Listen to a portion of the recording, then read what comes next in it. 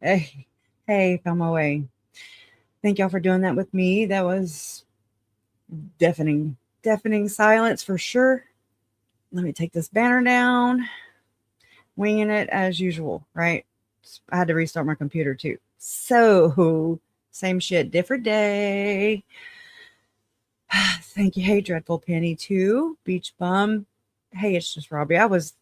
You were on my mind earlier today when I was watching Jolene. Um, thank y'all for being here. John Smith, how are you today? Not me, okay? Thank you. Beja? Is it Beja or Beja? Yeah. Um, good to see you. Two birds on a wire. How you doing? Sis, you should have been a detective. You should have. You still can be. Hey Mary. Thank you. Appreciate that. LS Chester's mom. Thank you. Hey Liz, Lizzie. How are you? How are you? Hey True Crime Butterfly. And oh, let me remove this from the stage. um, hey HMS Gen X lady. Hey Faye. Good to see you. Hey Maury. How are you? Elizabeth W411. Good to see you. Thank you so much for gifting 5 memberships. Really appreciate that. It really does help. And everybody thank Two Birds on a Wire for the membership. Hey, Donnell Allen. I got it right. Grammy B, how are you? I did see your comment. I forget where, but one of the same places we frequent. um, the other day, I remember, I think it was something along the lines of, I don't know, just, I don't even want to say it because I'm like, I don't think that, but just, it was nice. I remember that. I think it was in Dreadful Penny's chat the other night. Hey, Maureen, not O'Connell. How are you? And I don't want to skip anybody. Random old lady TS. What's up? Yeah, can y'all? I haven't even counted. What is that? 2026. They were filmed in. Has it been 6 years? Is it 6 years? Oh my! I didn't even do them. I didn't do the math. It's crazy to think. That's what I woke up to basically. I guess 6 years ago today. Um, mm, I mean, that's why I played it, because it'll never. It always hits. I mean, you kind of get used to seeing these images, these things that, connect to such painful, revealing truths, reality. And, you'll never get used to it, but you kind of become numb, desensitized. But I mean, it's like I have to put myself in the right frame of mind to go there without detaching or distancing from it so I can talk about it and analyze things. And anyways, it's like two different mindsets. Jason, he'll be watching his videos or, doing whatever on his phone. And then I'll hear him crying and I'm like, oh, and I just try to steer clear of like, I don't want to cry right now. So I just try to steer clear of the feelings. Anyways, weird. I know. I know. I didn't say I'm not weird, but it's just kind of my way of working through it now behind the scenes. When this goes off, then I tend to let it hit me, and they should be here right now. They. I mean, there's no reason they should not be here right now. Tylee and JJ, Charles, Tammy, and Joe should be right here, right now, and not just a memory that we're going to talk about today. Trisha continuing to shit on, okay? Because this is so important to me. This is important to me. And just making sure that the exploitation, the basically degradation, the dehumanization that they suffered here on Earth by their killers doesn't continue by these grifters or these users. That's what they do. They're bottom feeders. And I never once, I don't even know if I knew what exploitation meant or looked like or what it even was before this happened. And I'll tell you what, it's the one thing that's consistent throughout the entire time a person goes missing till till the end of time, okay? Till whomever is no longer, which I mean, the grift game is strong, and there's so many. When it's like the what somebody had named or called Chad and Lori's cult the Hydra cult, and they say that when you would cut one head off, like 3 or 4 more pop up in its place. Same.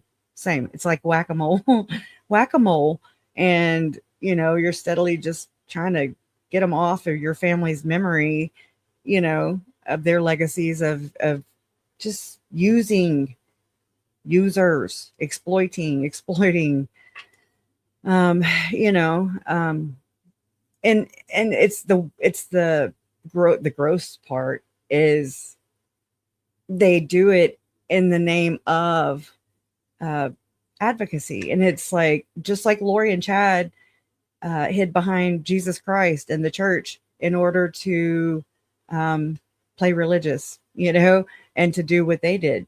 So they weaponize everything. That's what I've come to believe, and that's where I'm at. Um, it's what they do. They weaponize everything. They hide behind these noble, these good things. Tim Ballard, he did this with anti-sex trafficking. I mean, name it, and they're doing it, and it's disgusting, and it bothers the shit out of me. Bothers me to no end. So that's what I'll be doing for the rest of my life. Is consider me the bouncer. Okay, I'm the Patrick Swayze, or right. Cocktail, the movie Cocktail, whatever. Whoever the bouncer was, that's me. Okay. I'm like, get the fuck off. All right, thanks. Hey, Maureen. Oh, I'm sorry. Maury. Hey, Googie.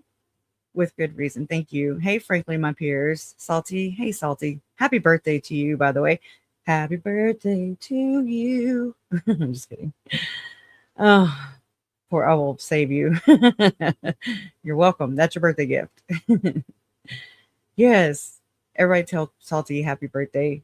Aussie Cheryl and Amanda said, con artist Patricia Griffith will eventually have her own day in court. Justice will be served against her. We have to believe that. Look, yesterday, I'm sorry about my camera. Yesterday, I was so defeated yesterday. And I mean, this doesn't happen very often. I'm human.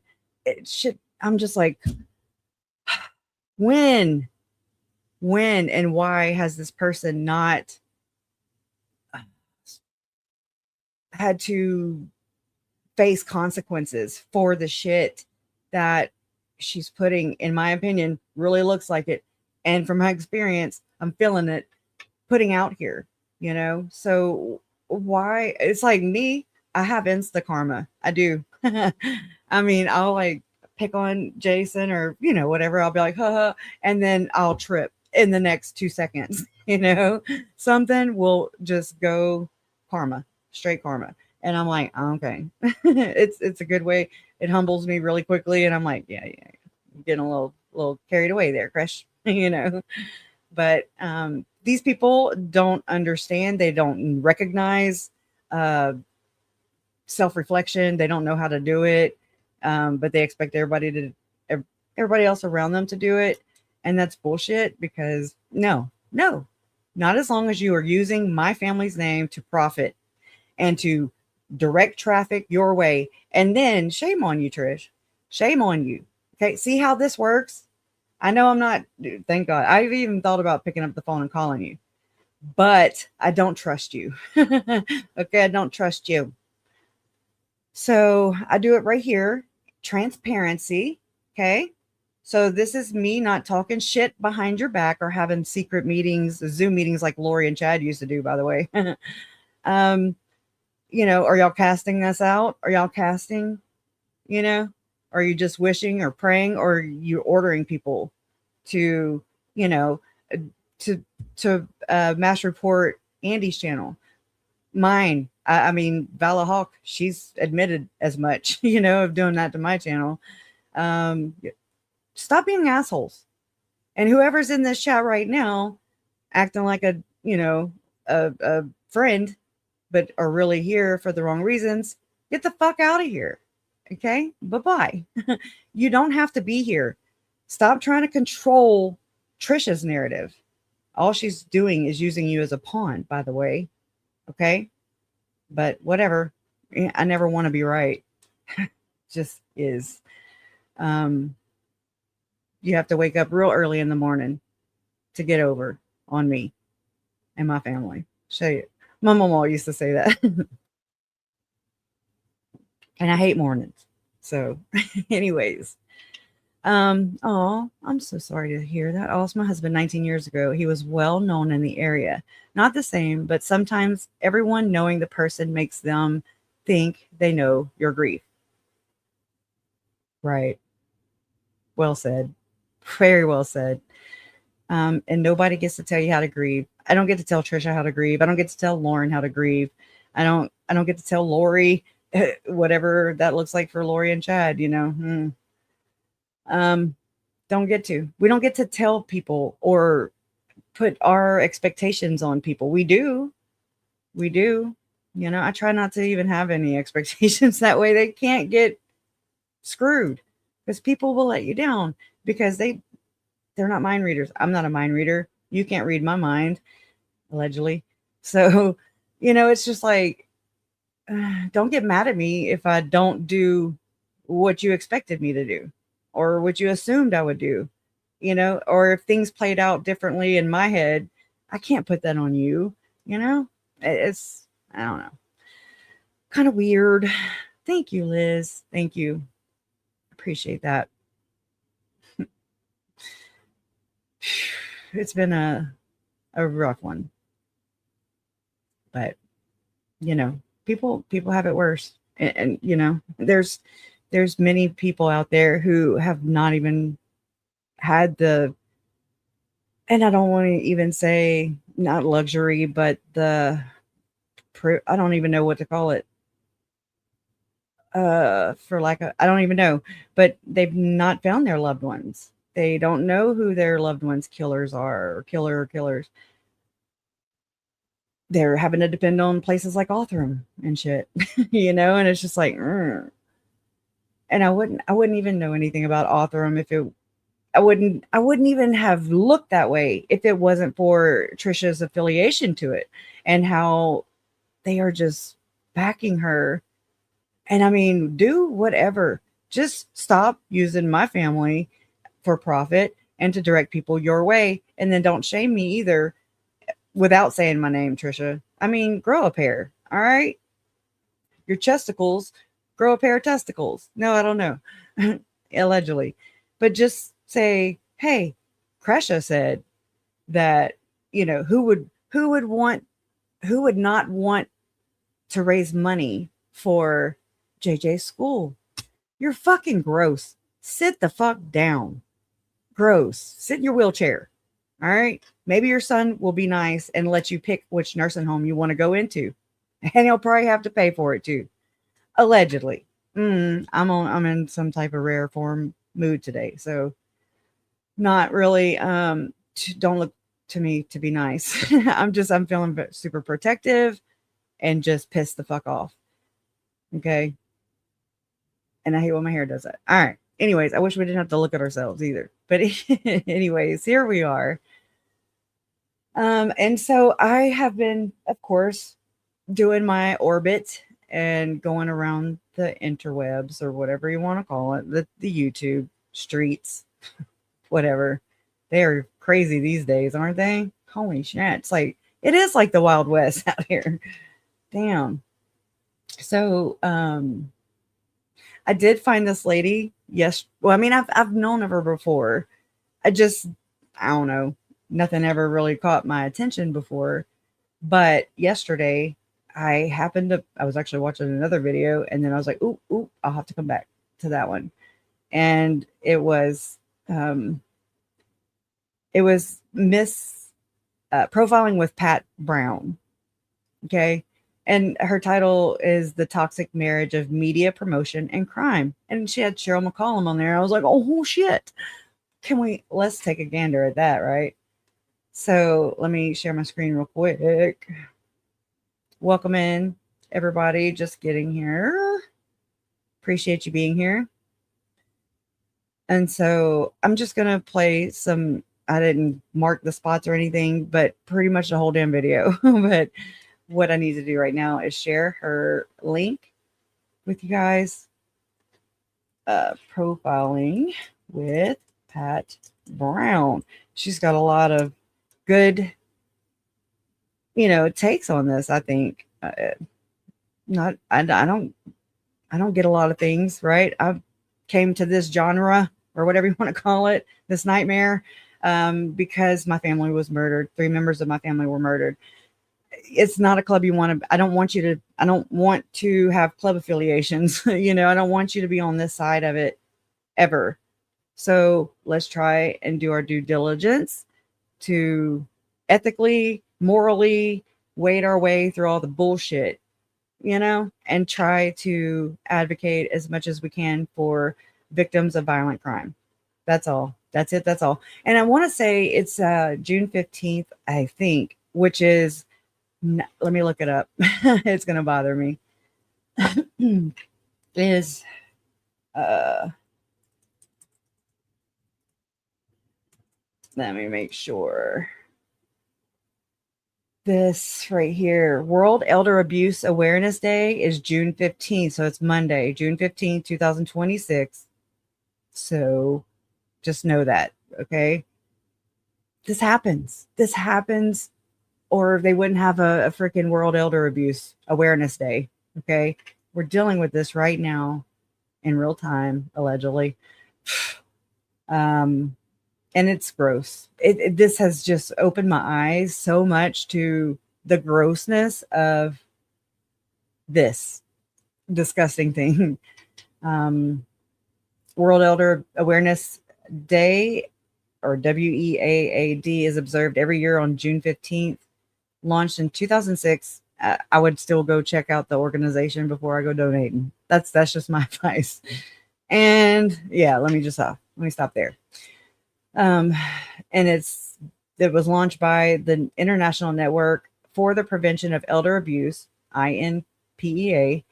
It was officially recognized as a United Nations observance in 2011 to raise awareness about the physical, emotional, and financial exploitation of older adults. And you're vulnerable, I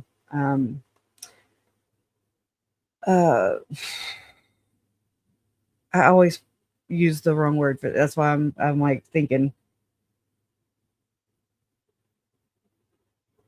is it okay, handicapped, disabled, I'm not using the right words, but I can't think of them to save the life of me right now. Okay, key details for 2026. The 2026 theme is Beyond Awareness, Making Elder Abuse Prevention Work. This year emphasizes tangible action and strengthening systems over basic awareness. Just basic awareness. Official UN event. I'm not a fan of the UN, okay? But there's that. A major commemorative, why is that not right? Event will take place on June 11, 2026 at the United Nations headquarters in New York, focusing on the overlap between aging populations and disability. There's the word rights. Anyways, the awareness color is purple. It's the official color worn throughout June. So throughout June, we should have purple on right now. Trisha, put purple on instead of your ugly ass B. Okay. Elder Abuse Awareness Month. So this whole month is Elder Abuse Awareness Month. I doubt she will be wearing purple. And on June 15th to show support for safer aging communities. Recognize forms of elder abuse. Let's go ahead and just get it out there. Elder abuse is a global social and public health issue that typically occurs within a relationship of trust. It primarily manifests as financial exploitation, unauthorized use of an older person's funds, property, or assets, including targeted scams or fraud, neglect, intentional or unintentional failure to provide essential care at your detriment for sure, food, shelter, or medical needs, emotional and psychological abuse, verbal assaults, threats, humiliation, oh my god, or forced isolation, physical abuse, the use of physical force that results in bodily injury, physical pain, or functional impairment. Warning signs and prevention tips. This says, according to guidelines shared by the FBI and the U.S. Department of Justice, community members should look out for sudden isolation, unexplained financial withdrawals, or rapid changes in an older adult's physical condition. Pay attention, y'all. Listen to your gut. To protect your loved ones, this is how we can protect them. We maintain regular contact via calls or visits to prevent isolation, which makes older adults prime targets for abusers and scammers. Resist high pressure tactics from unknown callers demanding immediate financial action, cryptocurrency, or gift cards. Verify the legitimacy of any unsolicited offer or business via official lookups like the Better Business Bureau before sharing personal information. If you suspect elder abuse, exploitation, or neglect in the U.S., you can report it to local Adult Protection Services, APS, or file a complaint with the FTC via the Federal Trade Commission Fraud Reporting Portal. If you are looking to participate or protect someone, please let me know. Okay, if you would like local reporting resources or ideas on that's my AI. Okay. I'm like, who is me? Why are they being so damn friendly? All right, let me put this. It didn't give me a phone number though, but can look those up, I guess. Yeah, give me numbers. Give me damn numbers. Come here, half-ass. We don't do half-ass around here.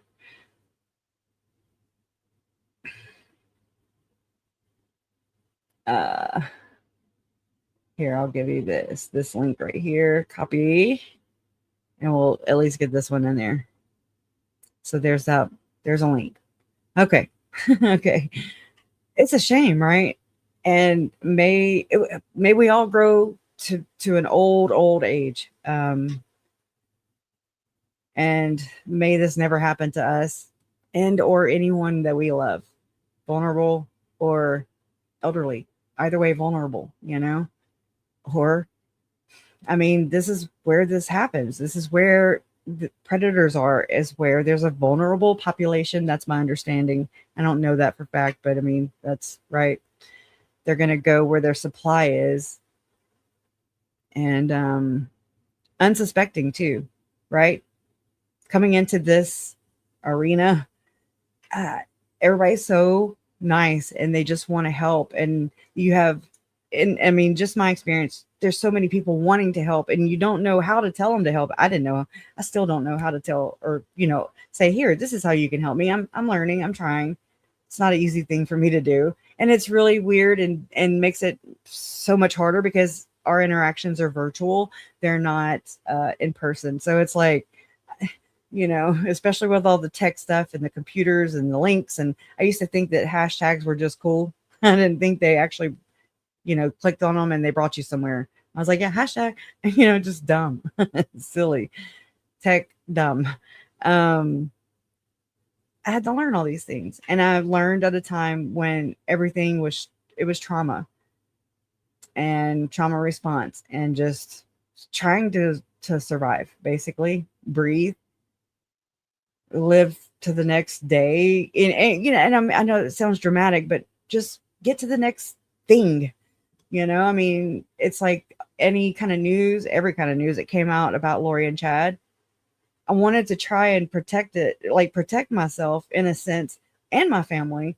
I don't know. I had this weird expectation of myself that I would just go ahead of my family and listen to all the gross shit, just listen to all the dark and just filter through that. What what I think they should know, or how I could protect them with the information. And that's not at all how it works. So, these are things that I've learned along the way that people learn in their own time. You can't force somebody to believe, the same thing I believe, even if there's research behind it.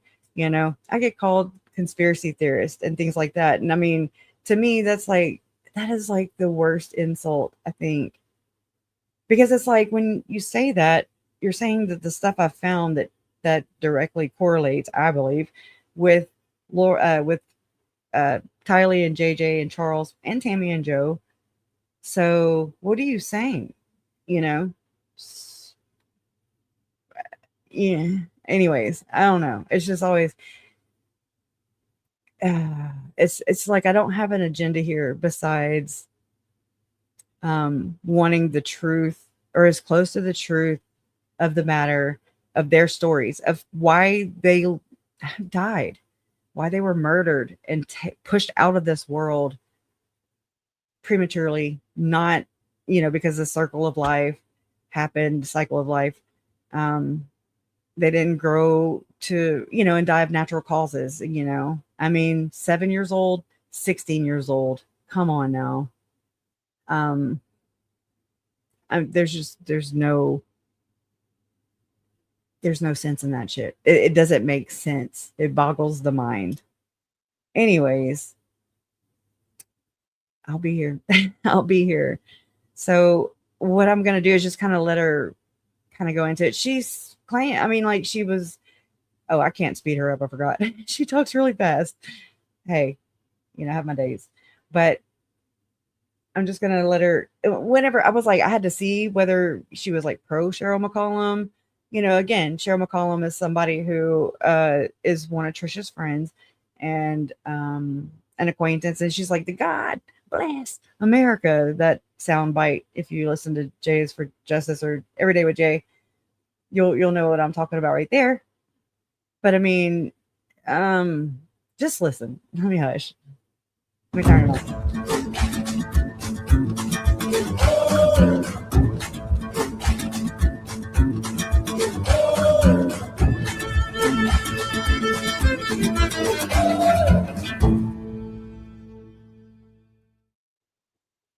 Hello, everyone. This is Criminal Profiler Pat Brown, and this is try number 2 for this live show. Everything went wrong that could go wrong. The power went down, the sound went kablooey, my mouth didn't match on the last one. I look like I died 1,000 deaths, but everything has been redone, and I'm here, and it looks okay on this end. Okay. I know somebody might be trying to silence me about this particular high five video. And let me tell you about this particular video. I have ruminated over doing this for weeks, and I was going to do just a video, and then I couldn't make myself do it. And then I tried again, and I finally just decided, I'm just going to do this live, because she's like, fuck it, we're going live. Fuck it. Okay. Sorry. I know you guys in the chat room.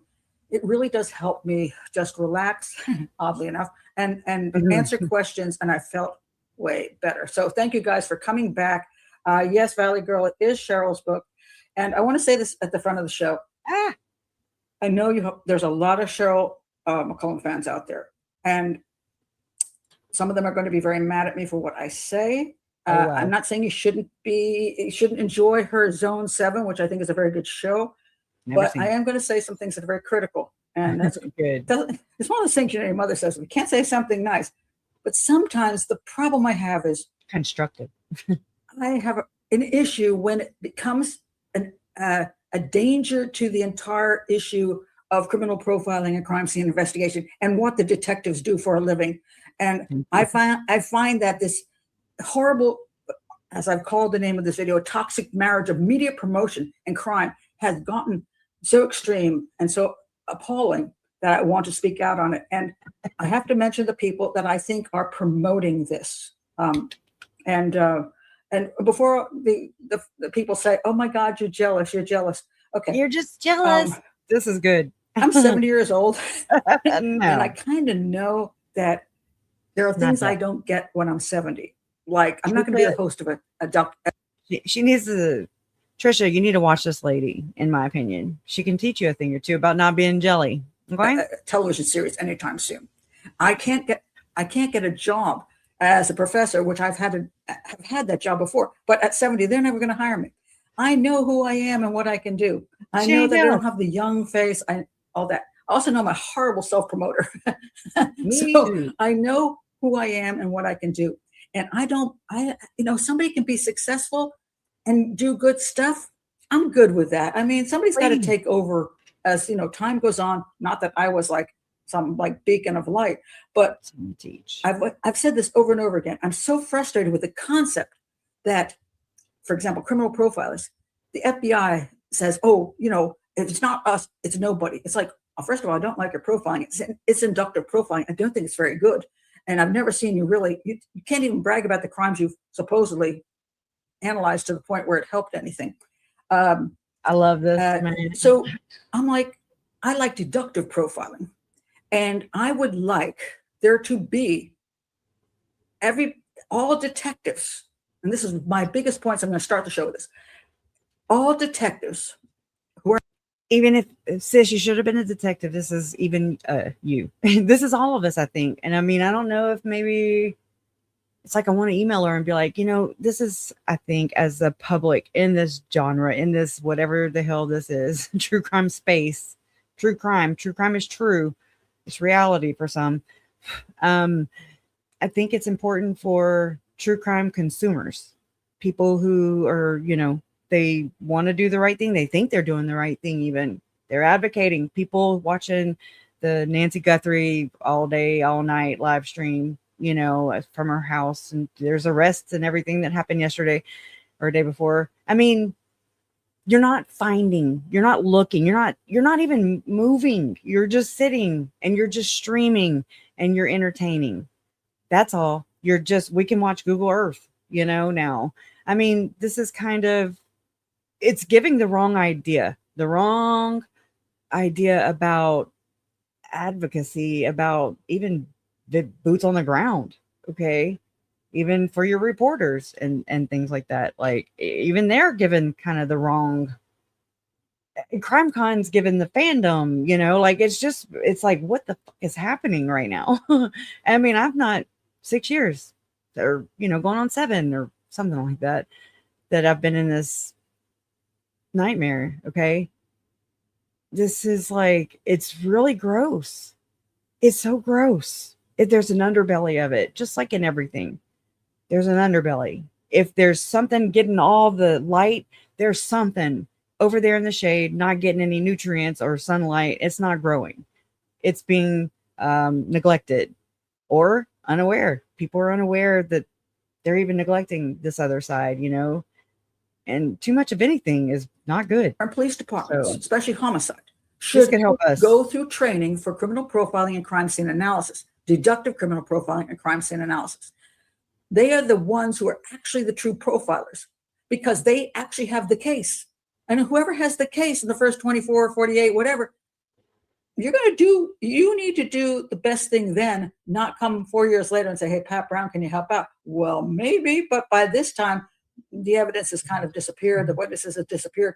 So criminal profiling coming in late is not really good. So my greatest hope is that we can train detectives. Oh, you say, don't they get training? Zero, pretty much zero. Isn't that crazy? I know this for a fact. I've worked with so many.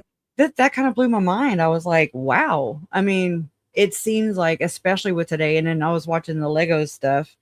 I mean, just the corruption, the increased policing, and by force, it's like civil rights look like they're being infringed upon.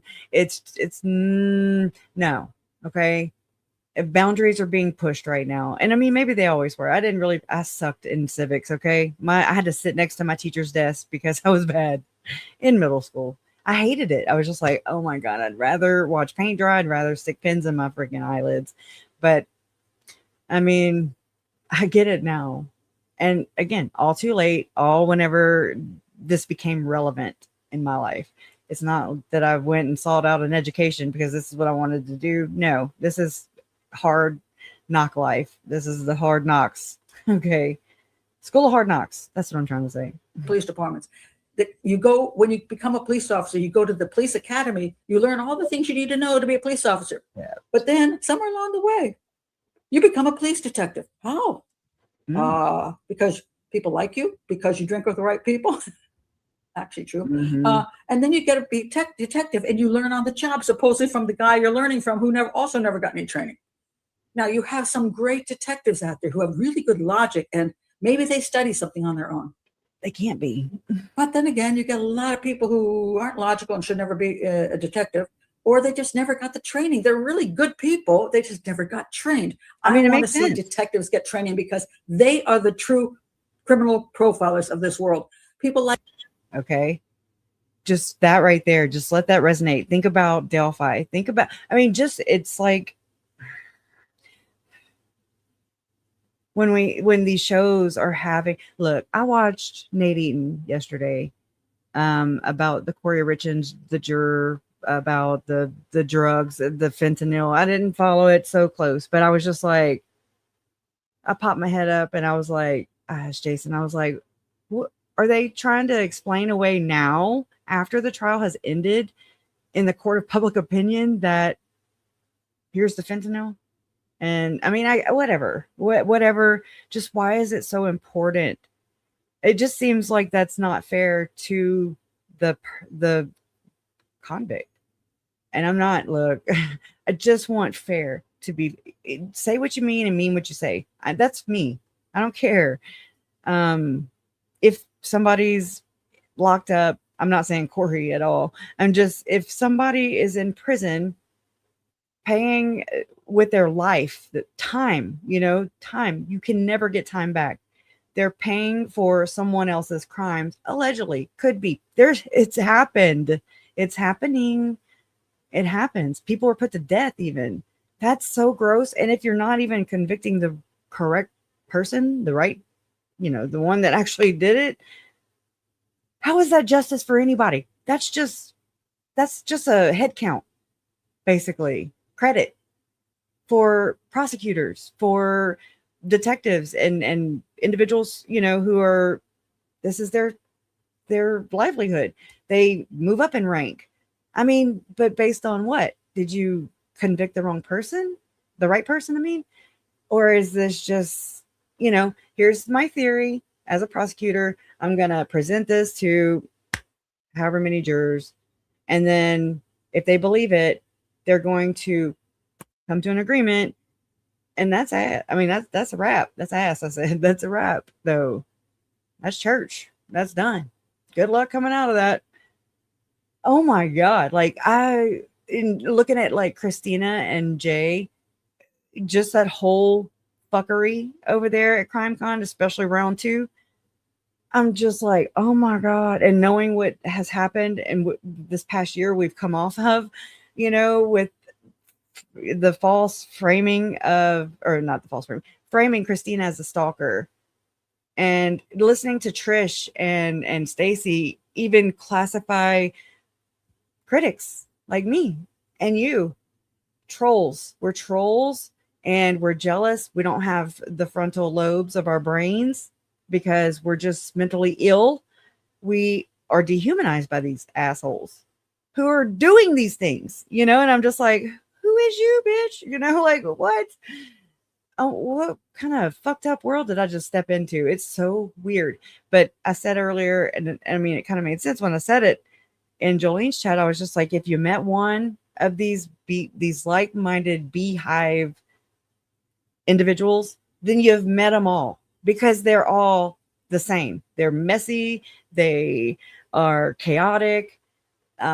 They're the semantics, and they're boundary pushing. They're a lot, usually, in my opinion, sadism is in there. They're sadistic. They respecter of no boundaries, no morals or questionable morals, questionable ethics. And you're just like, how the fuck did you get this far in life and not have the consequence? I've had the consequences, okay? And I'm not saying I deserve many more, but they don't think they've done anything. They think we're wrong. They think that we're wrong for pointing out their shitty behavior. It's weird. Or reacting to it. I'm reacting to a lot of the shitty behavior with Trisha and Lauren and Lori and Chad and all the people, right? I'm reacting to it. Charles was reacting to it, and he got painted as the one who was provoking Darvo, right? Anyways, it's gross. It's so gross. And they're the victims. They're the perpetual fucking victim. Ugh. And the hero. All in one sentence, one breath. They're the victim, the hero, and they're Jesus. Okay. Like me coming in years later, are we really helpful? Not really. So we're better at training. So by the way, I'm going to be starting to add my new segment to my program here, which is going to be the school for detectives, and I will be on this. But on what this, about us? channel as well? So anyway, that's my opening spiel. If you're new to the channel, by the way, since I do try to stay alive here, and it's not the easiest thing in the world, but now she's doing this live, and she doesn't normally do this live, and I get it. So she does kind of dance around a little bit with the chat, but I mean, I don't know. I just wish I'd have found her and maybe popped onto her channel a long time ago. I've been a subscriber for a long time, but I was kind of like, okay, where's she going with this? With Cheryl back here. I mean, is she pro Cheryl? Is she a constructive criticism? Is she normal? Is she like me? Does she question things? And I mean, AI these days. So if you're new to the channel and you consider you'd like to be in the chat room, now today is an open chat room. I rarely do open shows. I did this today because I'm insane and I just wanted to get hammered by people. But I decided to make this open. But normally it is patron only because I think it's important that, when I do shows twice a week, I do a case show on the weekend and I do a hangout. I love to have my community because these are people who really want to learn something. They're really interested in education and not a whole bunch of nonsense. So if you want to do that and want to be part of that community, please click the link below. It's $5 a month. I keep it as cheap as I can. It does support an educational channel. If you don't want to do that, please do subscribe. All of my videos, once the live is done, are available to everybody. I don't have anything. Oh, they're not like Trisha's? So please subscribe because whack-a-mole with the videos, folks. So anyway, that's my spiel. I'm done with that. All right, let's go to all of my many issues. No, it's just all right. I want to check some of your comments just because I need a break. I learned Thank you for the open chat. You're very welcome. It's a lot of times you do open chats, it gets out of hand, and I work alone, and I just like it gets crazy sometimes, and it's kind of uncomfortable. So. But this one I wanted to do open, even in spite of the fact I take everybody with a grain of salt. Best $5 I've spent. Thank you very much, and it makes a huge difference. You'd be surprised, because I'm not one of those people who has 1 million subscribers. And look, I was going to comment to this too, but I take everybody with a grain of salt. I really do. Frankly, you were more lucky than I was. I'm super knowledgeable on American history now, though, and some world history. But have you had to relearn it like I'm doing? I'm like, that's not what we were taught.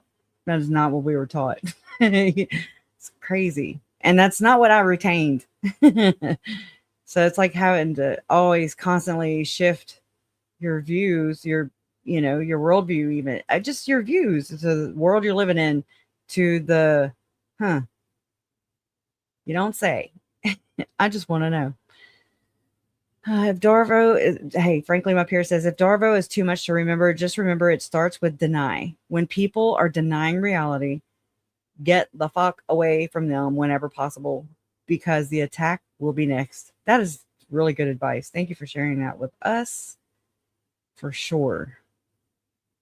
You've known them. Oh, you've known about them. Yeah. I figured you would, being in this, I don't want to call it a genre. It's like weird, right? This entertainment.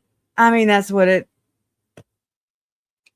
you check the box, it's like, it's fucking reality for some, and it can be your reality if you end up on this side, it's not a club you want to be in, nor do I want you to be in this club, And I mean, it didn't happen to my children or, but I mean, Tylee was my step cousin, and I say step to be respectful of Annie. I mean, she was my cousin, like, but she was more the same age as my kids, or between the ages of my actual, my kids. And JJ, 7 years old, just coming into his own, just looking in the mirror and figuring out who he was. And it was really, I had to watch all that. Look, I was about to say it was really neat to watch, but I didn't get to watch it. I watched it through editing videos for this channel to try and humanize them, and it helped me grieve. It helped me process. So I mean, I just it is what it is, and I can't go back and change it. I would if I could, in a freaking heartbeat. I would trade places with them, and and I think it's just a normal want, a normal desire. Like I would just gladly, just so they could be here and share their light. And I mean, I love the fact that since reality has happened, I love the fact this is a love, which is weird, right? Because it's like they're dead. I don't love anything about that, but I do appreciate that their lives continue to impact people who come across them. And that, I believe, is that's you couldn't ask for anything more as a family member, as an aunt, as a niece to Charles. Like it just, just to read your comments, hear your comments,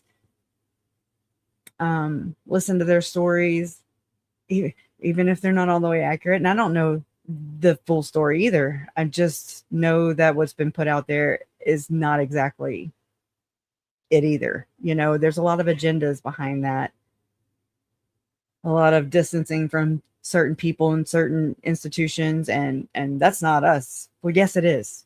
It's us, because they're human. They were human, right? I mean, what the fuck? Oh, I'll never get it.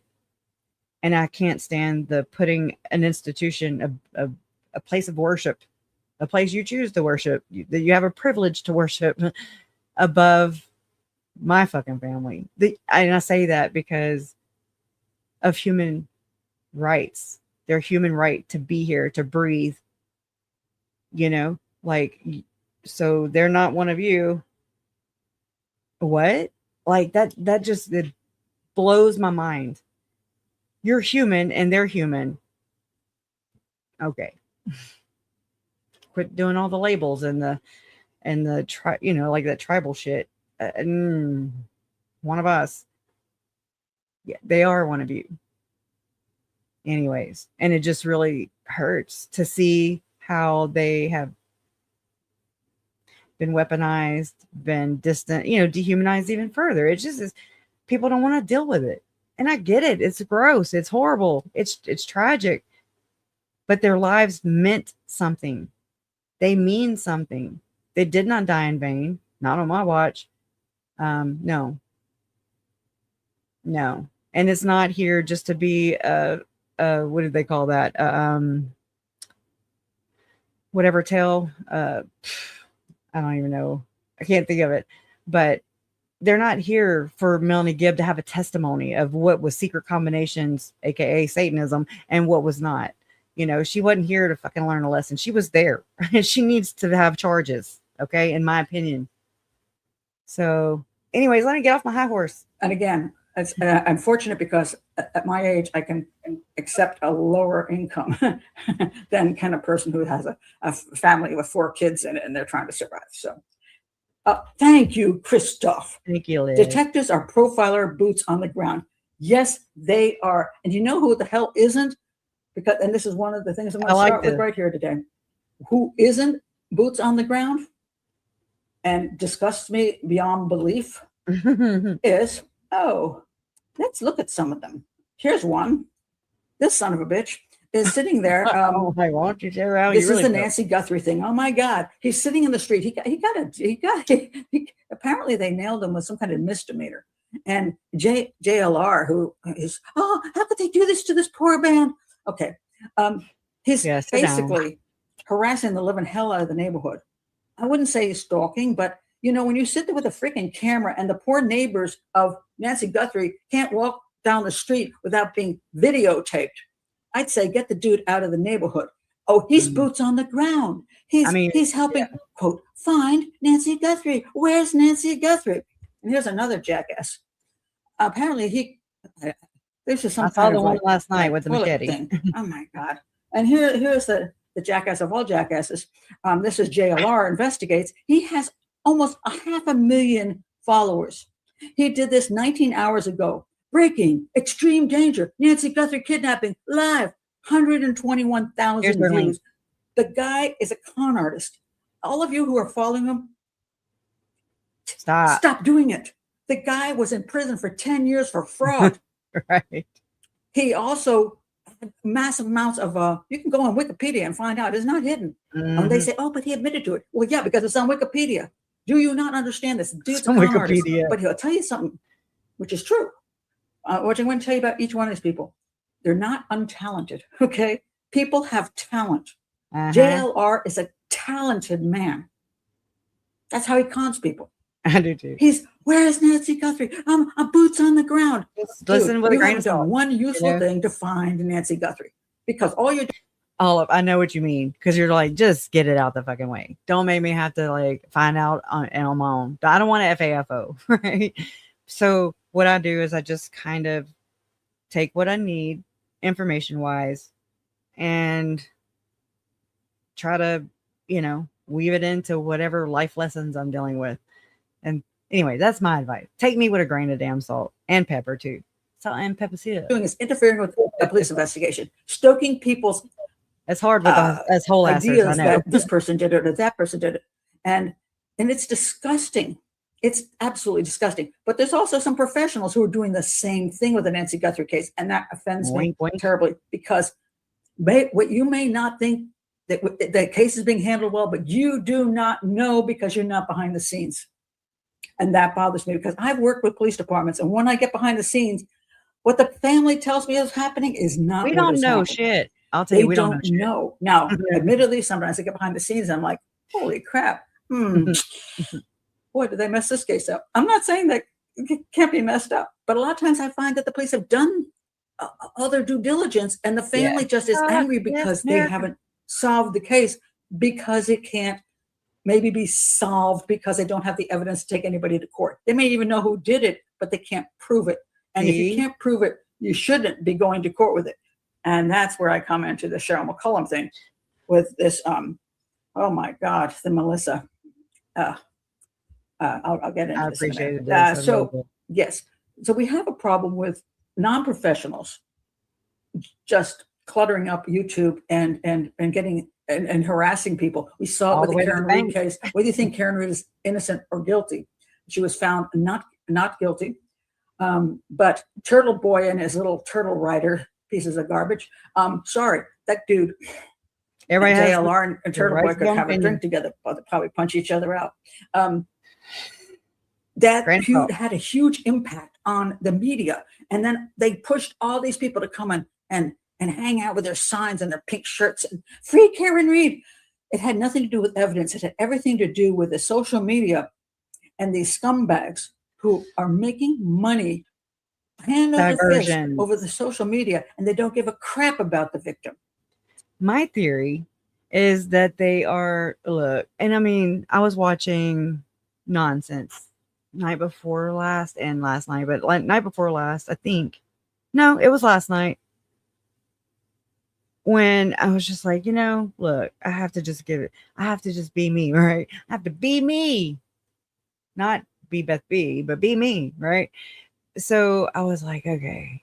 I jumped in chat at the very end, and I was like, and she was reviewing JLR and the arrests and everything with these guys that she just showed, that this lady right here, Miss Pat Brown, showed. And I was like, okay, same thing with Lori and Chad. Whether or not these murders are orchestrated because of some divine orders or divine missions or whatever. Okay, I do believe there's a lot of mind control programming that we've been told, ended before we didn't even know it had started.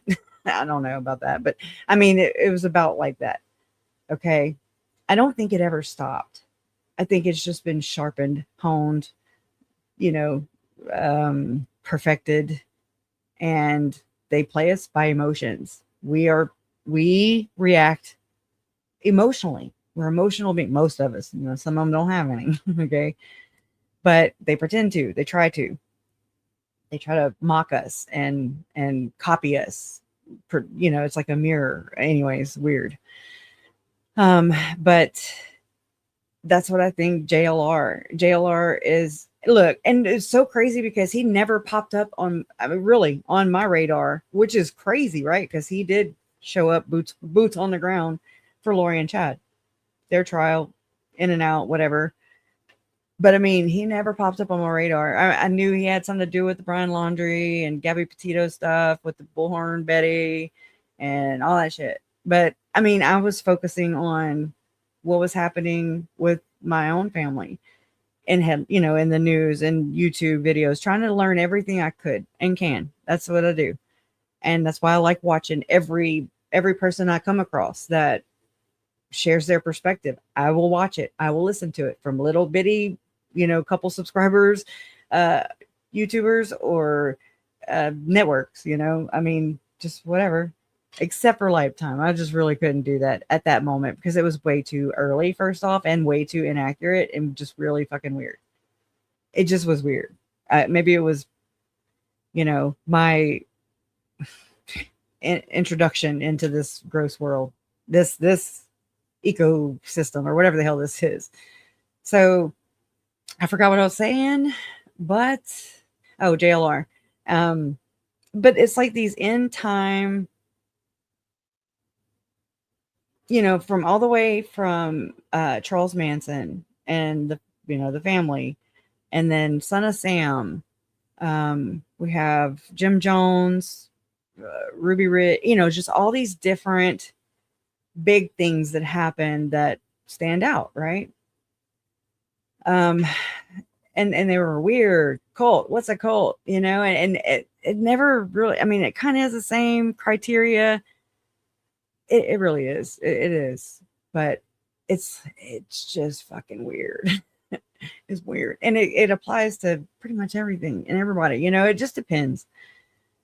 But I mean, I remember doing the research, and I mean, by research, I mean just listening to other people's perspectives, people who are researching these different angles, and I'm like, oh, that might intersect with what I'm researching, trying to find and learn the most possible information that I can, because that's why I'm here, right? I mean, this kind of was just, like I said, I didn't seek this out. It kind of landed on my head, and then I was like, in an instant, it changed me. It changed my trajectory in life. It prioritized.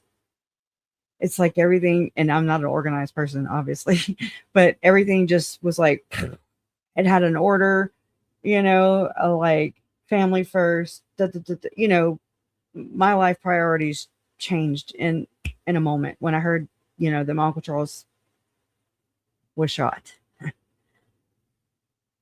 And it really shocked my system, and I've never been the same. I don't remember the person I was before that day, that news. And it robs you in that sense, because it's like, if I didn't have the choice, I wasn't like, okay, sure.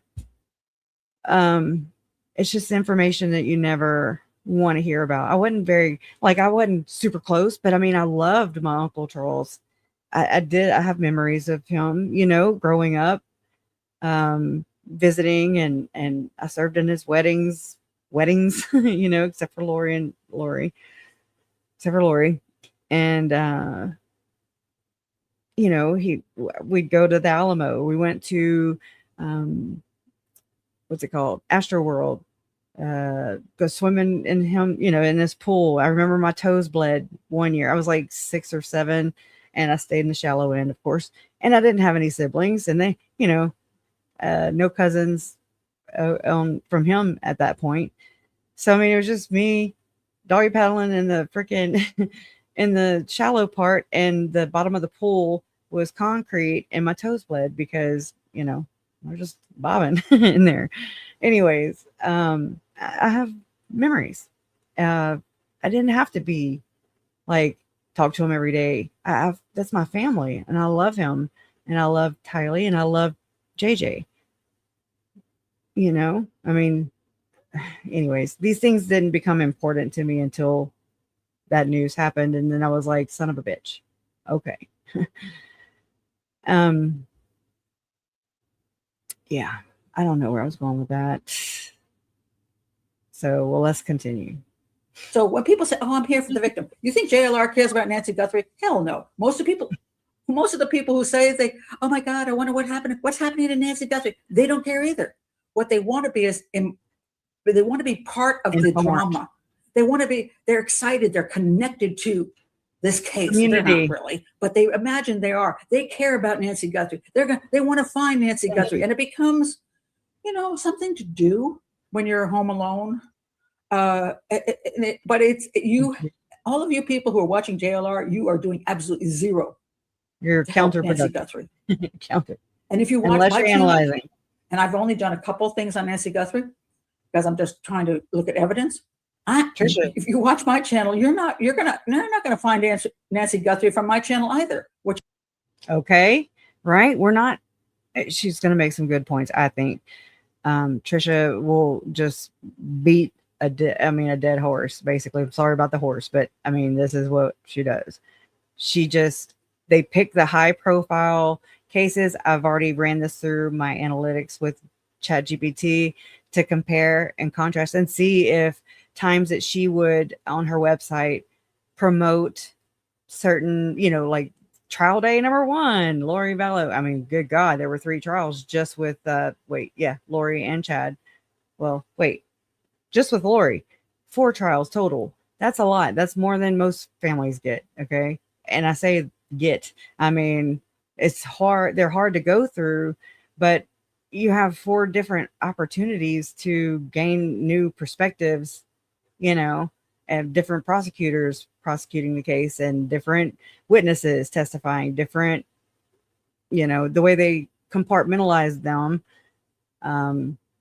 seeking justice for Tylee and JJ in Idaho. We also sought justice for Tammy, but Charles would get left out. Joe's not even considered most times by a lot of these people. I don't know for a fact, but I have a really good hunch that Joe's death, I believe that Joe's death was by human force. That's just me. That's just my, just looking into everything. Yeah, no. Probable cause, like it's horrible. And if Lori didn't kill him with her own bare hands or with her brother's bare hands by proxy, whatever, she killed him spiritually. Okay, stop weaponizing your kids, guys. Lori's a perfect example of this happening. They're not pawns. Just protecting is one thing, controlling is another. What you're going to do is be educated on how things work. That's it. All right. So we have all these, what I call scumbags out there, but we have people in the professional media doing some of that too. And I know, Brian Enton? I forgot his name. He also has boots on the ground, and he shouldn't, because he's representing professionalism. And I feel like he's doing the JLR thing, maybe higher level, higher class, but you're still doing the same thing. You aren't finding Nancy Guthrie. If you're reporting news that a journalist should be reporting, just report the damn news. That's it. If you're making the news by having all the mass amount of experts in and constantly being on, walking around in the area and pointing at trees and shit, you're not reporting the news. You're trying to get clicks. You're creating narratives. That's my first rant. How I feel. I like your rant. Pat, would you like to train the police? Yes. I have done seminars to train the police before. I have done seminars. The biggest problem with seminars is seminars are kind of like People like Trisha go. they're like either 1 day or 3 days, and a lot of the detectives go there for like to get out of the office and to like hook up with each other and hang out and drink beer. They're not the best audience. And if you're a detective, you know exactly what I'm talking about. I love you guys. I like drinking beer with you. You suck. You suck when you're in the audience. You just do. Sorry to say that, but true. Oh, wait a minute. like okay, I've never. Wow. Okay. I'm not used to doing live, so I want to say thank you to Mincy. I'm not used to this, so excuse me for being like, thank you, Mincy. That's really nice of you. I appreciate that. Oh my God. And we have Mad Cat. I'm so sorry for your introduction into both those cases, right? Oh my God. But I'm glad you're here, Spit and Spooge saves. I think, wait, did I miss some? Okay, I usually miss acronyms. I don't know what it is. Spit and Spooge, I said saves, solves, right? Allegedly. You do. Maybe. I don't think the DNA one does. I don't think it solves. I mean, I don't think it saves. Oh my God, let me shut up. That's awesome. I could I forget this is even on. Oh my God, Molly too. Oh, you guys are just amazing. Oh, okay, Paula. I was going to say Paula. Oh, no, Paula. Thank you very much. That is absolutely kind of you. Oh my God, and I even see more here. Hold on a second. What the heck's going on here? And Pam's, oh, Pat's on fire today. I am because I'm annoyed. Did I just get everybody here? Oh shoot. Hold on a second. Hold on.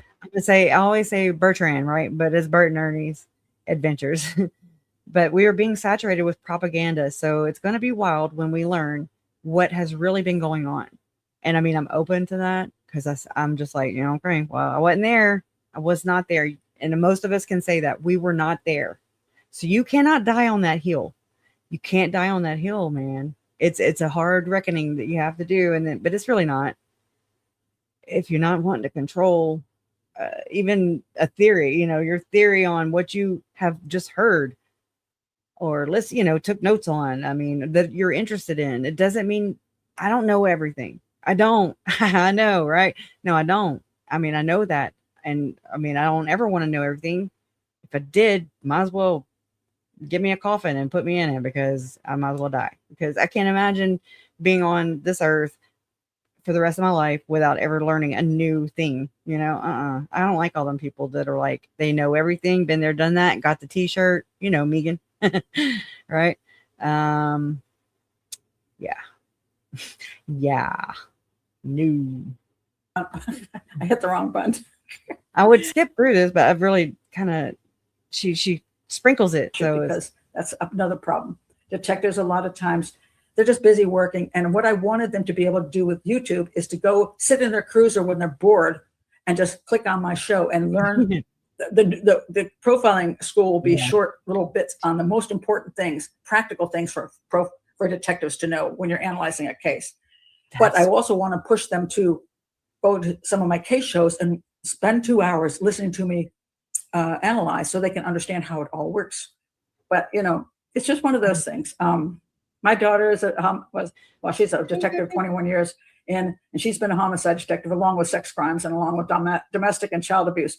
And it's a whole different world. And all of you detectives out there, it's the funniest thing because detectives are actually one of my better supporters because they know I'm telling the truth about things. And they know I like them and I want them. May I be unhealed for the rest of my days. Okay, please. I'd rather be unhealed than healed like Megan. Best for them, but they also know I'm telling the truth about a lot of stuff, So, but thank you guys. That's just, I'm hoping to do that. That's one of the things I want to do before I end up dead. Yeah, that's that. I'm glad. Wait. I'm glad, that's Phil. I'm glad you got here after the disaster. They're actors, not real previously. Actors, kind of posers. Right. Oh my God, so many comments. I'm just going to run down here just to see. Oh, Honey says he wrote the book, spent $3,000. No, I'm just picking $3,000 or something. Only made 177 allegedly. I'm using megatonin as an example. I don't think that's what you meant. Maybe it is, but yeah. And she got the YouTube channel for it. A couple of them. pretends he's the only person looking for Nancy. Wash your His fucking chat is a hands. hotbed of conspiracy theories and accusations. It's absolutely You, appalling. Liz. And we know that the son-in-law of Nancy Guthrie has been so harassed and pointed at as he drove his mother-in-law home and therefore he killed her. Now, I don't exclude anybody from being a possible suspect. And the police have said he and his wife, the daughter of Nancy Guthrie, have been cleared. So what, at that point, I say, hey, take your eyes off of him. If the police have their eyes still on him and they're just saying that, let them take care of it. But it's not for you to sit there and destroy this man's life when it turns out he might be the best son-in-law ever. It's like, so annoying. See, now look, and I struggle with this part of it, not exactly what she just said right there, but when I'm going through and I'm pointing out all the associations and connections between Chad, Lori, Trisha, Lauren, the whole Two Live crew, okay, Cool in the Gang, right? Some people are like, and I mean, these are critics, right? That have, well, I mean, they've said some pretty shitty things about me and my family. The Volahawks out there. But learn from it, okay? It doesn't feel great. You're just like, yeah, no, I think you're just really dogpiling on me right now. I don't think, you're just out there trying to make people, look at me or look at us different or whatever. And to each their own. Do you, boo. I am not here trying to like say I'm the know all be all. I'm not. Like, I've got questions. Megan always had the answers, and I even told her that. I was like, you have asked me anything because you got all the answers. I got questions, girl. I'll bring the questions because I don't know everything. I don't. Spoiler alert. Right? You don't either. But I mean, it's just I struggle with this part right here because people are like, what I think a comment said one time right after the Lauren stuff happened that, what Kresha, her conspiracy theories or whatever that she puts out there, they're not harmless. And I agree. I agree with that. I'm also not trying to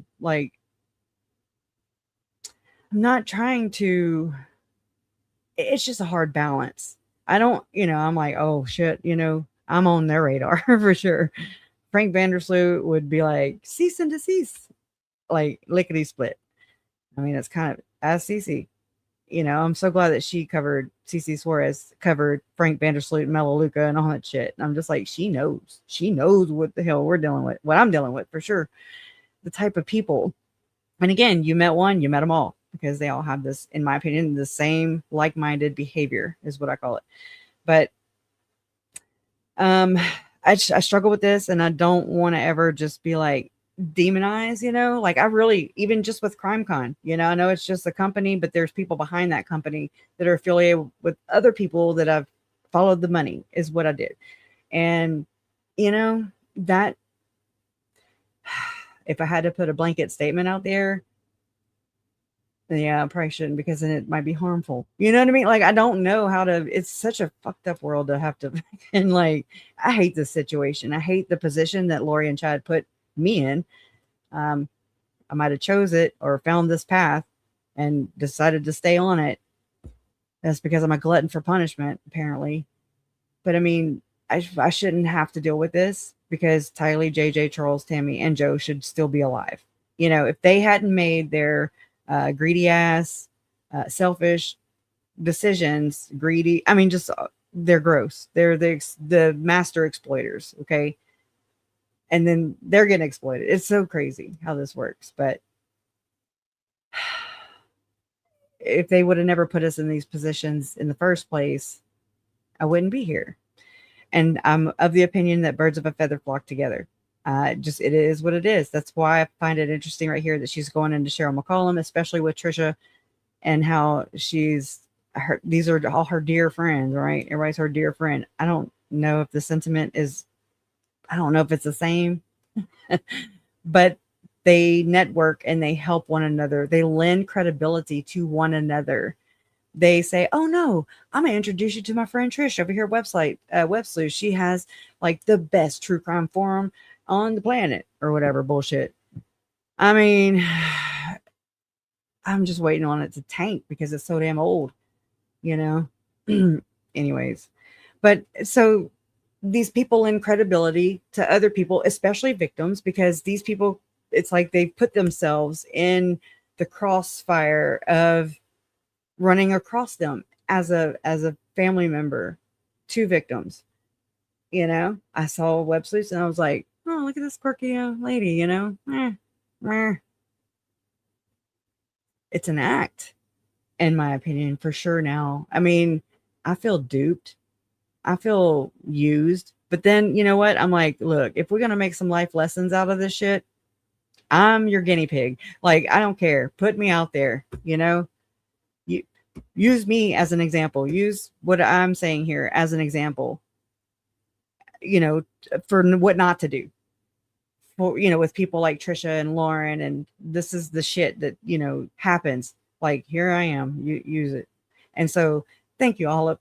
Thank you, Andy. Thank you, Salty. And anybody else, feel free. I'm not the best, you know, I don't talk like Megan. I don't have all the big words memorized, and I'm not monotone. Well, most of the time.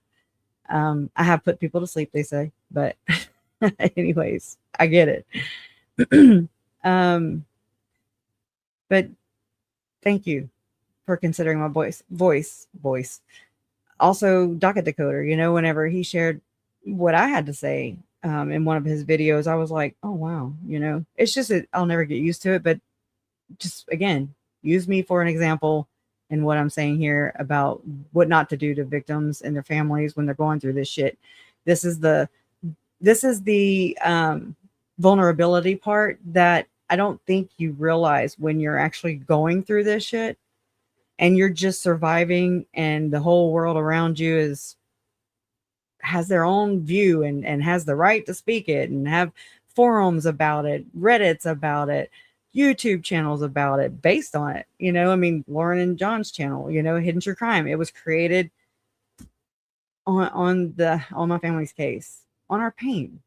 And had they not done what they've done, we'd be cool. We'd be cool. I wouldn't feel used. My mom wouldn't have felt used and exploited. But, you know, finding out way after the cases are damn near coming to an end, right? The money stream is coming to an end. So it's very fucking convenient timing that the shit hit the fan, and Lauren didn't care as much about putting that mask on, keeping that mask on, and it slipped. And oh my God, when it slipped, I was like, what the, I'd already saw it like in 2021. And I'm just like, yeah, I don't know what she's doing, but I can't, you know, there were certain things, information I had, but I was also dealing with the real life shit that was happening. And they use that, like the vulnerability where I'm already dealing with real life. Okay. While they're just narrating it, they're storytellers. They use that word. Description. Tim Ballard uses it. Lauren Matthias uses it. Storytellers. Yeah, well, it's interesting. Her story, or the story that Lauren wrote about my family, it has written for 6 years straight. It's so crazy how it omits that, you know, Tom Harrison was not, it does not include the part that her brother that died was best friends with Tom Harrison's son. She forgot that part. This is the shit I'm saying. And I mean, that's just the omission, you know. Anyways, All tired. right. All right. So, thank you. Thank you, Connie. I get annoyed when they put down the cops like they're not doing anything. They have no idea what they're doing. Absolutely true. And one of the frustrating things for cops these days is that there's this whole new trend of hating police officers. And so anytime some case doesn't get solved right away or anything happens, the police are scumbags. They're horrible.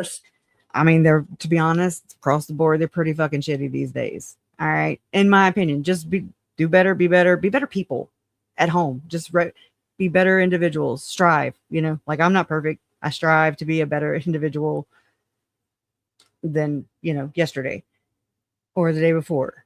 But I'm gonna mess up probably in the next 10 seconds again, and I'm gonna just be like, okay, stop. You know, these internal conversations I have with myself, I don't think a lot of these people, I'm not saying cops, but them too. I mean, it's everybody. I mean, we're not. It's like sectioned off. We're all human. You know, we're all human, born naked, and we come into this world usually alone, and we leave this world alone. We don't, you know, you don't get to take nothing with you or anybody else. Yeah, it's your own path.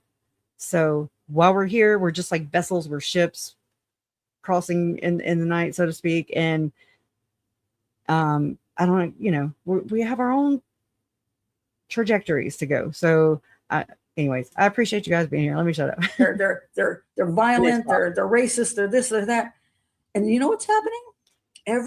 They need to stop being corrupt, though. That's what I meant to say. Stop the fucking corruption. We see it. It's gross. We feel it. It's gross. Quit trying to take away the speech, man. Every time you all do that, not you all, you all out there. Every time you do that, what happens is people don't want to join the police force anymore.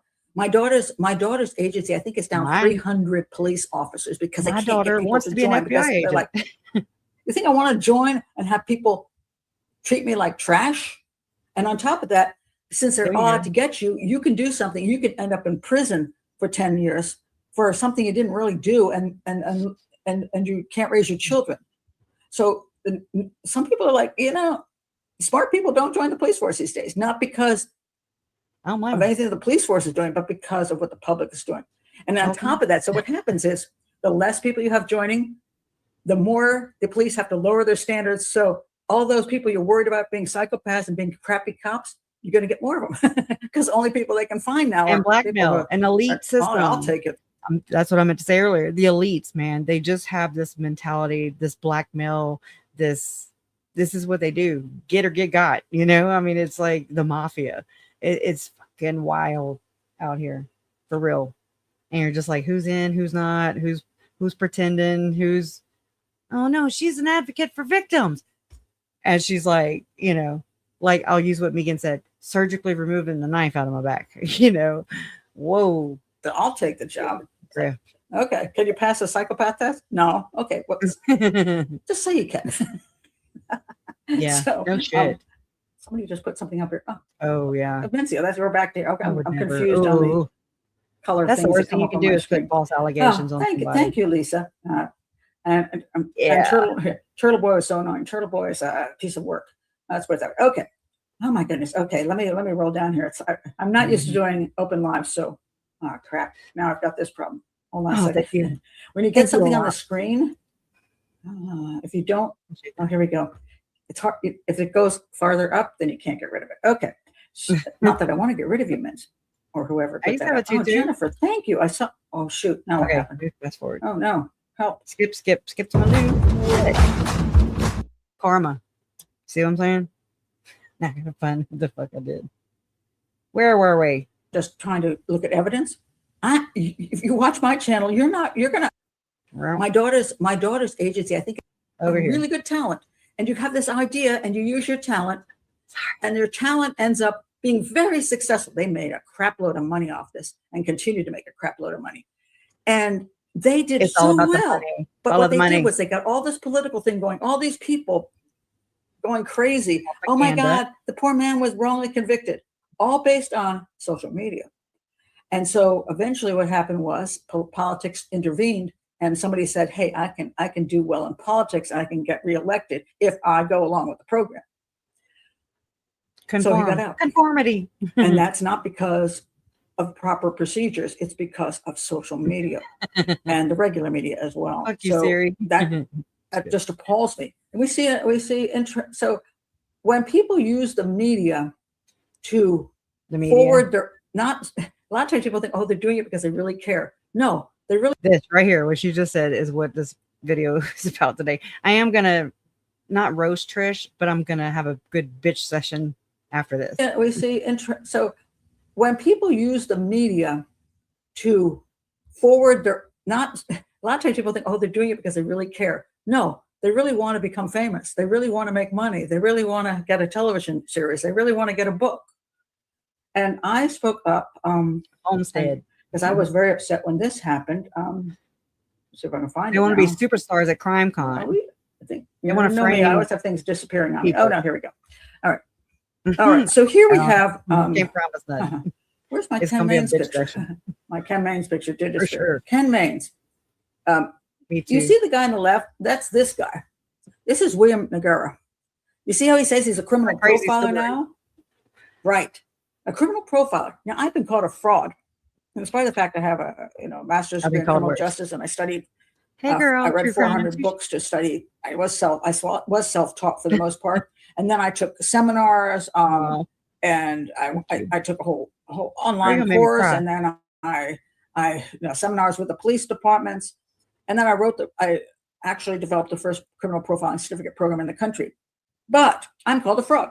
This piece of crap, who is a murdering son of a anyway, he In her opinion, he was on San Quentin death row, and now he calls himself a criminal profiler. Yes, he does, and he gets to go. That would be like Melanie Gibb or Zalema becoming a cult expert. Okay, that's what that makes me think of. Or could you imagine Lori and Chad not being in prison? Or could you imagine, like Melanie Gibb or any of the fringe friends, allegedly, being a profiler too? Oh my God. To Crime Con. So this killer goes to Crime Con, and everybody's like, "Oh my God, you're so wonderful, Bill. We just love you, Bill," because I don't even know who Bill is, so just know that. So everything is just her opinion, whatever she knows this, and I don't.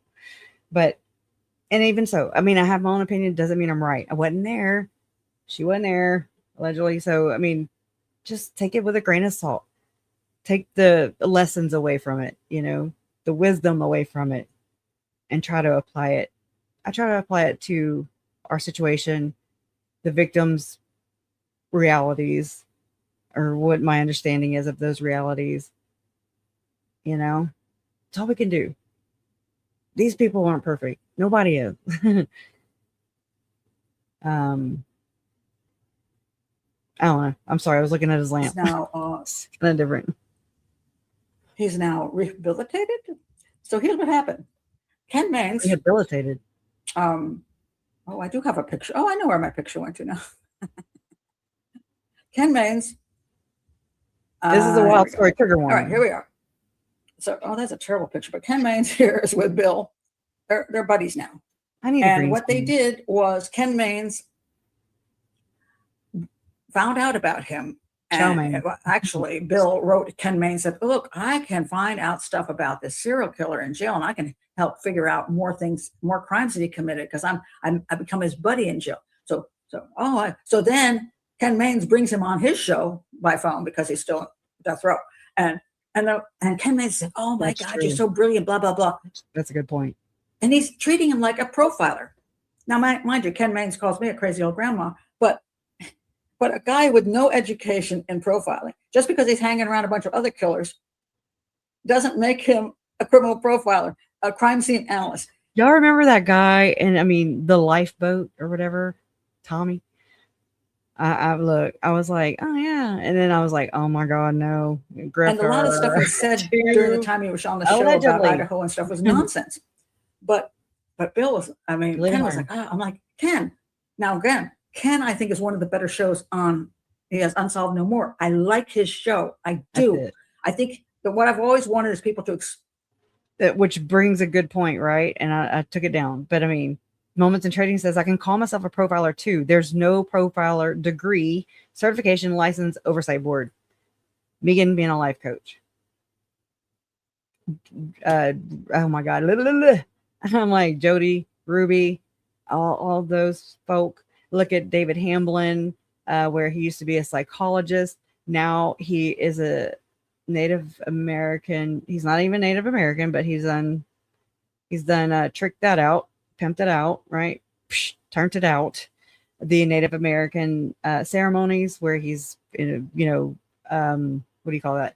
Giving people peyote. Okay. And it's like, oh my God. Exploit. So look, I remember when Joe Schmo started saying, when we did lives together, and he started saying that he was a journalist, boots on the ground, a reporter. And I was like, I mean, I didn't really know. I didn't even know his real name, and I didn't know what he did in real life. Um, but I was just like, okay, like I think I commented on it too one day. I'm like, you can't just say you're this. That's what Lori and Chad believe. It's written in their zombie doctrine, allegedly, where they say if you believe it, then it's true, it's real. And I'm just like, this is that. Today I'm Cinderella, and it's like, yeah, no, bitch, sit down. That's not how that works. That's called delusion. That's called make believe, fantasy. Weird. When they're talking about a case, and he doesn't overdo cases. He doesn't do them like 50 cases, 50 shows on a case. He just talks about a case, and he analyzes the evidence just the same way I do. And I've always appreciated that. So I've always said to people, another opinion on these different cases is Ken Mains. And so I actually promoted him until he brought the killer on his show. And I'm like, what the hell are you aiming for? You know what I thought he was aiming for? A documentary, which he got. Death Row John Smith, yes. I think it's a 3-part series. He got his television show because there's nothing better than a detective hooking up with a serial killer to solve crimes. Wink, wink. So there you go. And then Bill wrote this through the lens. This dude has this guy made a boatload of money off this book. Give us the tea. And now he's a hero now. And now he's at Crime Con. It's just disgusting. And is he really helping killers? I mean, find killers? No. So he was in prison with this Nassau guy, and the guy was suspected of killing more people than he did. Right. And so he hooked up with him, and he wrote these notes down, 300 pages of notes. Well, first of all, in my opinion, the guy's a psychopath and a manipulative guy. I just thought of Peterbilt. Okay, Peter Griffin. All right. Anyways, and a Peterbilt semi. Okay, my dad drove dump trucks, so there's that. Who knows whether Nassau even said the things he said he wrote down? We don't have a video. We don't have audio or anything. A video. We just have. They scratched his word on it. Yes, Bill. We believe everything you said because you brutally killed your girlfriend's mother in the most horrific way in order to get some insurance money. So you're a piece of crap, and I'm never gonna like you because you're a piece of crap. So nope. He's a manipulator. He's like, man, I got access to this Nassau guy. I'm gonna try to get myself out of prison because I like writing books anyway. He's good at it. He's good at writing. He is good at writing. Thank you for being here. So he used his abilities because even psychopaths and killers have abilities. So just because you have an ability doesn't, and they go where the supply is, right? And the friends lend them credibility. Look, I don't have this outlined or anything. I mean, these are things that these are things that have come out and come to my attention, and this is what I look for.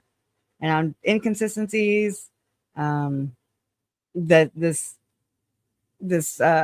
birds of a feather flock together, like-minded individuals, this beehive, what do you call it? Beehive mind, chaos, and just nobody's checking credentials. And oh, how dare you? If you check John Matthias's credentials, you are a fucking stalker. Okay. And how dare you create a fucking TikTok about it, questioning it. Don't you dare question them.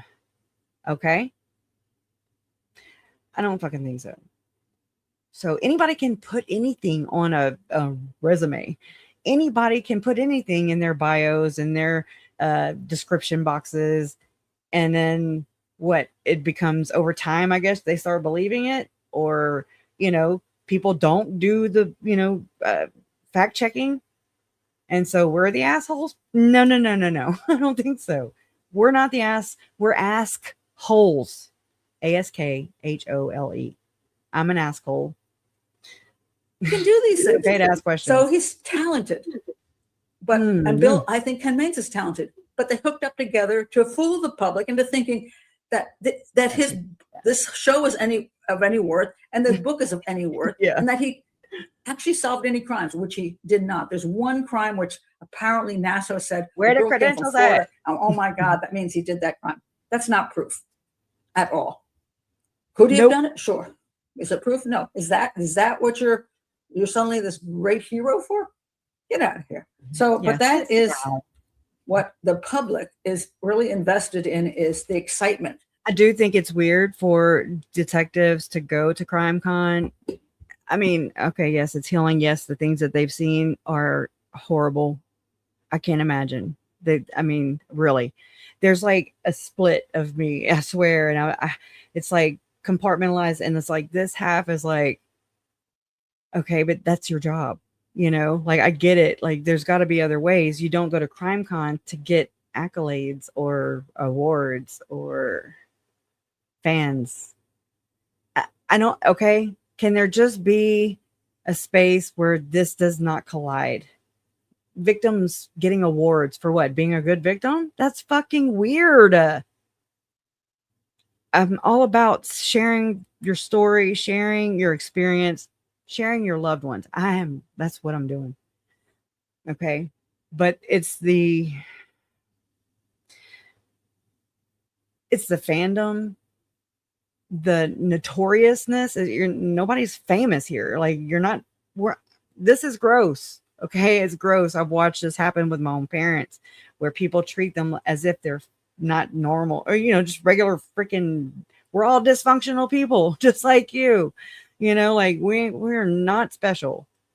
But people have respect, and I mean, I'm all about respect, right? Have respect. Lend people an olive branch. I get it. Like, oh my God, that's horrible. But please don't worship anybody. That's just my advice. Just don't worship people. Like just worship your dog or something. I don't know. Just don't worship people. Because I mean, we're all capable of horrendous things. We're all capable of wonderful things. But I mean, okay, anywhere in between is where they're going to land, Oh my God. It's like, don't put stock in everybody or in people. Yes. I don't know. I sound like Debbie Downer, and I hate this. I hate it. It's a very lonely world that I live in, except for those of you who know, if you know, you know. The drama and all this stuff. But guess what? Because of what he was doing, and they claim it's not true, he got off of death row. Bill Noguera got off of death row and got released from prison. So now he is a criminal profiler, and he's going to Crime Con along with Sean McCullum. Oh, dun dun dun. Well, just appalls me. Ruth says, I think you're deluded if you think you can get truth from a psycho. Yeah. I mean, again, sometimes they tell the truth, but sometimes they don't. So there you go. People love the Pat's going to need a glass of wine and a book, a massage. We are fallible. Yeah. Well, I've been holding this inside for like weeks, and it's been driving me nuts. Girl. So I've been waiting on you. That's so nice of you. Oh, I really appreciate it. I truly, truly do. That's so kind. I thank you very, very much. Keeps this channel going. Okay. Let's see. I want to see what Christoph has to say. The problem with Kenny Raines wasn't that he spoke to a murderer, but he spoke to a psychopath. You can't get any useful information from someone like that. You can, but you don't know that you can. And the fact that you're, I don't want them to know that I'm getting it. And he's like, what do you think? I'm like, what? Why aren't you promoting other criminal profilers and other detectives? Why are you promoting a murderer? So anyway, that was another one I got upset about. But then we come to that's weird. Cheryl McCullum. Wait, and I mean, according to Trisha, who I'm just saying, she had recently in one of her lives said that unconfirmed reports, of Lori Daybell being a teacher or something in prison, I don't even fucking know, because I don't give a shit, because I'm pretty sure her information came from Walwyn. That's just me with my hunch. Okay. Not credible. Warren is not credible anymore. Like nope, she never was. I just didn't know how, to what degree. And I would doubt, if I were a family member of any story she has told, I would definitely be questioning. That's just my advice. You do you. Just my advice. Eh, All right. Do I like her book? No. I did. I did not know. It's a long nope. story with Cheryl You McCollum. can't lie. I was on Nancy Grace in 2005. Cheryl McCollum came. Cheryl actually sent me some emails over the years. She was going to. She was studying for her master's degree, and she sent me some emails. And I encouraged her because I have no reason not to encourage other people, because we need more criminal profiles in the world. We need more detectives. There's no reason why we can't have tons of criminal profiles and tons of, if you can have tons of teachers and tons of attorneys, you don't need tons of them. Anyway, tons of doctors. Why can't you have more than a few Her name is Pat. criminal profiles? Hold on. I would like all the detectives who are the real criminal profiles to get the I have it training. scrolling at But the bottom. also, if we're going to have other criminal profiles who can assist police departments, I'm good with that. So I encouraged her, and she showed up in 2011 on Nancy Grace. She lived in Atlanta. Nancy Grace is in Atlanta. And I'm like, okay, cool. So we were on the show together, and that's fine. And so pretty much I knew she had Zone 7, but as I tell And many then we're people, supposed to hold them I don't accountable, really right? myself have time to watch and listen to all these podcasts. So people say, oh, it's a good podcast. I'm like, okay, that's cool. I hear she's got different interesting people on. She's a very good speaker. She's a very good speaker. She's telling us exactly what she thinks of Cheryl. I mean, she's just now kind of getting into this. But no, I mean, this is why I hung on too. I was like, okay, is she pro or not? And I would say no. She's not a fan. She interviews very well, and she's also a good interviewer. She's way better at all of this than me. So more. Just again, she has talent. There's no question. She also has a talent. What's that word? We're getting to for extreme self-promotion. Charisma. Which to me is problematic, because it's a lot of her self-promotion is way past spin and is deception. And exaltation. Also, I believe she's very much into, as Jolene would say, she's high on her own supply. Not so much solving cases as she's into being recognized for solving cases, which I don't know that she even does. So I want to now, let me get into some of this. So I did do a video on this not guilty verdict in the murder of Melissa Wolfenbarger. This blew my mind, this story. Wolfenbarger. Trigger warning. I want to say Wolfenbarger, but I hear it different ways. So I'm just going to say Melissa from now on. There you go. So I did a show on that, because I had seen that this was the case that she. This is it. Cheryl has a Zone 7, and I think it's a perfectly good show to listen to. And Trisha promotes Cheryl. God bless America, right? Oh, I just came back over here and didn't press play. But this was the case a number of years ago that she got involved in this case. So Melissa's mom and her sister showed up at CrimeCon and said, "Will you help me find out who killed my daughter?" And here we are with the mom, and she calls her Mama constantly. It's just drive me nuts. So Mama comes to her and says, "Please help me find who killed my daughter Melissa." Okay, first of all, she's a criminal. The mother is an absolute horrible criminal, because Melissa's father killed 5 people, and she helped bury the bodies. And 2 of the people were killed in her home when she was there, when her 2 children were also there. That's crazy. I would say Carl Patton, her father, the father of Melissa, is a cold-blooded psychopathic killer. I'm going to say wifey poo is not far behind him. So I'm sorry, but I would never put my arm around that woman. And the fact that you're butting up with her, and it doesn't matter that she did these things. She lost her daughter, so I'm going to help her. So she's a good little victim. It's just, I don't know. Some of these people get way too close. And I mean, it's like, I want to be able to be close with people. I don't want people to be afraid of being close to me. Yeah, it really sucks being in this world, in this area, for sure. Because you need all the support you can get. And I mean, I have so much I want to share, and to help others. I really do. I hope this helps others. I don't know. It's a fucked up world. It's just a screwed up position that we're put into. She had we don't have the show Zone 7, and she brought on the mom and the sister and all that, and then they pushed this in the media. Thank you. so that it would become, this is an unsolved case, which now they're going to solve. She's going to solve this. Think about Trisha. Okay, I know I'm like a plunger bringing up old shit, old Trisha. Okay, constantly, because this is part of my life now. She's become part of the story.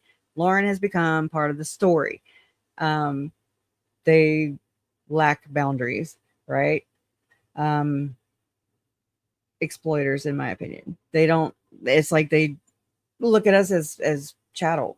Okay, my victims, my victims. So I mean, what is the dynamic between this woman and Cheryl? Um, and I mean, is there anyways, I don't know the story very well, but listening to her explain it, and I mean, it's just her perspective. Take it and leave it, right? It's just somebody talking about the very thing that I mean I'm actually dealing with and have been trying to put into words and kind of point these things out. So I'm appreciative of that. Case, and it We're did go to human. court, and it was the most god awful, ridiculous prosecution ever. I was so stunned. I'm like, the prosecutors are morons, and the defense attorney, who I'm usually on the other side of, I'm like, I'm going to go with the defense attorney. He's great. The jury came back in 2 hours and found the husband of Melissa not guilty. It happens. And she believes it was a miscarriage of justice, and that Exactly. absolutely Christopher Wolfenberger, or whatever his name is, killed his wife, Melissa.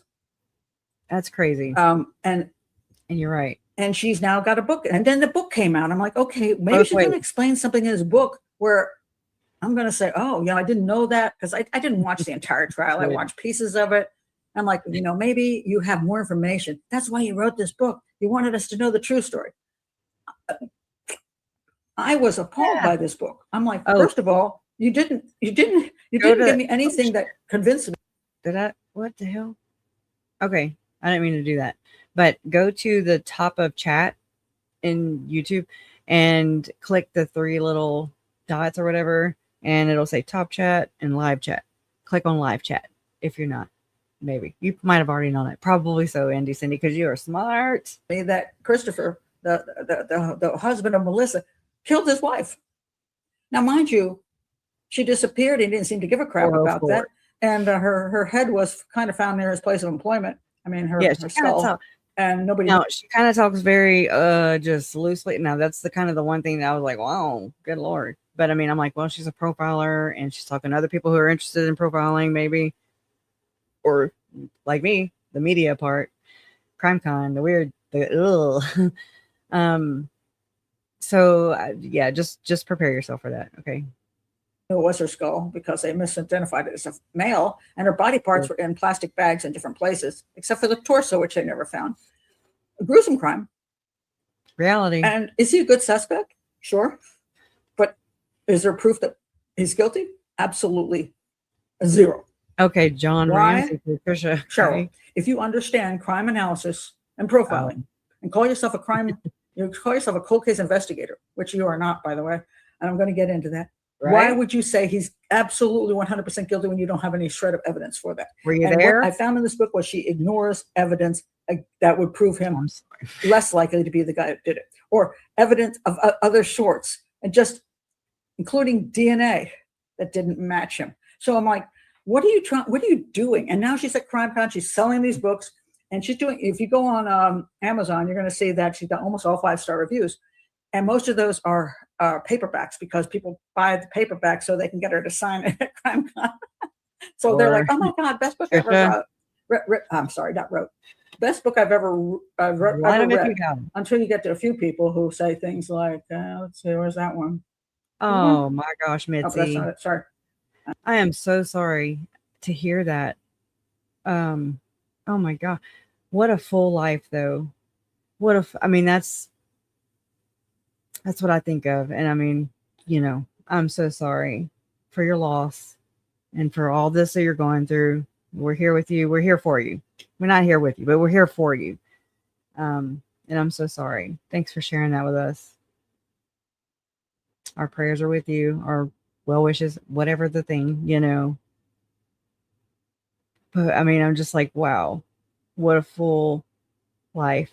I wish that victims, would have that opportunity to just not be violated just their rights as human beings.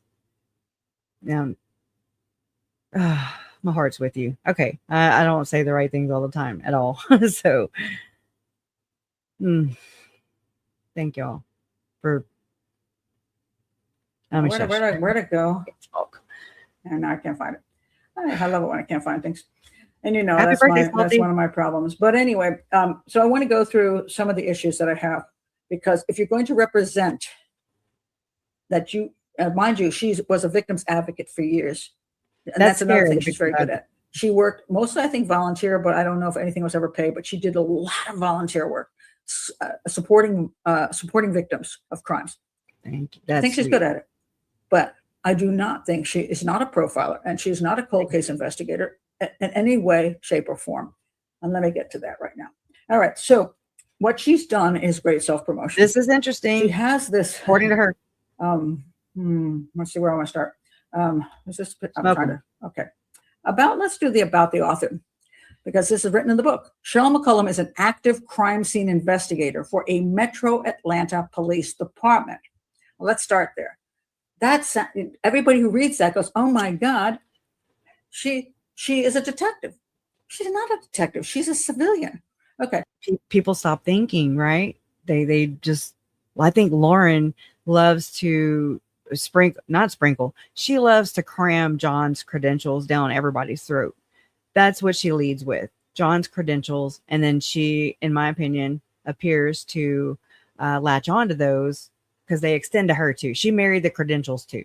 And I want to say that's probably the only part, in my opinion, allegedly, that Lauren is still cordial with are John's credentials, because they don't seem to be fitting together anymore. I don't even know how that, anyways, I don't even want to think about how they fit together before. Anyways, but yeah, that's so, it's like it extends, or it actually happens in real life, in Lauren's whole world, it seems, just from the analyzing that we've done as a community of Lauren and Dr. John, aka Dr. John, who also pretended to be friends at, concerned friends of my mom and Larry's. Okay. That pisses me off. Just saying that, and then it just kind of registers, and I'm like, oh my God, just pretending to be something that you're not. That's so fucking gross, especially in this area. She shows up on shows, and she always wears this shirt, which makes her look like she's got this badge on her shirt. Say boots on the ground. Where's the other badge? She's working. Like this badge here. She's got a badge. She's like pointing it all the time. She's on her shirt. She shows up all the time with a shirt that makes her look like she's part of the police department like she's at work as a law enforcement officer. She's not. She's civilian. She works for this now this check her out. Listen, which is, I think, is Napesville. Is that I can't even read it from here. It's a small city suburb of Atlanta, and you'll notice what's interesting here. She's a crime scene investigator for a Metro Atlanta Police Department, and everybody goes, "Oh my God, Atlanta!" They're thinking she's part of this big police department. No, tiny little police department. They've had seven or eight murders in 10 years. That's not a big police department. She is not what crime scene investigator. Do you know what a crime scene investigator is? Because hold on a second. I gotta now my iPad went dead. I'm just having really bad luck with electronics today. But I want you to know what a crime scene investigator is. Yeah, Paula. All right. See if I can find it here. Where is it? It's you that sent me or told me about information. I did too. I'm gonna pull it back up again just because I want you to hear what a crime scene investigator is. It sounds like they investigate crime scenes, right? They don't. They're evidence technicians. That's what they do. Okay, I'm gonna put this back in here because my other investigator is I know. Me too, it's important that you understand what's true and what isn't true. Who's here for it? The crime scene investigator. They're responsible for identifying, documenting, collecting, and preserving physical and biological evidence at the scene. Now, the scene documentation, evidence collection, chain of custody. That's what they do. Now, is there anything wrong with that? No. She's been in that department for years, and she works mostly in the evidence room because obviously they've only one murder a year. She's not rushing out to all these crime scenes. She's maybe, I don't know, burglaries, arson, I don't know, any kind of smaller crime. She might go out and document it, and then be sure the evidence is preserved. Perfectly fine job. But that's it. For civilian roles, they generally look for degrees. In forensic science, she does not have that.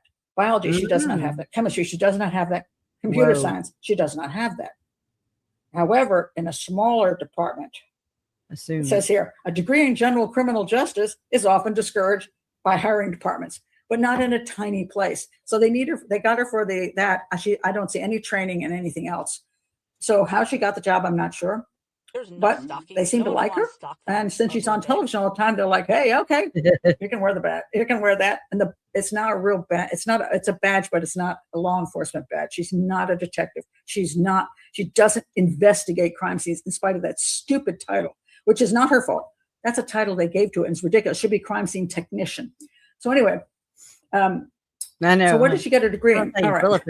She got her bachelor's degree in criminal justice from Georgia State University. That's fine. She got a master's degree in criminal justice with an emphasis on policing from Kaplan University. All right. That is not listed. If you go back to here, it just says again, she's a crime scene investigator and director of the Cold Case Investigative Research Institute, which collaborates with colleges and universities in the United States. Okay, I got to get back to this. You see, she's not even mentioning her degree.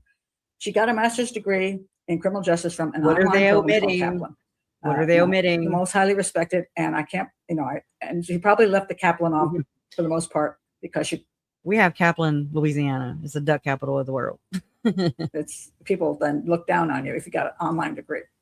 To be completely open here, I have a master's in criminal justice from Boston University, a highly respected university, but it was also online. And personally, I think it sucked, and I'm still paying. I'm still paying on that damn degree. And I personally did not think it was just impressive. Not the same way. I learned way more in my 400 books of study and all my seminars and everything I went to than I ever learned from that criminal justice program. That's on top of that, she did a thing in policing, which she works at police department, so she's interested in credibility. Getting the information together, statistics and stuff like that. That's what she studied. She didn't study crime scene analysis or criminal profiling. Okay. None of that did she study. So now she says she has worked on thousands of cold cases. Get out of here. First of all, let's look at the word worked on. Mm-hmm. Worked on means you actually literally worked with the police department. Now, this is analyzed outside the police department is analyzing with public information. Okay, that's what we do. So, I mean, I understand with the credentials and everything. Look, I'm not even one to be talking about credentials. I literally went to college like Trisha did. Okay, I went a little bit, and I was like, yeah, I don't know what the fuck. I don't know what I want to even be, and I didn't know that still. And then when all the stuff happened with Charles and then the kids, it kind of landed on my head. I didn't ask for it. It just said, oh, yeah, like the Kool-Aid man busted through my damn door. And I was like, oh, shit, I got hijacked. Okay. And so this became top priority for me. So, and I don't have any credentials. I just have experience and just YouTube degree. Okay. I don't even have that. Anyways, you know what I'm saying? On means you actually literally worked with the police department. Analyzed outside the police department is analyzing with public information. She's worked on thousands of cases. I'm like, what the? Do you have any time in your life? Because you're just. But if you think about what Trisha is saying when she tells people on her channel, if you even view this channel, it goes to helping solve cold cases, DNA solves. All right. It's about equivalent as Tim Ballard's movie, Sound of Freedom, rescuing trafficked children? No. Okay, no. Your view does not. No. Okay, that's, to me, it's false. It's like under a bunch of conditions and a bunch of red tape and a bunch of bullshit, and without fully, without fully disclosing what you're signing up to, or giving it much thought beyond that. That's my take on it. Thousands of cases. I mean, that's insane. That's such a exaggeration. Did you analyze a number of cases? Sure. And by the way, her Cold Case Institute, which sounds so fantastic and fancy, is a student club. It's a student club of criminal justice students she gives they get some public information on a case, and they all sit around and they try to figure out who did it. Websleuths.com. That is not what it sounds like in this thing. Okay, let's go on. Cheryl has been involved with some high profile and notable cases. She's been involved with the Boston Strangler case, the Natalie Holloway case, the Tupac Shakur case, and the Morris Ford Bridge and lynching case. She's been involved. She has not, any more than I've been involved. I've also analyzed the Natalie Wood case and the Boston Strangler. Sure, I did it. I have videos on here. If you think about it, it feeds into the delusion of, okay, kind of like what Total Tree Call is doing, where they're looking for armchair sleuths, people like us, people who are interested in these things and in these cases. And we want to feel like we're doing something, right? Just like people who support JLR by watching and logging on, by giving him a view. They think that they are helping find Nancy. Okay. It's like my thing is, it's like we have the technology where we can be in so many places at one time, and the information cycle goes so fast. And before we can even really process what the hell we just read or analyzed, or the information that we just took in 5 minutes ago, and we're already on to the next thing, the next video, the next live stream, the next topic, and it's like, wow, did we fully even process what we are hearing right now? I know for sure. That's why I'm always like way back here. I feel like I'm always late to the party, so to speak, because I'm like, oh my God, like I sit back and I'm just like, whoa, or hearing it for the second time. I mean, maybe it's comprehension problems, maybe it's my ADHD, maybe it's all the above, whatever. But it's like, no, I don't fully process what I'm being presented, what I'm interested in, what I'm listening to. And that's the best we can do. We're busy. But we're also selling ourselves short, and we're also kind of feeding into this delusion of we're solving cases by, watching web sleuths. We are rescuing trafficked children, by buying a movie ticket to Sound of Freedom, and for more, what do they call it? Pay it forward, but they are realistically laughing all the way to the fucking bank. Okay. Ha ha ha. Getting them bills paid. And we're just like, we're like, oh yeah, we're getting justice. It's like, oh, I didn't get justice in the Tylee Charles and JJ's case. The prosecutors did, the law enforcement did, everybody who did their part in their roles in that whole process and system, all the way up to the judge, and all the way to the bailiffs and the prison guards and so on and so forth. They are doing that. Okay. I'm just here getting justice with them, like, I don't know. What does it look like to you? What does justice look like to you? What is justice to you? Is it watching JLR? Then by all means watch him, Does it hurt people? It's just, as long as you're under the understanding that it is not real, as far as like you're not actually getting like Lauren thinks she had to be there to get justice for the victims in the Daybell case. Okay.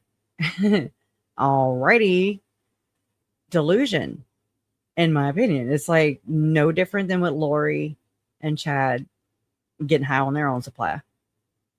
You know what I'm saying? It's weird. It's an uncomfortable little spot to be in. Around with the students and analyze those Think cases. about. Supposedly, she also did that with the Chandra Levy case. So did I.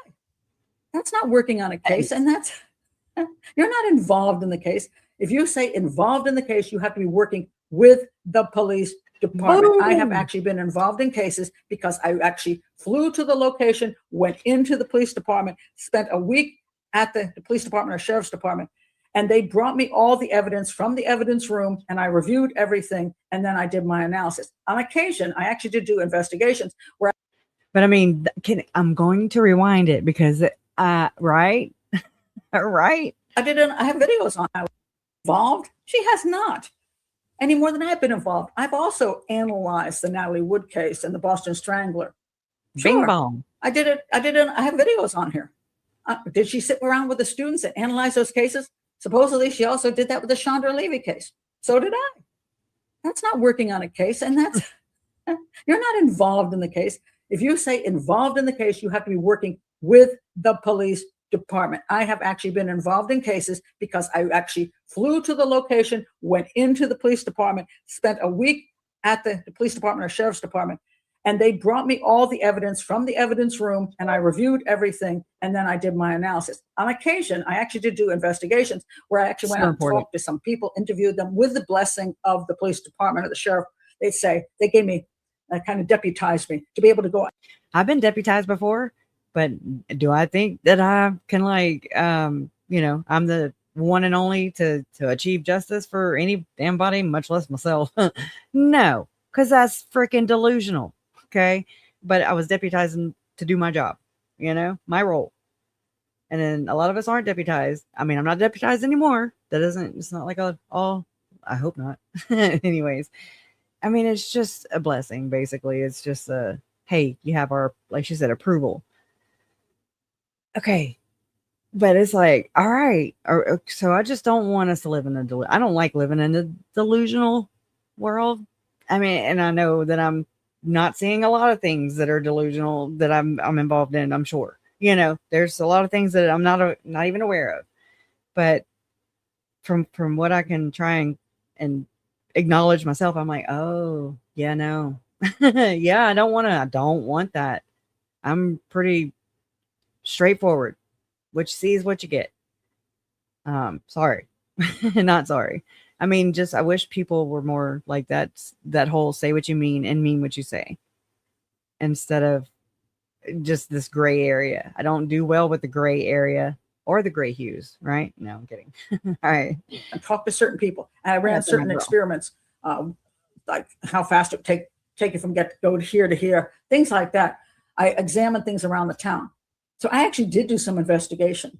I was involved in the cases, but the majority of cases you see on my YouTube channel, I wasn't involved with. I simply analyzed them with public available information. And that's what she does too. Love it. Oh, the work. Okay. Then the work earned her an Emmy on CSI Atlanta. Yeah, she got on a television show and they liked her commentary. She's a good commentator. Cheryl's also the host of a cold case investigative podcast on 7. This is true. Cheryl has received many awards and accommodations over a 44-year career, mostly for victim support. But the pinnacle came when she was inducted into the National Law Enforcement Officer Hall of Fame in 2023. Oh my God. Everybody says she was inducted, so she must have been working cases, cold cases. No, anybody can give the name over, and you can be a civilian title, just as she's doing as an evidence technician, crime scene investigator. And you don't have to be an actual detective or a police. Hey, Lori said she's exalted, so she must be, huh? Police officer. Somebody gave the name over. Maybe Nancy Grace. So this is all smoke and mirrors. Did she work hard in victim support? Yes. Did she do a lot of good things? Sure. But she is not a cold case investigator. No, she has not. Oh, she says she solved a bunch of cases too.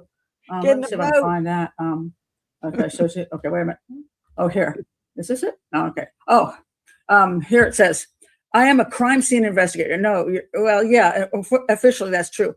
It's not not only my profession, but it's also my life's purpose. The badge is the first thing I put on my uniform and the last thing I take off.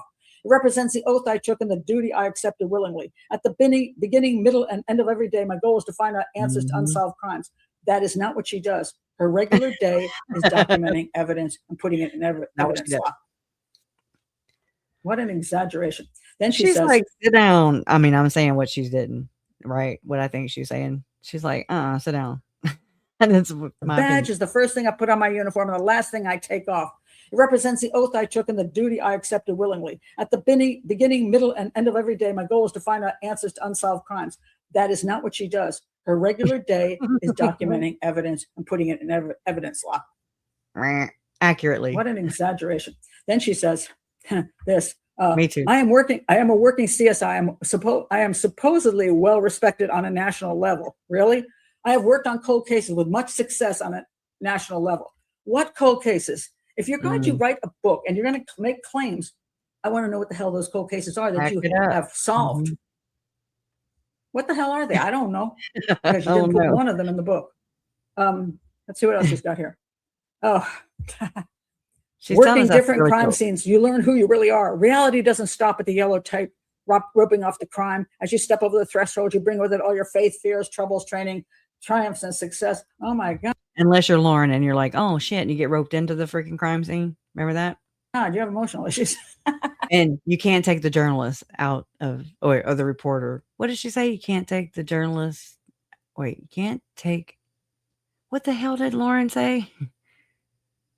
You can't take the reporter out of journalism or the story, or I got it. Let me find it. I'm sorry, but that's such an exaggeration, but it's very, it's good for book. That's good for fiction writing or just book writing. All right. Then she says this, I haven't missed a crime con yet. Yeah, because it gives you a tremendous amount of public, right. You get a lot of attention. Show law don't intend to. It's a career enhancing, cold case igniting, personal electrifying event. It is a big fat scam run by Fox, by the way, who bought out CrimeCon. And they set this whole thing up. They charge a huge amount of money for fans who want to come and pretend they're all solving cases, and they're so excited to meet all these people on the podcast. Illusion. And she doesn't get paid. I'm pretty sure. The only person I think gets paid is Nancy Grace. Like the top person will get paid because they got to. But they do by networking. Okay. I mean, look at the pull that Lauren supposedly had, with, or that I assume she had.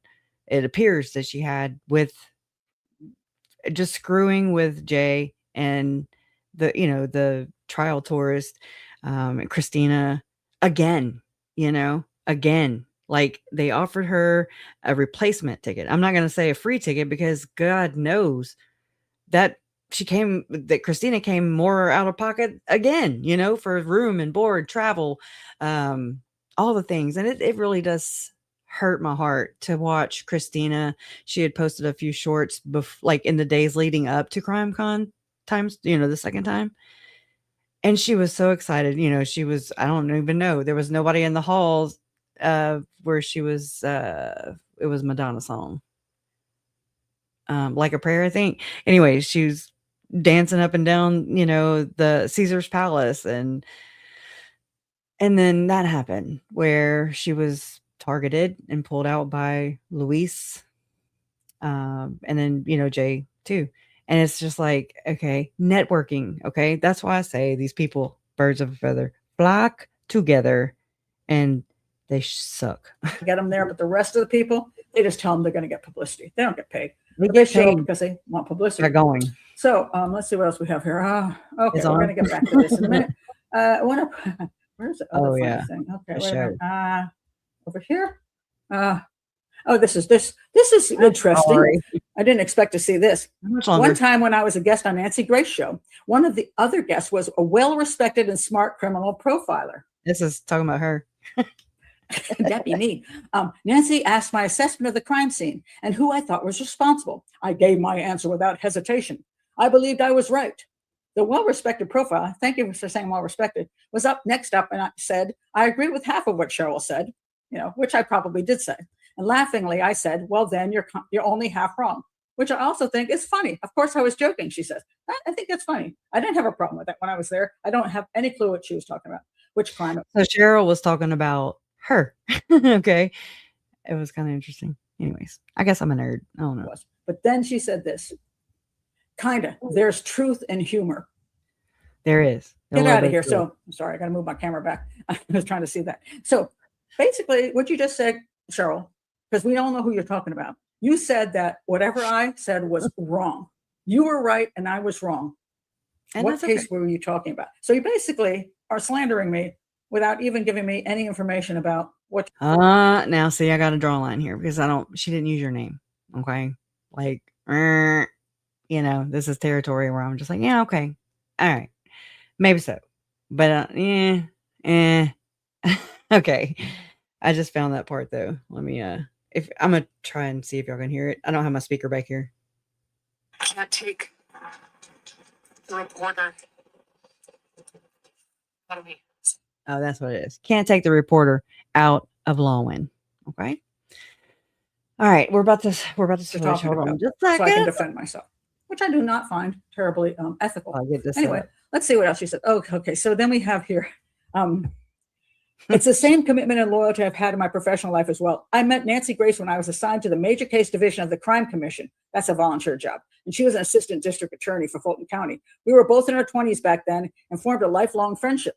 Nancy has gone on to do amazing things in the world of television. She was the first female to host a true crime show. She could have had any crime analyst, CSI, or criminologist in the country to appear on a show, but she asked me.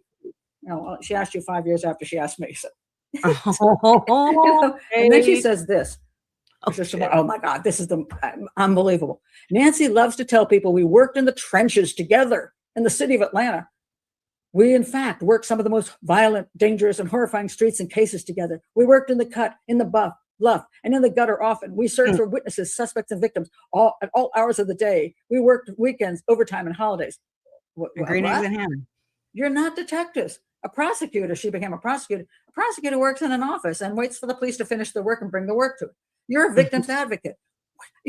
What are you doing? Whoa. Is this the Wire of Atlanta? You're running around. The two of you are running around in the most dangerous areas of the city. Get out of here. I'm like, what the hell is this bullcrap, man? I mean, you can be who you are. You don't have to spin. You can spin a little bit. My God, this is complete falsehoods and nonsense. But people believe it, and I that's why I have an issue. All right, okay, that's the next one. Oh my God, who just sent this up? Holy crap, Loretta. I'm grabbing my show today is very interesting. I suggest you use this donation to buy yourself a nice bottle of wine after the show because you deserve it. Thank you for your hard work. Thank you for the support. That'll go probably toward my work for the detective stuff. So, but I probably still need the wine. Let me go to the bottom here now. Oh my God. Wait a minute. I'm so confused here. I get confused over who I've seen here, and because there's so many people in here. That's very nice. Thank you, Elaine. I would pay to participate in your seminars. We'll join Patreon, even though I know nothing about it. Well, it's $5 a month, so that's affordable, and you can come to all the live shows, and we'd love to have you there. I'm not actually doing seminars. I did seminars for police departments before, but they were kind of torturous to do. I have to admit. I would like to. I'm working with a police chief, and for a while we've had this concept of I'll write the stuff and then he will find people to present it because I don't want to do it. I've been there and done that, and I say having a drink with them at the bar is great, but the standing in front of them, they're just not the greatest audience, and you guys know it. So I'm not going to do that, and I want the stuff to be on YouTube so it's available to them pretty much free. Okay. I do want to share this with you guys too. I don't quite have my stuff pulled up, but I did want to share this anyways. The other day, and I mean, it was, I felt bad for Dreadful Penny too, because whenever she came back from reading, Summer Shiflett's, Lori's sister, her response or her comments about the stuff that she says that Megan has lied about. Okay.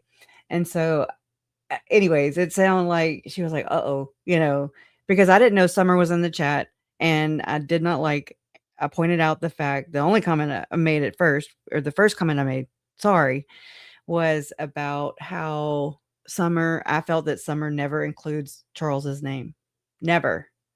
And the and so then Summer shot back at me, and I was like, "Whoa, I didn't even know she was in here," you know. But I mean, hey, and we had we exchanged words and stuff, not bad words, but you know what I mean. It's just a tense situation, and I'm sorry for. I feel like I kind of put, I guess by participation, I feel like I put Penny in. You know, it's an awkward damn situation. Hell, but I want to share what she read. Is this even it? No, it's not even the right damn video, girl. It is. Where's it at? This one.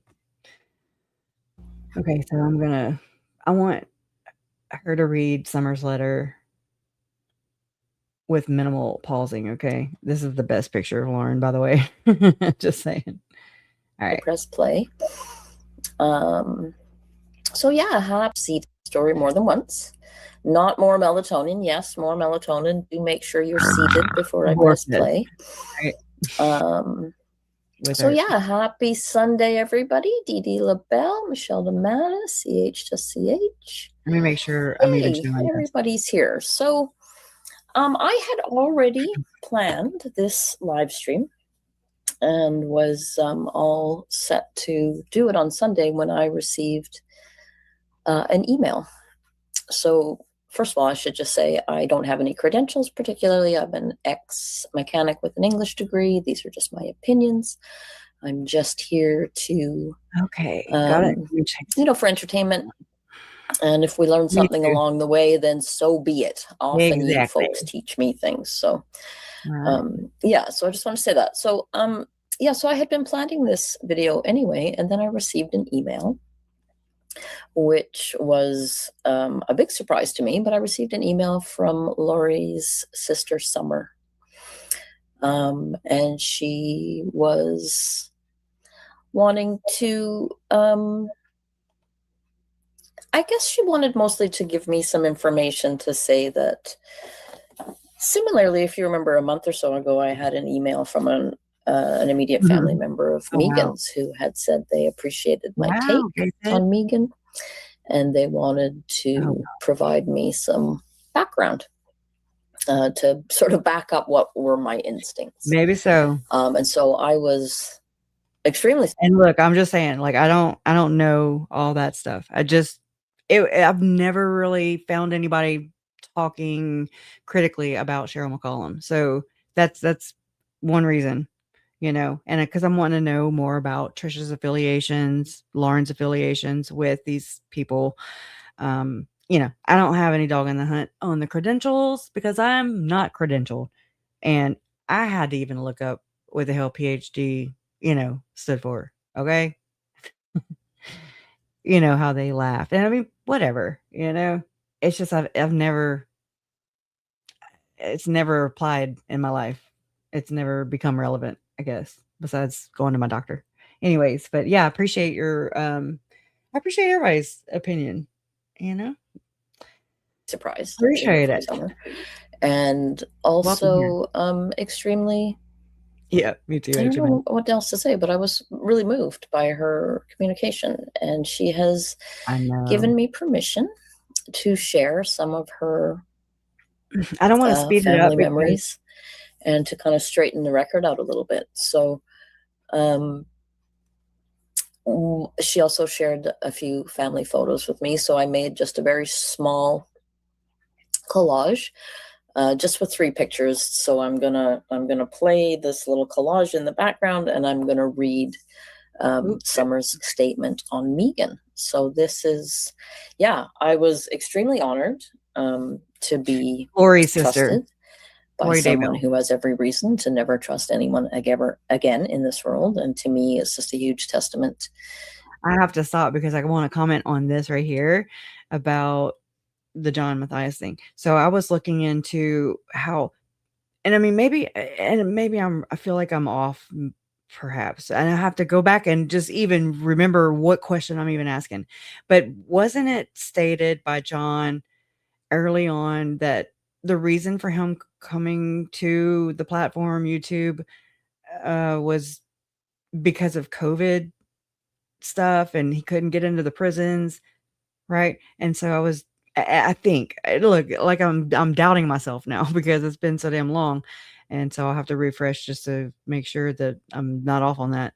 But so I went down this rabbit hole and located even some students that were working under him at that time, and how you take that and you contrast it with what was happening in our case with Lori being deemed incompetent and incompetent at that time. So it's like, okay, well, she was seeing a psychiatrist or psychologist, and then so they could work, but you couldn't in the prison. Like it just is very contradictory. Anyways, for what it's worth, but I wanted to share it out. To the potential resilience of the human spirit, right? Okay, and the ability to still 1 point. to Okay. still have compassion and still trust, and still, even after experiencing, the kind of trauma that most of us can't even imagine, right? Can't even conceive of. So hello, Ginny. Hello, HMS Gen X lady. I got your email and I have forwarded that information. So thank you very kindly for that. It's all just happened, so I don't know if anything, nobody has figured anything out yet, but thank you. Yeah. And yeah, so this is my plan. Hi, Thistlebay 82. Nice to see you. So yeah, thank you. So the first thing I'm going to do is share slideshow. Let's see. Today later we're going to be watching the video, the first time that Lauren interviewed Megan. So I can't even do my eyes that hard. So oh my god! This Back me with a spoon, Lauren. Short montage. There's no. She made this montage from Summer's statement. So here we go. Hi, Debs in Space. Hi, Kelly Kell. I'm going to hide my face because welcome, everybody. I am just about to start reading an email statement that I received from everybody knows her as Summer Shiflett, I believe, Lori Vallow-Daybell's sister. So yeah, I will just start, and it's a little bit lengthy, so I'm just going to read, and you can enjoy these few little pictures while I read. So she says, "Hi, Penny. I am Lori Vallow-Daybell's sister, Summer. Someone sent me a video you did covering Megan, and I appreciated your ability to call out her toxic behavior, even without knowing any of her backstory. I then watched some of the video where you shared what a family member had shared with you. I respect that source and wanted to offer them my support. I also happen to believe that the things Megan has done to my family and to Christina pale in comparison with what she's done to her own family. I agree with all of that source's information, with the exception of the Juilliard scholarship. I would need to see the actual letter to fully believe that one. I recently watched some of your video where you offer commentary on Megan's victim impact statement, barf emoji. I decided to reach out as Megan has dragged my two deceased sisters into her attention grab.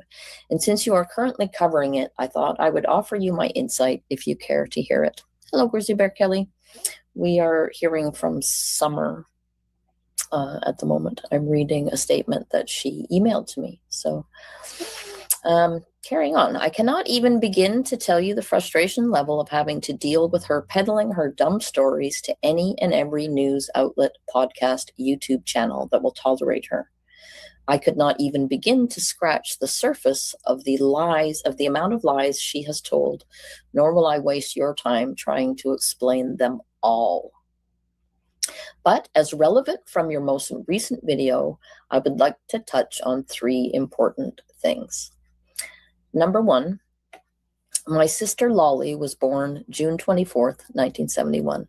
So her birth, the anniversary of her birth is coming right up. She was adored every day of her precious life. She lived 6 weeks.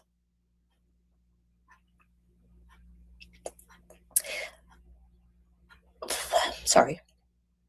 The day she died was the first day she smiled, and she smiled the whole day.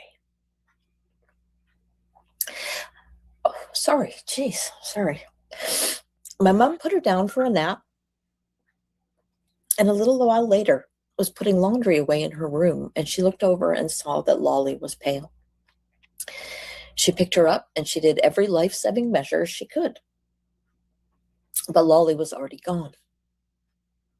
The paramedics came, and they reassured my mom. We can tell she's been very well taken care of, they told her. Lolly had an autopsy performed, and they concluded that she had died of a coarctation of the aorta, which is a heart defect. Megan held a live stream around June 9th, 2024, which is a significant date. As most of you will know, that June 9th, 2020 was the day that Tylee and JJ's remains were found. So Megan held a live around June 9th, 2024, and claimed many lies in this live. She stated that the family story was that Lolly died of SIDS and that she died under suspicious circumstances, and that responsible Megan, in quotation marks, reported it to the FBI. She also fabricated that my mother told her that she wrote an article for Reader's Digest to share her experience of losing a baby to SIDS. None of that ever happened. It's all made up. She later changed it to her Patreon channel so she could profit more off the lies. Losing Lolly was the single most devastating moment of my mother's life at that time. She planned every detail of Lolly's funeral and burial services, as it was very important in her grieving process. From my earliest memories, I remember my mother talking about Lolly and telling me I had a sister in heaven and we would go as a family to visit her grave. Lolly was always a part of our family because she was so loved. My mother has never once believed in reincarnation or multiple probations. My mom has never told Lori that she was Lolly incarnated, ever. I have to step in here because when I made my victim impact statement in Arizona, after Lori was convicted twice there last year, we're just now approaching a year. In July, it'll be a year that she was sentenced. Okay. And I believed in Megan at the time. And I was just like, she does all this work and shares all this stuff. And I'm not saying that I believe wholeheartedly one way, Summer, and I wholeheartedly believe Megan, or don't believe, the truth is somewhere in the middle. Okay. And it's so screwed off, it's somewhere in the middle. But I told Megan that I would, I was like, hey, write a victim impact statement and, I'll try and work it into mine. And the part that I did work into my actual victim impact statement, it was that very thing right there. The multiple probation crap where Lori was told that she was Lolly. Okay. And that's there forever now. And that's on me. That's my bad. I let her in. And, it's out there. So, that's where, I figured I should interject right there and just tell you a little bit about that. And doesn't Summer look like Tylee right here? Big time. Just the dark hair. I was like, wow.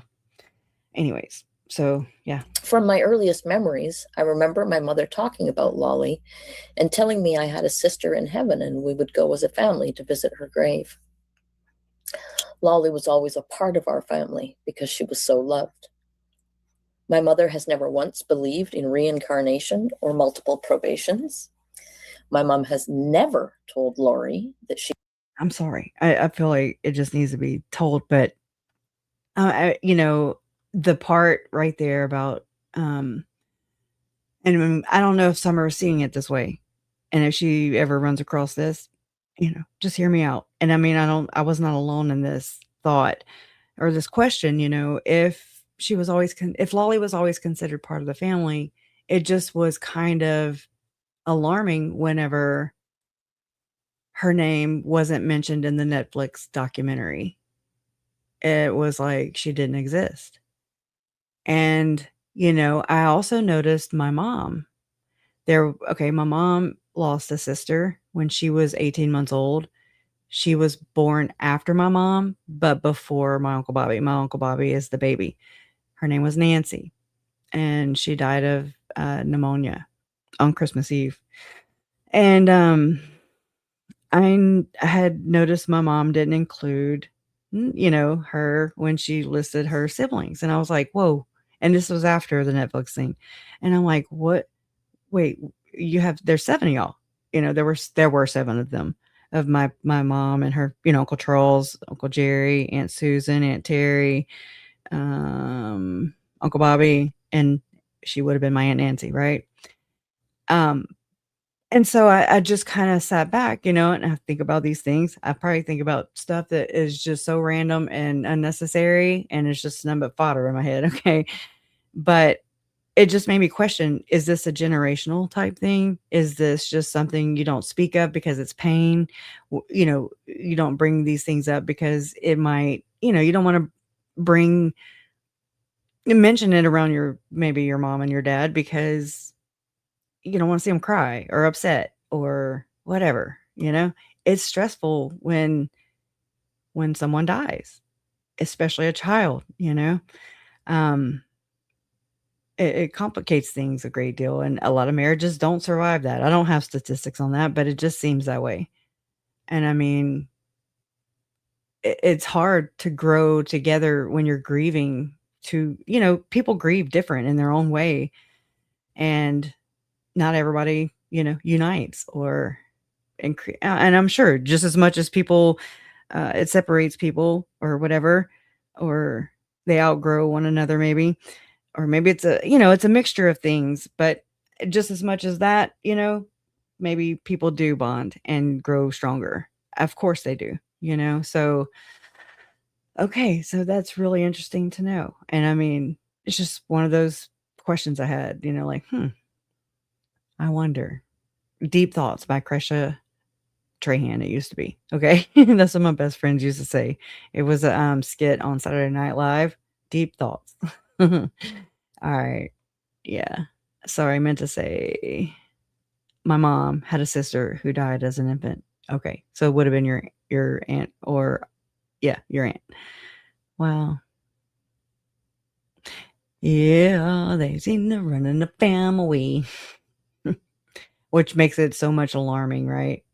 I'm so alarmed, especially with how Megan responded to all this stuff and the things she has said, about me and my mom and how she respects us and that, but basically shut the fuck up, and I'm just like, whoa, that's scary because I've actually, I've interacted with this human in real life, but there, anyways, carry on, Wayne, carry on, Gar. She was so loved. My mother has never once believed in reincarnation or multiple probations. My mom has never told Lori that she was lolly incarnated, ever. That is a gross, cruel, disgusting, horrific, insensitive, heartless thing to say. To dredge up my mom's most painful moments, lie about them, then criticize her for them, and then try to use them to blame her for what Lori did is ... I'm not even going to try to put a word to it because hurtful doesn't begin to cover it. Disgusting doesn't begin to cover it. Defamation doesn't begin to cover it. There isn't a word that covers that. The whole thing is unconscionable that she could say such things without any feeling in her heart whatsoever. Wait. Okay, so what are we talking about? Oh, you're talking to CH. My bad. Let me see my way out. Our family, specifically my mother, has shown her nothing but undeserved kindness. Kirsten's lies are just as bad as Megan's. They are both disgusting attention seekers. Number 2, my sister Stacey was sick for many years. She had complications with type 1 diabetes and went to multiple doctors that didn't know how to help her. She was evaluated for eating disorders in the process, and it was dismissed early on because that was not what was going on with her. She was in and out of hospitals for years. She suffered severe neuropathy in her legs, and she had gastroparesis for a period of time, among other issues. She did have some depression and anxiety about her long-term illness, but she was loved more than anything. I watched my parents do everything in their power to save her life. They could not bear to lose another precious daughter. They were devastated when doctors told them Stacy was dying and they couldn't help her. We did finally find a doctor that had seen a case like hers before. She had seen 2 teenage girls and they had both died. But this doctor accepted Stacy as a patient and treated her symptoms the best she could. Michelle DeMattis Kirsten is Megan's partner in crime over on the Ex-Mormon Snark. She's also one of the people who was interviewed by Megan on Megan's channel that purported this whole. They told Lori that she was Lolly. Okay, so that's where that originated from. But it's crazy, and I say it's crazy because this kind of belief system, I've seen it before with the Hamblin case, which we were supposed to do. This was supposed to be my live stream. The Hamblin federal lawsuit was supposed to be this live stream, but I was like, oh, well, it was supposed to be Sunday. But anyways, here we are. So I'd seen this before, and I actually questioned Megan, and and then all this stuff came out. Okay. It's like Kirsten showed up with this story, and I was like, well, there you go. But Megan kind of took credit for it, I guess. And I was just like, whatever, I just want the damn truth, that kind of thing. Like, I don't give a shit which way we go. Just, I want the damn truth. That's it. For the victims, for their stories in this life, because it to me, it's an injustice to purport other people's, projections onto what they think their story should be, whatever. I don't know. I'm just here. But so that's kind of how that happened. Like, so I had asked Megan before, or heard it somewhere, in another story I was listening to, and it gave me the idea, and I was like, I wonder if, because Lolly Time, the emails that were created for Lori and Chad to communicate with, to cheat and lie and whore around. And it just dawned on me one day. Oh, that's what it was. I was watching Trina Kay, the prosecutor in the Arizona cases, for Charles and Brandon. She, was in trial with Lori, who was pro se. And just the way I don't know, it just hit me. And she was like, she mentioned the Lolly Time. And I'm like, Lolly Time? Is this like the alter ego, basically, of Lori? And so I immediately text Megan and I put that question, like, could it be possible? That's all I asked. Could it be possible that maybe Lori thinks that she's Lolly? With this, just like Lori purportedly claimed that Tylee was Stacy, Tylee was her sister Stacy after she died. Okay. All right. So not a far reach when you're putting that, anyways, if that is a belief, then it likely happened more than once, with each kid. And was this something that was told to Lori? Was this something that Lori took on herself? Is it even a thing? What am I doing here? And then that's, again, when actually, look, I'm gonna look it up. I'm gonna find it, and that way we can just get it right from the source right now. So let me look up Megan in my phone. Oh, must be 2 E's. Oh, I don't want to call her. Let's see how we can do this. I don't want to call her. Here we go. Messages with Megan.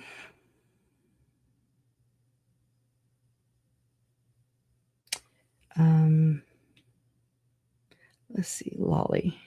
Let me do that. Okay, here. So June 5th, 2025. Okay. I text me very long. I'm a very long novel texter. Okay. I got a lot of things to say and connect. I'm watching your morning live stream and I'm just getting to the part where you because she was playing it, right? And just getting to the part when you switch to Law and Crimes live coverage, and I want you to know you're not alone in your thoughts, and I feel your anxiety as well. All right. In your live stream video at around the 51-minute timestamp, Trina says Lori logged into her own Google account under lollytimeforever@gmail.com, and it struck me. Is there any chance that Janice and Barry maybe led Lori to believe that she is her dead sister Laura's reincarnate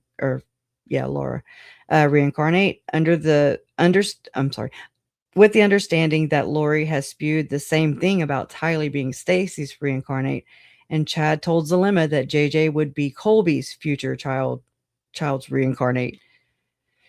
It's not a far stretch under this same type of belief. In fact, there are actual rituals, and I'm going to have to look up the name of the actual ritual that has been reported by other SRA survivors to which spawned from Aleister Crowley, and that have this same exact belief or expectation or whatever.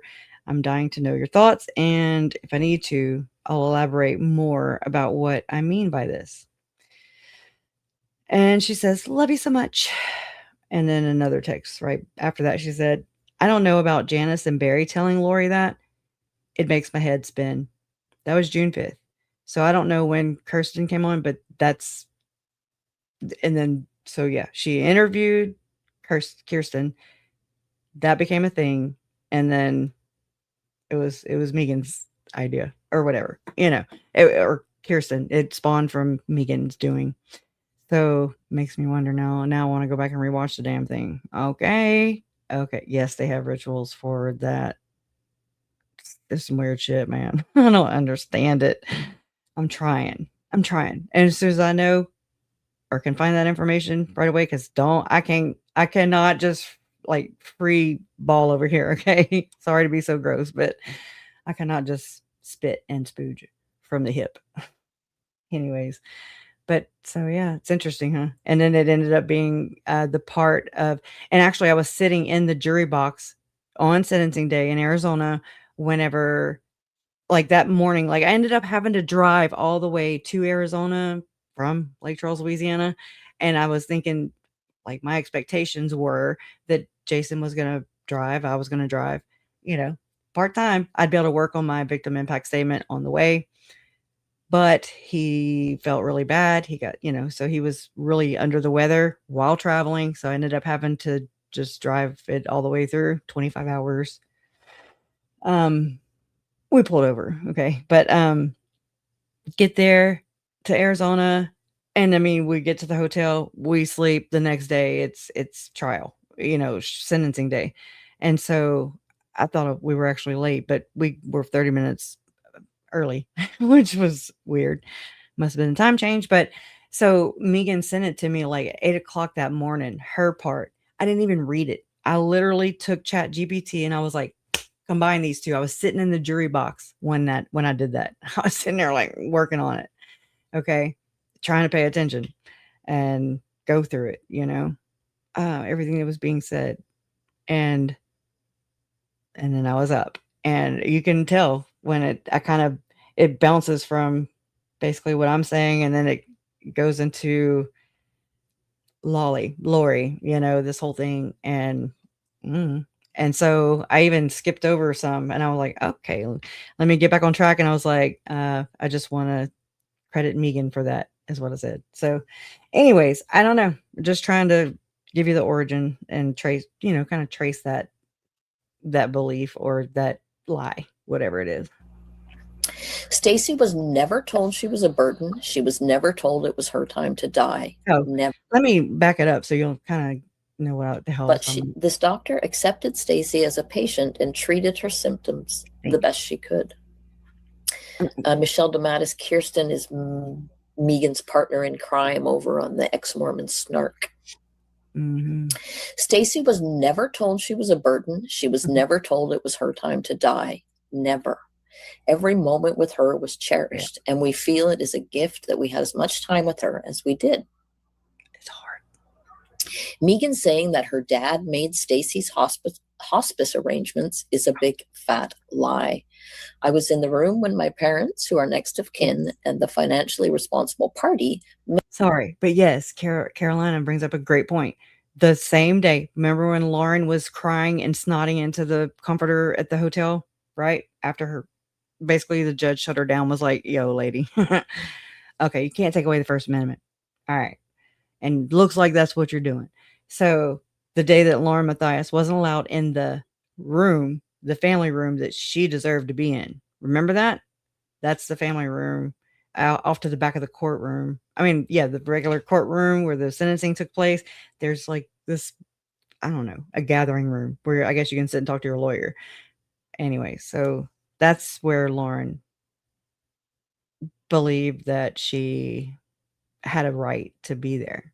And she was shunned from those rooms. Bitch, I didn't even see you. You know? Anyways, not you, Carolina. You know who I'm talking about. But yeah. Yeah. So you can have privacy, right? Woo. Was in the room when my parents, who are next of kin and the financially responsible party, made those arrangements. I watched my parents make all of Stacy's funeral arrangements, just like with Lolly. Planning all of that for Stacy was important to the grieving process. I went shopping with my mom for Stacy's burial outfit. Every detail of her life and death was important to us. There was nothing suspicious about her death. It was a blessing we had her as long as we did. We still live with that heavy loss daily. I pretty much had decided I was done with Megan when she had hijacked my sister's funeral. She was asked to give the closing prayer and, of course, took the opportunity to be the center of attention and gave a little speech and made it all about herself. Excuse me. Megan said in an interview it was about Stacy committing suicide. That was not what she talked about at all. I saw Megan a few more times after that and was always cordial, but never really wanted to try to have a real relationship with her ever again. By the way, do you know how many times Megan called to check on Stacy or to ask what was going on with her in all the years that she was sick? You guessed it, 0. Megan didn't have the first clue or care what was going on with Stacy's illness. You know, I do too at times, Donna, but I think that, I don't know, that's what this is my stance on it. I try to just, I mean, I have no way to like get receipts on all this, you know? So it's just, there's 3 sides to every story. There's his, hers, and the truth, so to speak. So all we can do, the information that's presented is out there, at least as far as what Megan has said and put out there, and what Summer has put out there, what Adam has put out, you know, just different, whatever. Again, right? I mean, I feel you with the whole, I don't know. I don't know. I wasn't there. All I can do is just kind of hold it.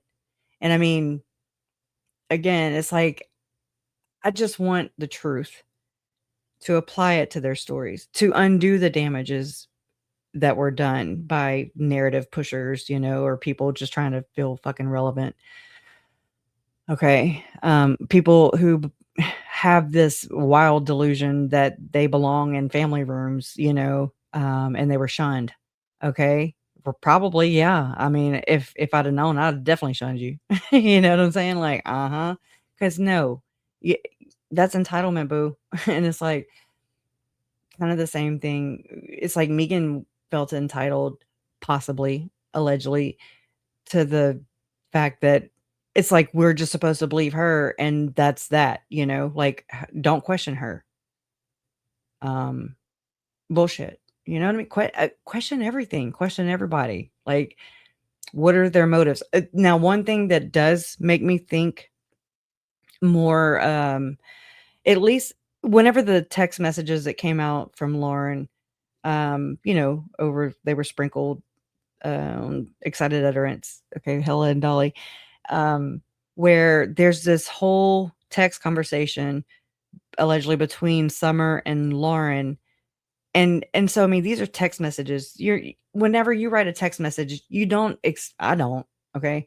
I mean, they say to always assume that they can always be published publicly, or whatever. And I mean, okay, I'm the same, there might be some things I'll be like, oh my God, I wish I shared that, or, personally, like about myself or about family members, or, you know what I mean? Like personal. But I mean, I'm not just a shit stir. I'm not like just someone who talks vitriol about people unless they fucking deserve it. Like, again, like Lauren. Maybe I wouldn't say allegedly in my text message is what I'm saying.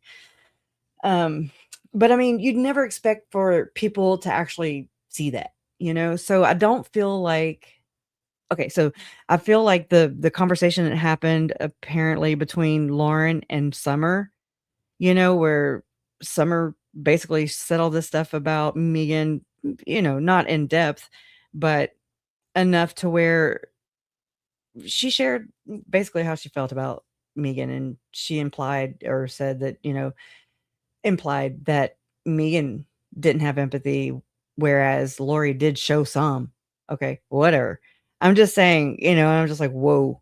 Again, take it with a grain of salt. But I also feel like Summer wasn't doing that for public attention or knowing that it was going to be public.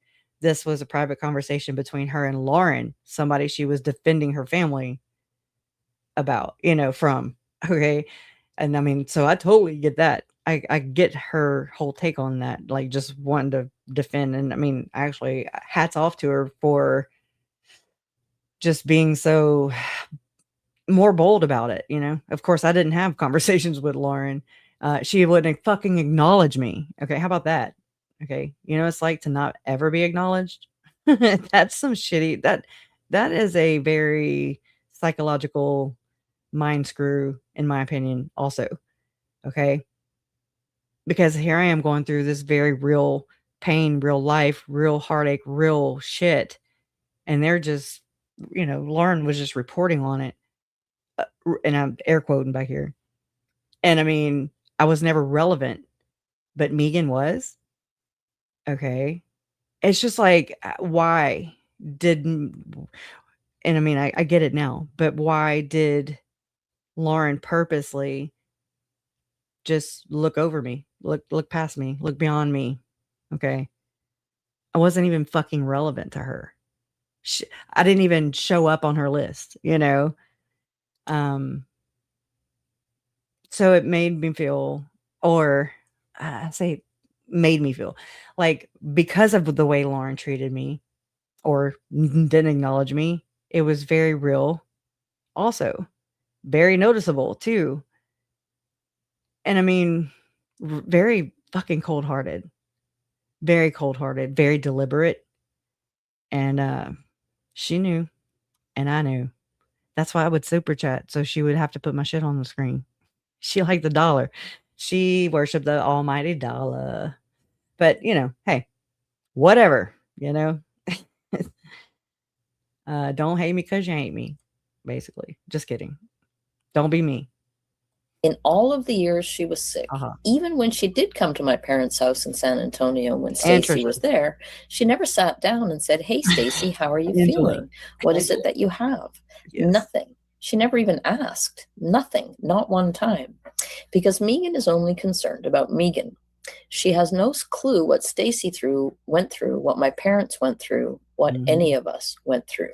Nor has she ever cared. She is getting all of her information from stupid divorce documents that she doesn't have any firsthand clue. Good one. Thank you, Kalisa. Thank you for saying that and acknowledging him. Charles was very real. He was trying to hold it together, trying to ensure safety, trying to figure out and get his wife help. trying to navigate a very difficult and, I mean, tumultuous is an understatement, right? Situation. And I mean, he was almost there, you know? He was almost safe, so to speak, because he played ball. Safe. He was almost home. But then Lori went and lured, in my opinion, him back to, you know, um, back in, she got back into his good graces, or his she weaponized it. She weaponized everything. She lied. She's a liar. And she went to go get his finances straight. Remember that shit? Oh my god. But thank you for acknowledging him. I never wanted to compare myself to my uncle, but I was always like, "Oh my god, I get it." I mean, I don't of course, I'll never understand the situation. I don't ever want to, actually, because that was torture to even look at. To even watch those body cams where he was dismissed, looked at like he was crazy, when he was only the one who was trying to relay what was happening, you know? And everybody else is just minimizing it, uh, uh, basically shutting him down, not believing him, and basically, in a way, marking him as less than, okay? Marking him as a zombie in a sense, all right? His pain, the things he was saying were not relevant, okay? And yes, I do believe also that Summer and Adam and Alex, of the whole family, participated in this behavior of enabling Lori and Alex to do what they did and murder Charles, and then ultimately Tylee, JJ, and Tammy. And I believe Joe was number one. Thank you, though. Number 3. There are multiple reasons why I have not dealt with Megan publicly. One of the main reasons is that I hate giving her the attention because I know that's what she wants. She loves when people talk about her, especially family members, because then it is fodder for more content that she can respond to, and it makes her relevant in her mind. But to be clear, she is absolutely not relevant to anything in this case. Glad you didn't give up. The other main reason is that I have been in survival mode the last several years, trying to survive the horrific circumstances that I am faced with every day. The last thing I want to do is spend more time thinking about Megan. To watch hours upon hours of Megan's bullcrap, to stop and screenshot or timestamp to prove or disprove her made-up stuff, is a waste of my time. And it is a lot of time. So whenever Trisha and, the whole camp from HTC, Trisha, all that shit, when they have their people or whatever they have, if they got soccer account, whatever, okay, I don't know, I'm not them. But whenever people defend them and say, why are you still doing this? Why are you, it doesn't matter. Why can't you just conform, basically? Like, what are you even talking about? That it blows my mind. And I mean, I'm like, I not only have to navigate this situation that has now added to the main event, if you will, like the whole reason they even got here, the whole reason we're all here, but the whole reason they were able to have a livelihood and build a brand and navigate and dictate stories and narratives and distance people and or only include people that up to a certain point. I mean, it's very privileged. It's very methodical, deliberate, and, intentional, misleading. And an agenda, and it's propaganda. I mean, I didn't know what the hell propaganda was until I started digging into Frank Vandersloot and East Idaho News and how that all came about. And I mean, to hear it in his own words and from his own mouth, I was like, whoa. No, he didn't say I'm propaganda, but the reason he bought news channels was, from the church was to, he didn't like what Adam Steed, he didn't say Adam Steed, but this is what was happening. The Boy Scouts of America whistleblower, Adam Paul Steed. Now that's another person that I believe has been misguided, possibly, like you're kind of getting passed around as Adam Paul Steed. Let's just look at that situation where reporters want to report, right? Or have them on their YouTube channel when Jody Hildebrandt and all that hit the fan, and you heard it here first type of shit, and exclusive, right? I mean, Lauren was the only one landing all those eh, Sean Little Bear, Eric Smith, those kind of interviews, right? Which I mean, I don't ever want to hear nothing these people have to say, but it's out there, and it just sucks, because I don't know, I'm veering off, but like just even having to depend on her channel for those kind of things that thou giveth and thou taketh, right? I mean, Lori Hellis, you can't find Lori Hellis on John and Lauren's channel. I mean, Web Sleuth just archive like what 2000, then they let a few out last night, and I'm like, what the fuck are they doing? Because I mean, I had looked into this not too long ago when they were doing the mass reporting, even before this last go round with Andy. I had asked Chat GPT, like, what can I do to protect myself? And it gave me pointers like you can go to x.com or, Twitter, and you can ask for a live person from YouTube, and just kind of be proactive instead of reactive, because these people, there is no bottom. Okay. You think you're like, yeah, no, they wouldn't do that. I know I wouldn't do that, but they do. They mass report. I mean, Trisha says so much, and what Diolop has pulled together.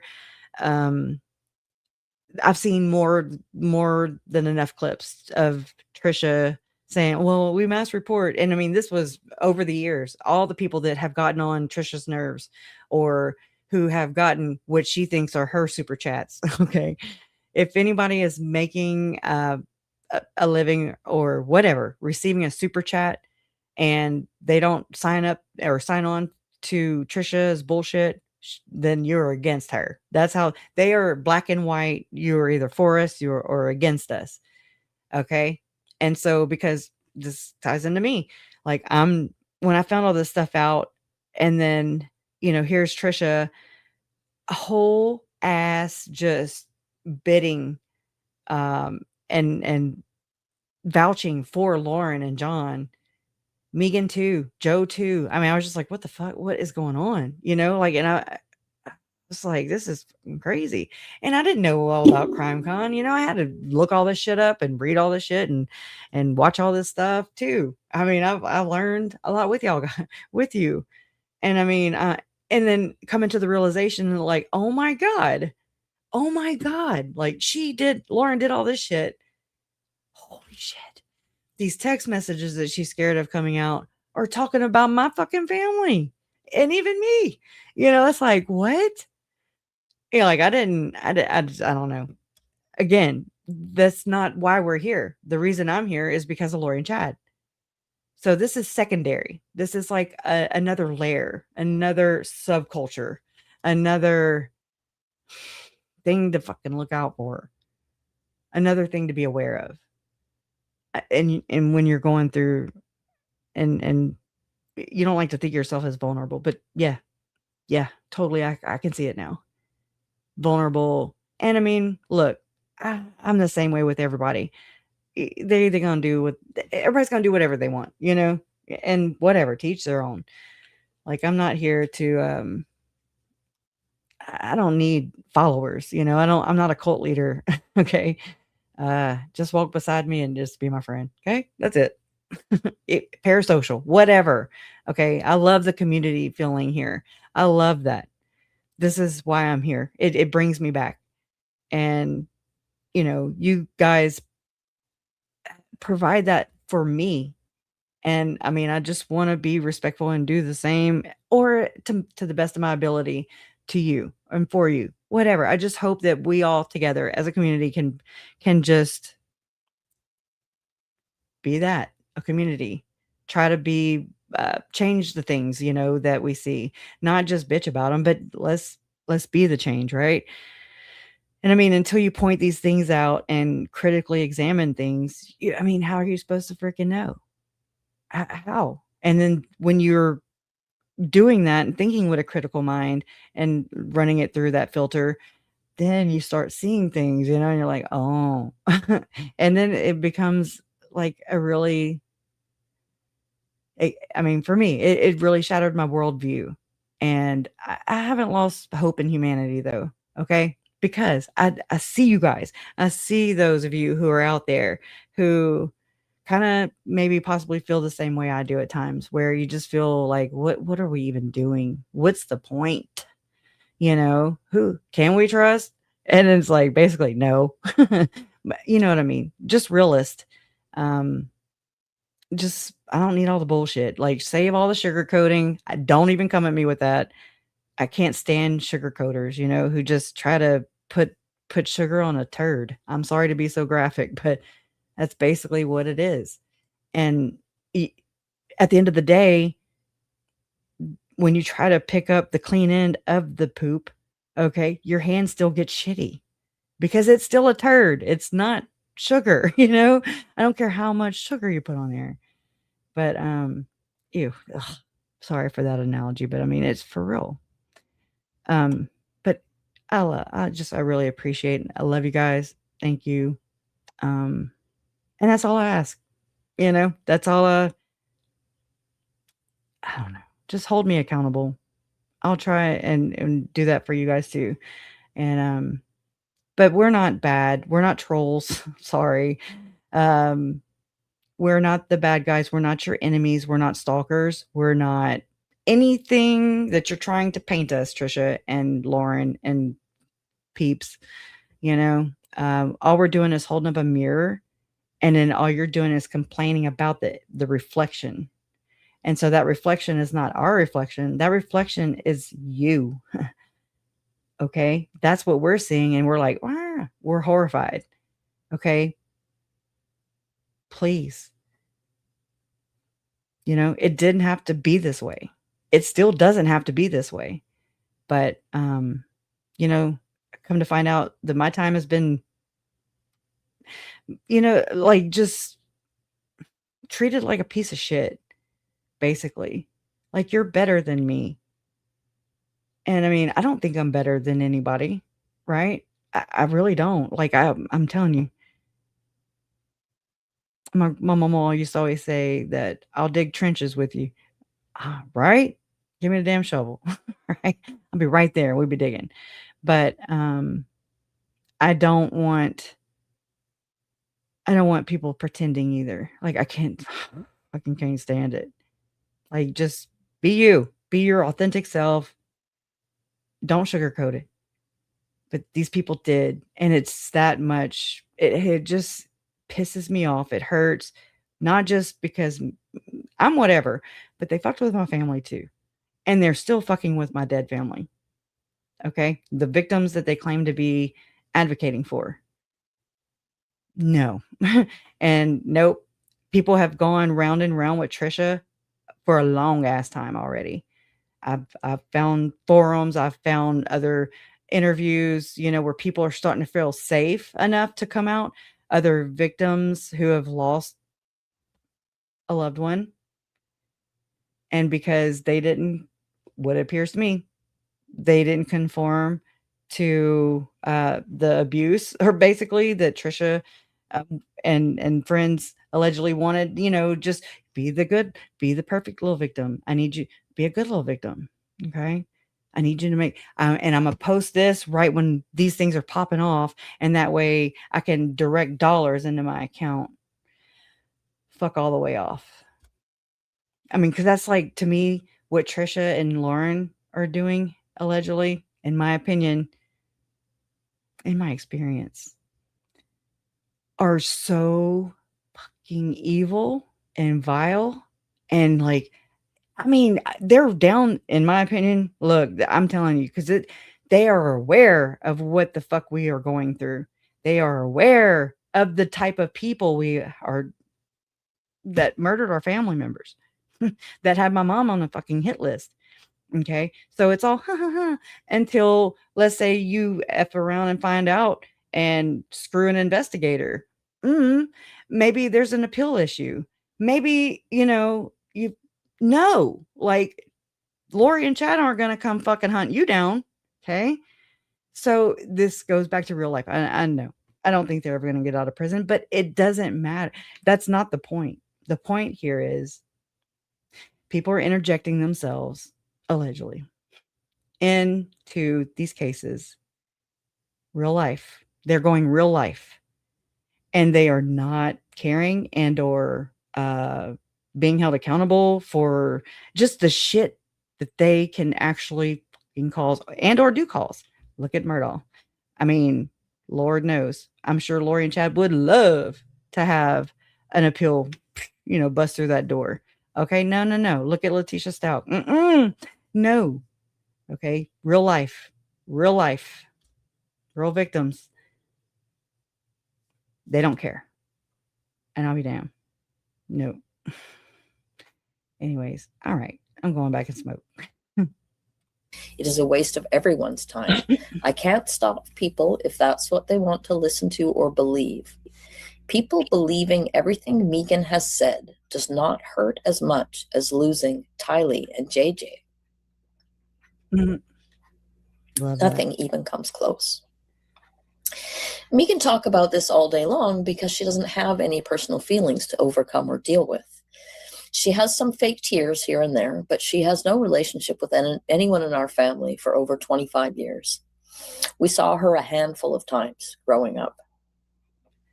To anyone trying to take advice from Megan, good luck. You're going to need it because the girl has zero empathy. That is why she can stay so calm and appear so reasonable. She doesn't get anxious or nervous about being called out. She doesn't have remorse or regret or care about the damage she causes. She doesn't know what it means to really care about someone and to be there for them when they're going through hardship. She only knows some therapeutic and buzzwords so she can accept your praise and dollars. Yeah. P.S. We were only bridesmaids out of family obligation and pity. Actually, Lori had pity on her and convinced me to do it because Megan had no friends and it was a miserable experience. So no surprise there. P.S. Plus, Megan lived with Adam and Lori for less than 2 weeks. She never had a job. There was a guy named Anthony that asked Lori out and Lori said no, and Megan offered to go out with him. Lori came home from her apprenticeship to change for her other job and was locked out of her room because Megan was locked in there with Anthony, getting drunk and having sex. Adam and Lori worried that she would get pregnant on their watch, in quotation marks, and that her parents would blame them and they wanted her out. Her parents came to get her, and it was a whole dramatic event that I witnessed. She was never taken to the bus station. P.S. I've seen her as a mother, and I feel very sorry for her dog. Mm-hmm. Okay, so it was more than 3 things, but at least it wasn't the 300 it could have been. Last thing, her hijacking Tylee and JJ's memorial and turning it into the crappy Megan Connor concert was beyond sickening. I don't care if she was asked to sing. She should have said it wasn't her place. It is a sad, pathetic thing to watch a girl so desperate that she has to ride the coattails of her murderous cousin for any recognition. My beef with Megan has nothing to do with her religious convictions and everything to do with her lack of character. Notice how this is something that I've noticed before in Megan with Adam. Okay. He spoke out and said, basically, don't believe anything Megan says. All right. Okay. And she brought it back to belief. Oh, it's just the beliefs. It's because I'm against the church. Blah, blah, blah. Same thing. I love that Summer does say that. Okay. Because, that's what Megan makes it about. The story of the boy. In my opinion, actually, Megan is very, very upset with God, period. And she has a thing out for God. And I've noticed that. Sometimes it's in the things that we're not seeing or that they're not saying, without saying it, basically. I think Trina K is who said it. Yeah. Sometimes no evidence is evidence. And I'm like, right? Sometimes omission. Look for what they're not saying. Boy Who Cried Wolf could have been written about Megan, but the title would have to be changed to The Girl Who Cried Relevant. Ooh, P.S. boom. Bing I bong. wanted to add something about Stacy. Her health went through ups and downs. Before she passed, she had been on an upswing. She had been feeling and functioning better. She was all set to start a new job that she was excited about while we were in Hawaii. Otherwise, she would have come with us. She was going to work for a friend's company, and the friend was willing to let her schedule be flexible around her health issues. I wanted to clarify that point because I think some people are under the impression that we left when she wasn't able to care for herself. Alex was never her caretaker. Stacy was very independent unless she was really, really down, and then it was always my parents there helping her.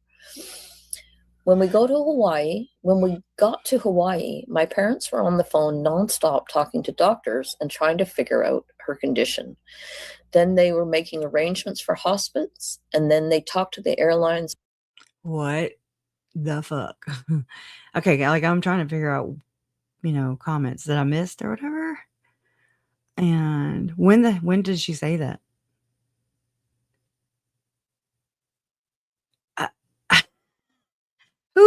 Who is you, bitch? You don't go here. Megan, you don't go here. Right? I look like, and fuck all the way off, Megan. Okay, fuck you. And fuck her too. All right. It's a song. They beat you to it. You're just a poser. Anyways. So what's going on? Okay. Let me try and not blow my fucking gasket all the way. You have a screenshot. Alrighty. Where'd it come from? You stood up for me tonight. Where? Moira? Where did all this go down? Please? I don't know. Call me Krisha. No. Oh. Let's go there. I like to go to source. So sources say, you don't go here. Right. I had a whole lot pulled up right there. Let's see. Web bitches. All right. Oh my God. And it's crazy. And I remember pointing this out after all the Lauren shit hit the fan, before the Trisha shit really came. Well, as it was coming out, right? As she was simping for Lauren. I pointed out a live stream that Trisha had Megan on, and she was trying to, it's like Trisha was being just like she was when she had Grayson on, which Googie pointed the fact out. Googie said that, oh, finally, Trisha, whenever she cataloged all or archived all her videos, her evidence, allegedly, we already done got it though. She was like, oh, finally, she got rid of those damn 3 videos where she was basically calling Christina a stalker. So thank you. We win. Right. Anyways, there's no fucking winners in this shit, unfortunately. But you know what I'm saying. We're not the ones taking our shit down. Okay? It's crazy. It's like you got to say one thing and then you just wait for the reaction, because they don't say it, but they will react to it. They can't help themselves. All right, let me live fucking. But she don't like drama, okay? Just know that. Trisha said the other night in a live stream that she just loves it on these drama-free days. And I'm like, oh my God, you can't spell Trisha. I mean, you can't spell drama without Tricia or Patricia. Anyways, in my opinion. Thank you again, Dreadful Penny 2 for 2. All right. Now, they make this a full fucking time job. Oh, I can't look at that yet. Damn it. They must have just ended then. I guess maybe, let's see. I want Megan to tell that to my parents' face, is what I want. I mean, was Megan on there? Wait, let me go back to my comments. Let me make sure. I'm going to the bottom of my comments.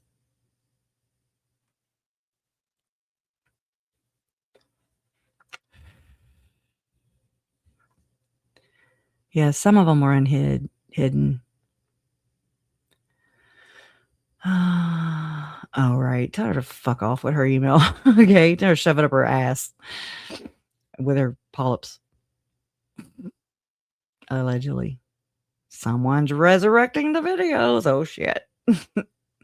Right. No shit. That ugly bitch. Oh, There's that no was the rest of it. stalking. No one would want to stalk that ugly bitch. Nobody. Anyways, okay, so she was on Web Sleuth. Was this recently? Because I'm not seeing her on tonight's Web Sleuth. Unless she's one with the backstage. You see what I'm saying? Megan? You're talking about Megan? Or was it just Trisha? Where did Megan say that and of course, I don't get to dictate who grieves. I do get to fucking have a say so and call the dogs on who profits in the name of my family members that are dead and aren't here to speak for themselves while she claims to advocate for them. Everybody will know. Everybody will know. My parents aren't scared of microphones and reporters. Credible ones. Okay. I'm just trying to figure out. I know. I know, right? I know, look, and I was there. And I say I was there. I was on the stream. I can't believe I even did this shit too and didn't see the disgust, like the absolute mockery that Trisha has done in the names of Tylee and Charles and Tammy and JJ and Joe. Celebrating Lori and Chad's mission to fucking murder them. Like, I don't know. It's a fucking mind fuck. I'm so sorry. I'm cussing a lot. It really is a mind fuck, though. They're dead children and just unsuspecting spouses, undeserving spouses, and just people who don't fucking deserve to be murdered. And then also murdered steadily by these whores, in my opinion. I meant to say hoes, but damn, it came out. Polyps, right? Free the polyps. Oh my Lord. I'm going to hell. Oh my Lord. Okay, this was in chat crushes. This was in chat crushes. I don't drop me a link. All right. There you go. Now you talking my language. This was all in chat. Okay. Oh. I'm slow. All right. Let me okay, copied and I'm pasting. And it's just for I mean it would suck if it would be like one of those Gypsy Rose live streams, where 800 people are on screen. I would never get anything said. That's for you, Salty. Yeah, yeah. I'm a big girl now. I'm a real girl. I'm a real adult. I've been saying fuck forever. All right. Dumb shit. Third verse is a dumb name. Third verse, same as the first. Megan thinks that she drinks bourbon and swears that she sounds more. Exactly. She watches that movie Grown Ups. Oh my Lord. These are my opinions. Yeah. No, she's the know all be all. She don't need a certification, right? As she covers the very same things that Ruby and Jody did, with life coach ish shit, I'm like, wait, how can you cover this and then still just boldly and obviously, think that you are above that? What makes you exalted, Megan? Yeah. Detective's daughter. Oh, you shared it with Jake. Thank you. I appreciate that. I love the community, man. We ain't gonna take it.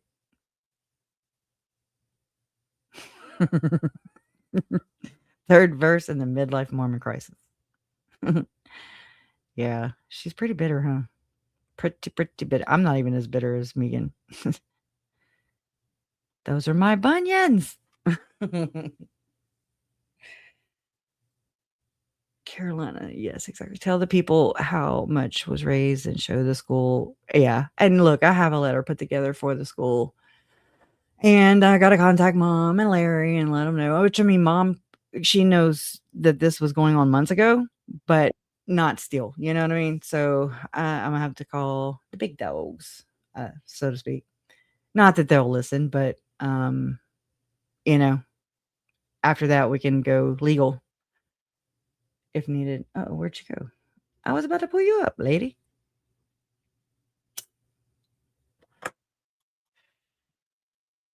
I mean, what is she wearing right now? That looks like some fucking. That looks like. I mean, look, I love the damn. Before I knew where all the money went. What do you call that? Oh my god. Well, there was Salvation Army, Goodwill, and then up there in Idaho for sure in Utah they have DI, which is Deseret Industries. I like the secondhand store in the garage sales like the next person, but holy shit, what the hell is she resurrecting the freaking wheel or whatever? Looks like my ex-husband's seat. No, I'm just kidding. He did get some covered in tweed. But holy, she looked like she would be really, really rough to rub against, like some damn sandpaper, allegedly. Anyway, here is. Oh, look, we're really small. Hey, girl. Hey, how are you? Oh, ready to Okay. ready to throw now. Ding, ding. No, but Okay, yeah. So, okay, everybody can hear thank me all you. right? I'm on the PC, so I'm got the headset on, so I hope everybody can hear me okay. Yeah, you're Um, good. so I went over there, and they were just doing their chit chat and whatever. I was like, good Lord, I don't know. I want to be strategic. And so a conversation came up and something to do with money and raising money for something or whatever case she was talking about. And I heard somebody say third verse, and I looked down at my phone, and it was, of course, it was Megan, whatever. And she's like, yes, something. She said her comment back to that was, not when money is involved. That's when I hit send. My reply was already loaded. And my comment was, is it true Web Sleuth is planning an end of the world party fundraiser in JJ Vallow's name / school ? Even though Kresha has publicly asked you not to. Care to comment? And that's all it took. And Megan immediately came back with her comment, and it said that Kresha doesn't get to determine who mourns. That's Agreed. exactly the second I said that, that's what she comes back with. And I'm like, what? I wasn't even talking to her. Right? You don't go here. Right. So yeah. And then I said, people in the chat were like, what are you doing? I'm like, hey, I just asked a question.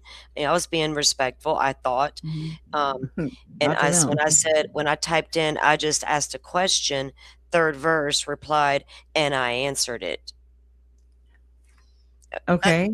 She's Thank the you. master moderator too. Did you not know? And then I replied, well, my question was for Web Sleuths. And then I was timed out. And then someone left a comment about you. It just says Kresha has mental problems. And they left that No, we comment up. fucking all But shit. they left that comment up, Kresha. That's what irritated me. I was like, wait a minute. Do Your you time and expect Mora's anything, mom's though? our I friend don't Mora's expect mom anything. dog, she was in there backing us. She's like, Thank you. as soon as she realized they were doing that, she's like, well, answer the question, right? But we were timed out. But then that comment about you was left up. Yeah. That irritated me. But Megan, I'm sorry, I never asked her a question. I asked a legitimate question to Web Sleuths in a respectful manner, and that's the reply back was Kresha doesn't get to choose who mourns. Yeah, right. No, maybe not, but Mhm. she has a right in how her family is used when it comes to Man, mourning. shut the fuck up, man. Like what are you like third verse and like second cousin to 2 serial killers? Sit the fuck down. I know, Like all get the the way fuck down. out of here. Go. It's I can't believe you show your face. You the know? Oof. way they acted, it was just ridiculous. The way she acted. Nobody was talking to her, right? It was a question for Web Sleuths, and it was a legitimate question. And then Web Sleuths, only thing she said at one point was, right before I peaced out on them, she said, "Oh, if anybody has a problem with anything I'm doing over here, they could email me, but I haven't received any emails." Would she tell she said the same thing about her being a life coach, as she had anybody who was not satisfied, and I'm like, "Uh-huh, No, Web right." Sleuth was That's the saying same pretty thing the much. church does, lady, sit down. Yeah, Like, but they handle Web everything Sleuth was in-house, implying that you haven't reached out to her via and I'm not email to gonna. personally say, I'm not "Hey, gonna. don't use my family's name." Although you Oh, I put out a will. video, you should at this point, since she's Yeah. requiring that as of tonight. Your video statement alone, "This is my direct comment to you, Trisha, don't use my family's name," wasn't enough. Tonight, she stated she required an email. So email Mm. her, Krisha, and let's Yeah, see what give her happens. no room for excuses, which, I mean, oh my god, that's all she does do, and Exactly. but I mean, that's the only place that props Megan up. Even Lauren talks shit about Megan, so and, CH, hold I mean, up. Lauren Wait, talks shit about about, CH. He says Trisha. never. CH is warning us never email Web Sleuth. You need Windows Proton emails. Oh, yeah. Why? So I can be they You don't still want to did get in the not include database. that threatening email, they did not include even in the case, the stalker case. Mm. It was so threatening, right? Anyways, beside the point, but Well, right, I there, need a damn there, it was just ridiculous. I just felt like it was a fair question to ask of her, right? And I didn't Mhm. like come out all crazy, acting batshit crazy on her. I asked a fair question, and it was just not surprising to me, but kind of surprising that Megan felt the immediate need. She already knows what I've said about her on these streets. She knows. So anyway, she couldn't help but reply Yeah. to me. But it was not her place to do that. I felt like. Eh, I mean, it really okay, I have a question. Um, was she commenting before y'all commented all that, or did she just come out of nowhere? It Like, is was she like manning the chat or what? it was really like close to the beginning of the stream, right? Because I didn't know how long I could manage to stay in there before I said something. So I had my comment ready, but they started getting into the show finally, and then that's when I realized Megan was in there. So she kind of Mm, came in from maybe not the very beginning, but pretty early in the show. I don't know if she stayed the whole time. I didn't stay the whole time. Once I was timed mm. out, there was no point. My Right, phone was you're right, over.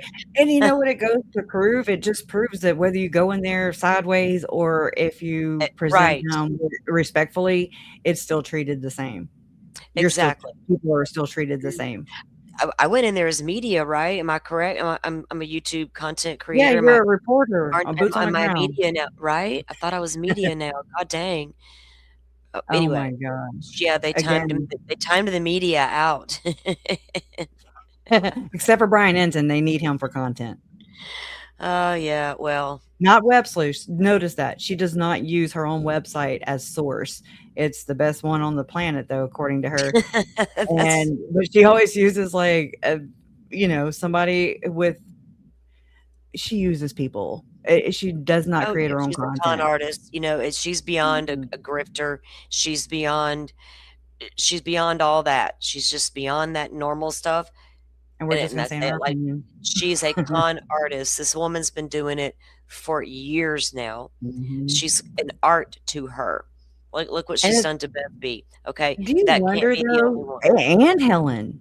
And Exactly. Helen. When Oh so my people need to god. move to the next step. This is a con artist. Megan Yeah. Connor is also a con artist. I mean, I'm gonna bring up You, what you're, Moments in Trading always says. in Megan my the Connor. opinion, in my opinion, let me state that because Mine you're too. out there selling goods, right? You're selling commodity. Trisha's over there just hey having a field day with all her true crime buddies, and Megan's over there trying to sell you life coaching. They're con Mhm. artists. So Right.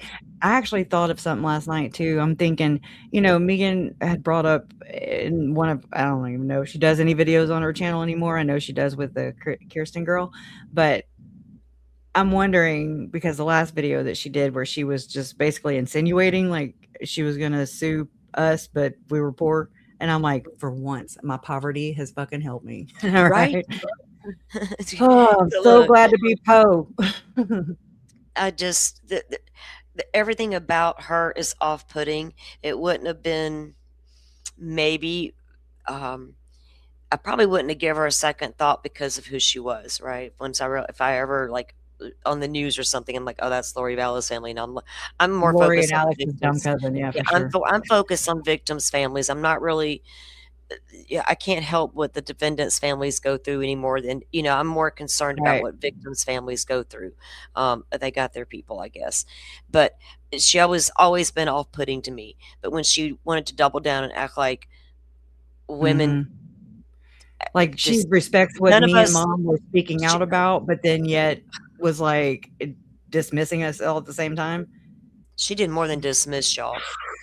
That Right? was I don't know what that was. She That mopped the was the floor with most our bizarre asses. thing. No, Crescia, there's no way to sugarcoat it. It was the most bizarre thing in the entire world. I've been in true Mm, crime a long time, and I've seen a lot of things. I've seen families completely fall apart in courtrooms, try to jump yeah, up and attack the defendant, and rightfully so. Who am I to judge, right?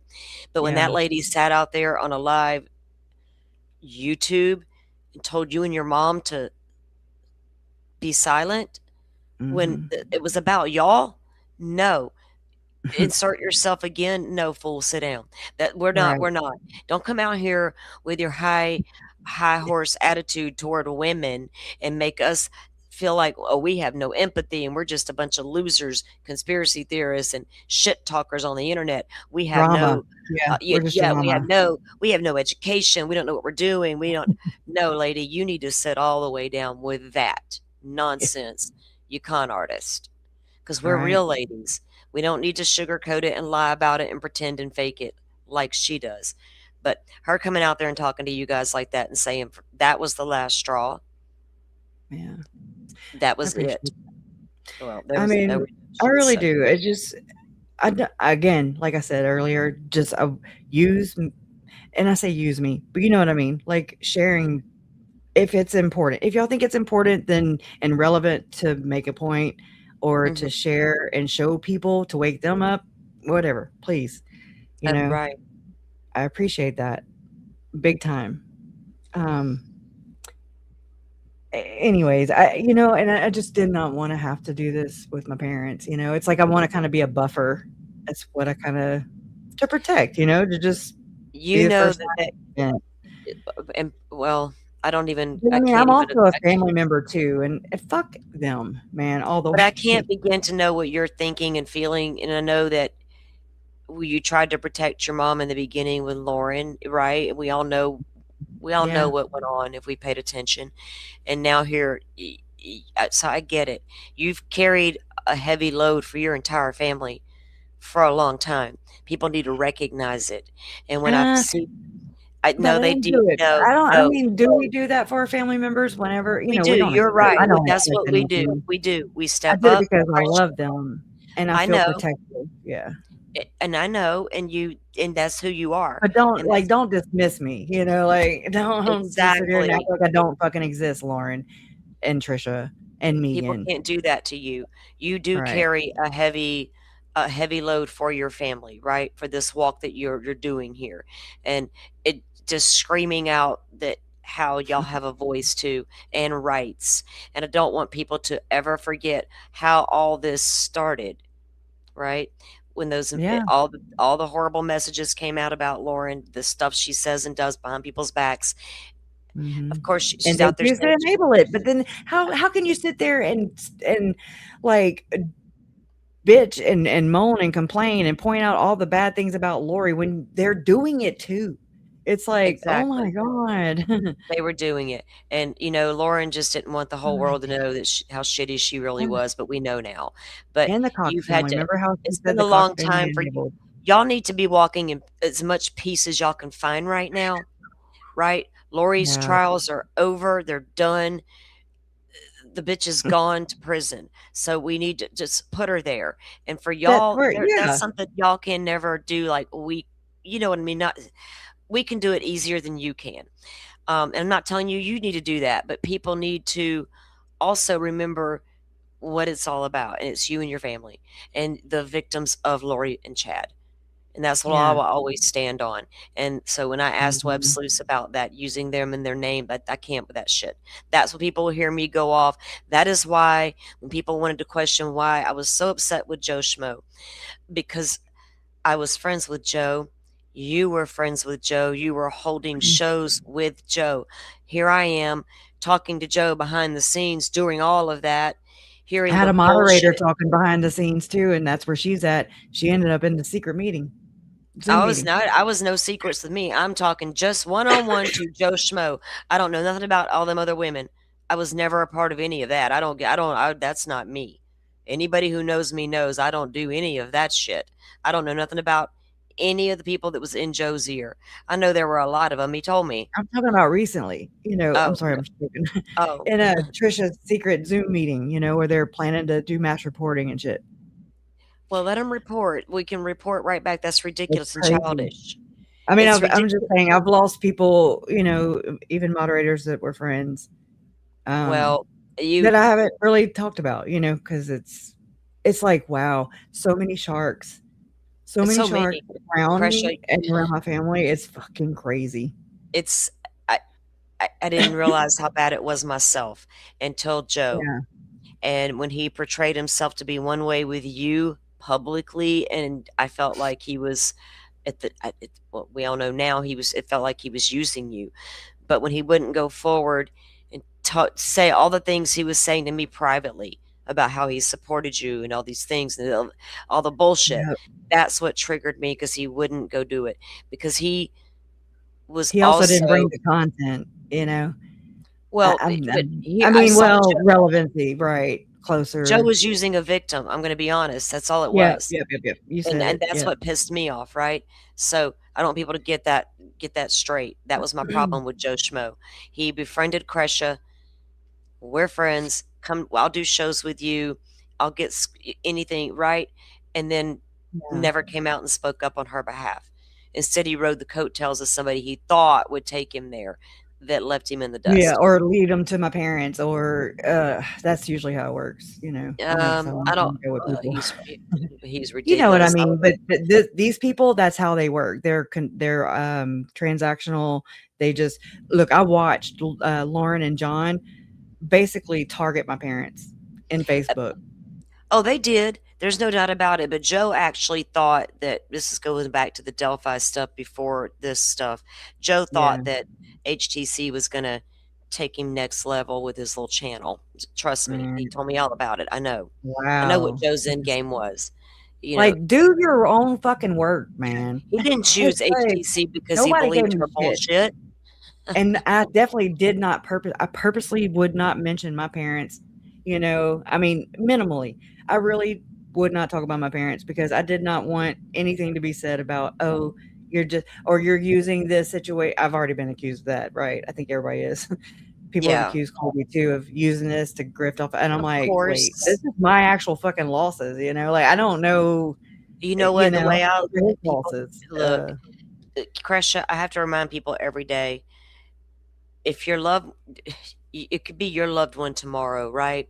That and you're thrust into this situation, or it could be your old lady neighbor who you wake up on Monday Yeah. morning and she was unalive during the night, and you were the last one to see her Sunday night because you wouldn't helped her out in the kitchen for a moment, and it now And then you're all accused, eyes right? on you. Now you're thrust into the you are did they or did they not? So everybody needs to slow their roll when it comes to that.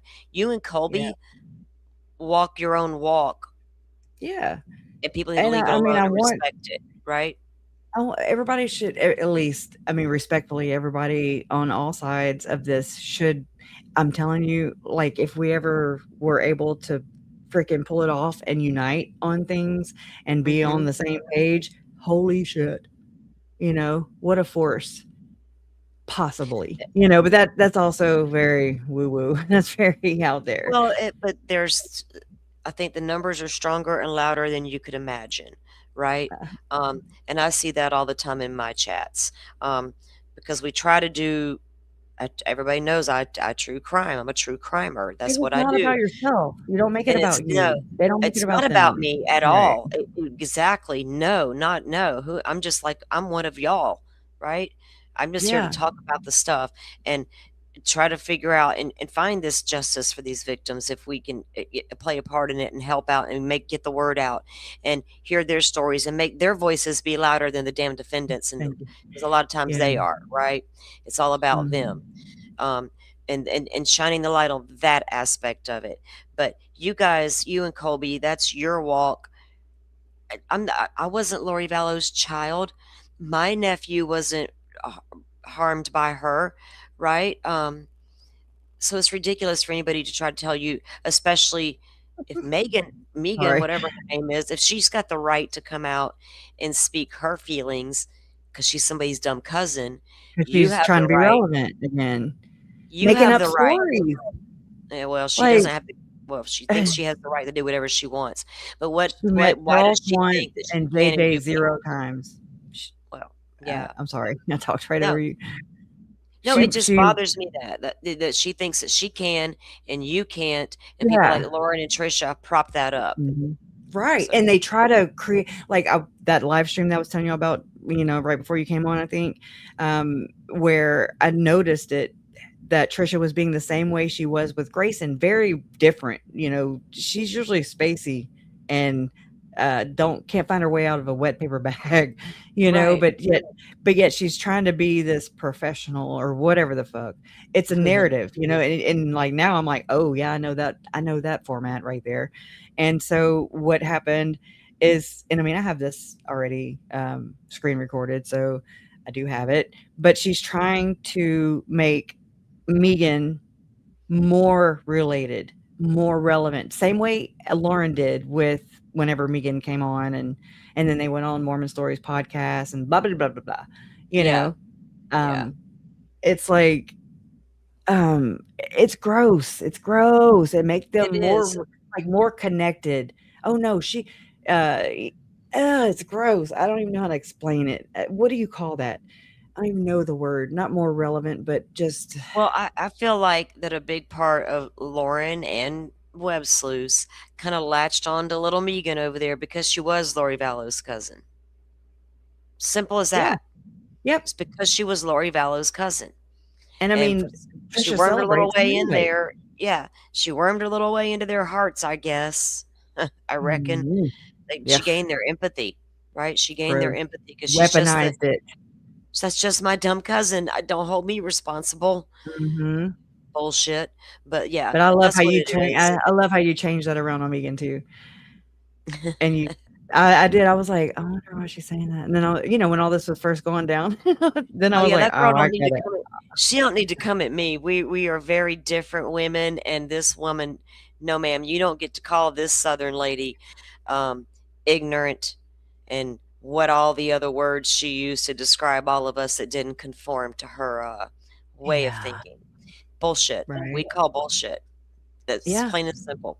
Um, And so like it was Summer not. I said, wasn't surprised that she came at me immediately in Web Sleuth's chat when she saw me ask the question because she mhm, popped back immediately because she knows the things I've said about her. she got that knee jerk reaction. They can't Yeah. help it. They're impulsive, man. I swear. No, It's like I throwing a rock into the pond, and yeah there's going to be ripples. And so this is the same thing. You can like yeah kind of put something out there, and they're going to be responding to it, just not ever directly. Never will yeah. it be directly. When all this happened and first came up with crime a year ago, right? CrimeCon a year ago, all this stuff started, and Joe and Megan and all that.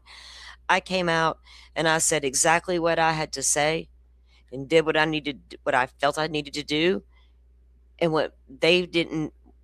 I wasn't going to sit there and just go at them forever. There were other victims and other crimes still happening, so Mhm. I continued to do my shows. But But they have to become a part of it. Yeah. everybody that has done it right, I've been there for it. I've been along for the ride. I've watched the different shows. Well, a lot of what Yeah. Jay has done and Dreadful Penny, I've watched a few times, and of course Jolene. But I'm not like, and I also know that. I am glad though. There's not a whole army of YouTube creators jumping on this at all. In fact, they've really done their damnedest, in my opinion, to steer clear of this part of it. And it's very relevant though. I do want to say that this part is very fucking relevant. It happens, it's happening, and it's happened before. It's not going to stop. We got to point it out. Oh yeah. And I'm learning to Well, recognize these things on, myself. and So, I've been recognizing this bullshit for a long time. I look, this web sleuth lady, I was done with her years ago. This is not I'm yeah. not new to her. I'm not new to her But weirdness. some victims Some are people and are, will and I be, get that. and it sucks. Yeah, because everybody knows when I Ugh, in my shows, I'm always saying, "Be careful in them YouTube streets." Because trust me, yeah. I know. Mhm. And all we can do is educate people and keep moving, and educate and keep moving. And people who are calling it out, yes, do that. But I don't know how much of their audience, right, is listening to us. That's what I Right. wonder Oh, sometimes. yeah. So, I'll, Hey, and yeah, look, they're not my target audience. They're really not. no, They they're are not. gonna do with what they're gonna figure it out on their own, in their own time. Yeah, We can't force shit down people's throat and say, "Here, believe it." I mean, that would be really gross too. But I mean, like, we can focus on those who are finding themselves in this position, who have no idea what the hell they just got thrown into, who are just out there like bait, to these sharks well, or, it's like fishes, when we're basically. covering cases and we're talking about the crime and like say like for instance like a child crime, Madeline Soto, for instance, it was a heavy case. But if there's one woman who can spot a red flag because of something we said, right? Mhm. Notice, hey, my boyfriend looks at my child in a weird way. Maybe Right. like, so if people can see, like, maybe I've been duped by this person, right? Or wait a Mhm. minute, is that a red flag?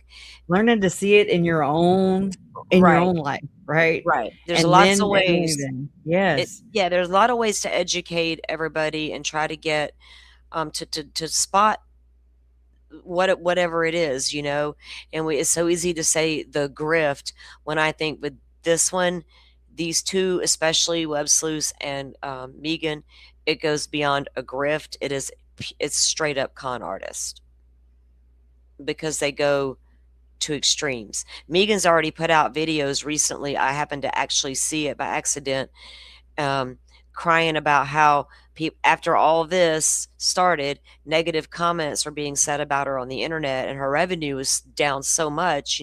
She had to go get a real job to I support her mean, family.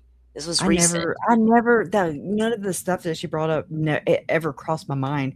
I'm like, I have never referred to the videos I've done as a season. I'm like, what? I know. Oh, You're lucky if I okay. put them in a playlist. Right. Yeah, they're fucking everywhere. I mean, I'm messy. Murder's messy. That's what I'm blaming on. Hot Mess Express coming I in. mean, right? It's just, and it's like, this isn't content either. It's my journey wading Right. through all the quote unquote content Right. of real. This is real. And so again, I didn't Well, realize that there's this part of true crime too. And just because the case ends, then the convict is sentenced does not mhm. that okay, so everybody goes on to the next thing. But we're still back here. It's real life. This Pressure. affects our Um, life. And Okay, well, so we were in the chat the other night. Who was it? Jay's, and Christy Gonzalez came in. Remember, yeah. and I know that Shannon Gray was their attorney, and I know that was your mom's attorney. You Um, know who referred him? who Shannon Gray. I want to say it was Scott Reich. it probably was, I think so. because I already knew that Shannon had been your mom's attorney, right? And then he became the Gonzalez family attorney at the beginning of the Idaho 4 case. They're going to be on the interview room tomorrow night, talking about their new foundation. Yeah, But their that's good. their family members, their daughter was, we all know, if y'all know the Mhm. case, brutally Her birthday murdered. was yesterday. There have been disgusting, horrible things said about their daughter on the internet and why it's her fault she was murdered. Brutal things said about her and her friends, all up and Yeah. down and to this day, even though Koberger has pled guilty and went to prison, blah blah blah, it's still happening today. Right. But And then we not have all like of this us are doing. delusional thinking where we think just because we have an opinion on a case as just, it's regular people of the world, where Mm-mm. we come These are together people's virtually, lives. and Their it's like lives, we're yeah, not professionals still. We're not the expert. And I'm not saying I believe all experts. I'm just saying like I have no dog in the hunt right. besides just protecting the memory and the legacies, right? That's about all I can do.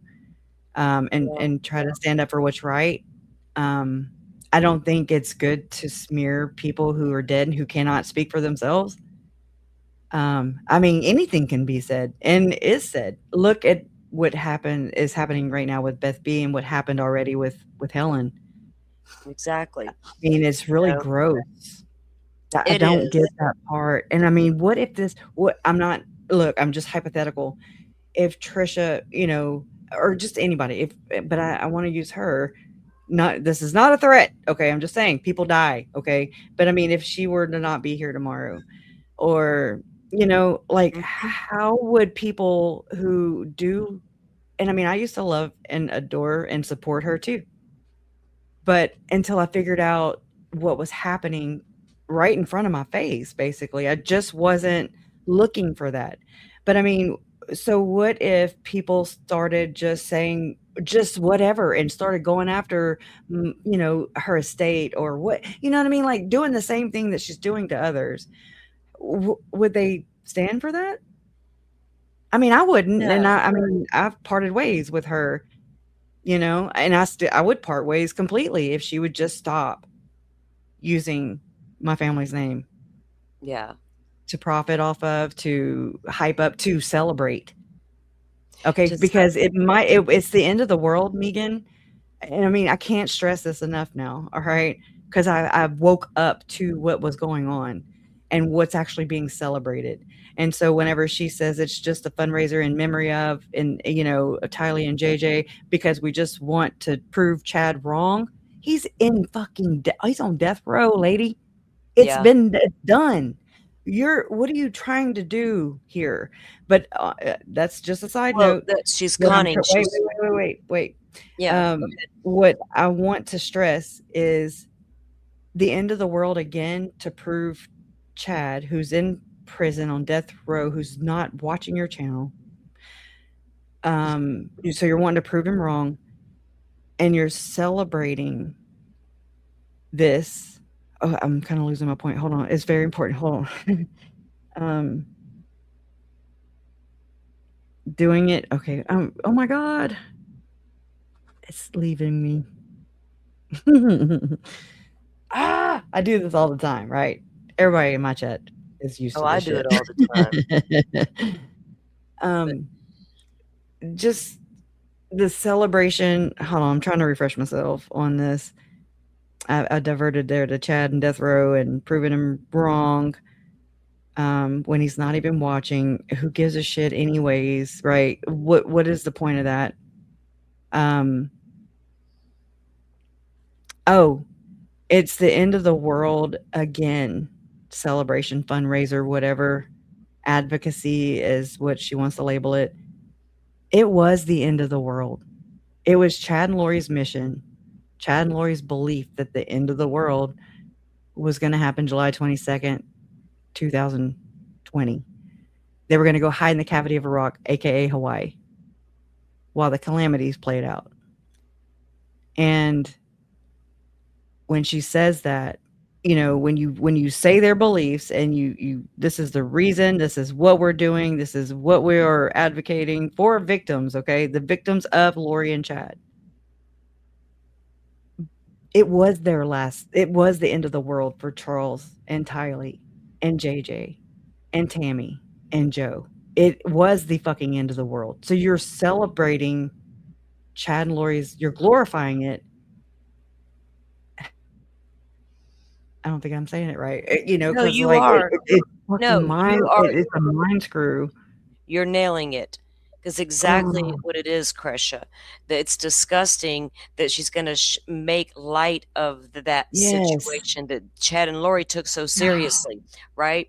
It's disgusting. And that is what also got me the most. Is she's Yeah. sitting there describing it as a party and fun, and we're Yeah. going to prove Chad wrong, and we're going to celebrate like that was the end of the Like it's world. Watch mockery, but it's it, not. making a mockery of a horrible situation that these Yeah. kids had to live. So I That get right. you are Yeah. exactly right. You're getting it right. Don't ever think you aren't, because we get you, but you're right. And that's exactly what she's done, and she knows exactly what she's doing. Because she's twisting the knife, in my opinion. Like when she does these things and talks about and promotes this and then says, "Who wouldn't want?" And I know she's talking about me. I know she's aware that Well, I've the come thing out that and said no. everyone is sitting here saying that at the end of her stream, she brought up the end of the world party, damn well knowing I was in her chat earlier asking about that damn party, and they Mhm. timed me out over it. And She then knows I'm gonna watch it too. She knows that she knows we know. it's a dig. Yeah. Yeah, it's exactly what. So, Trisha, I'll be back.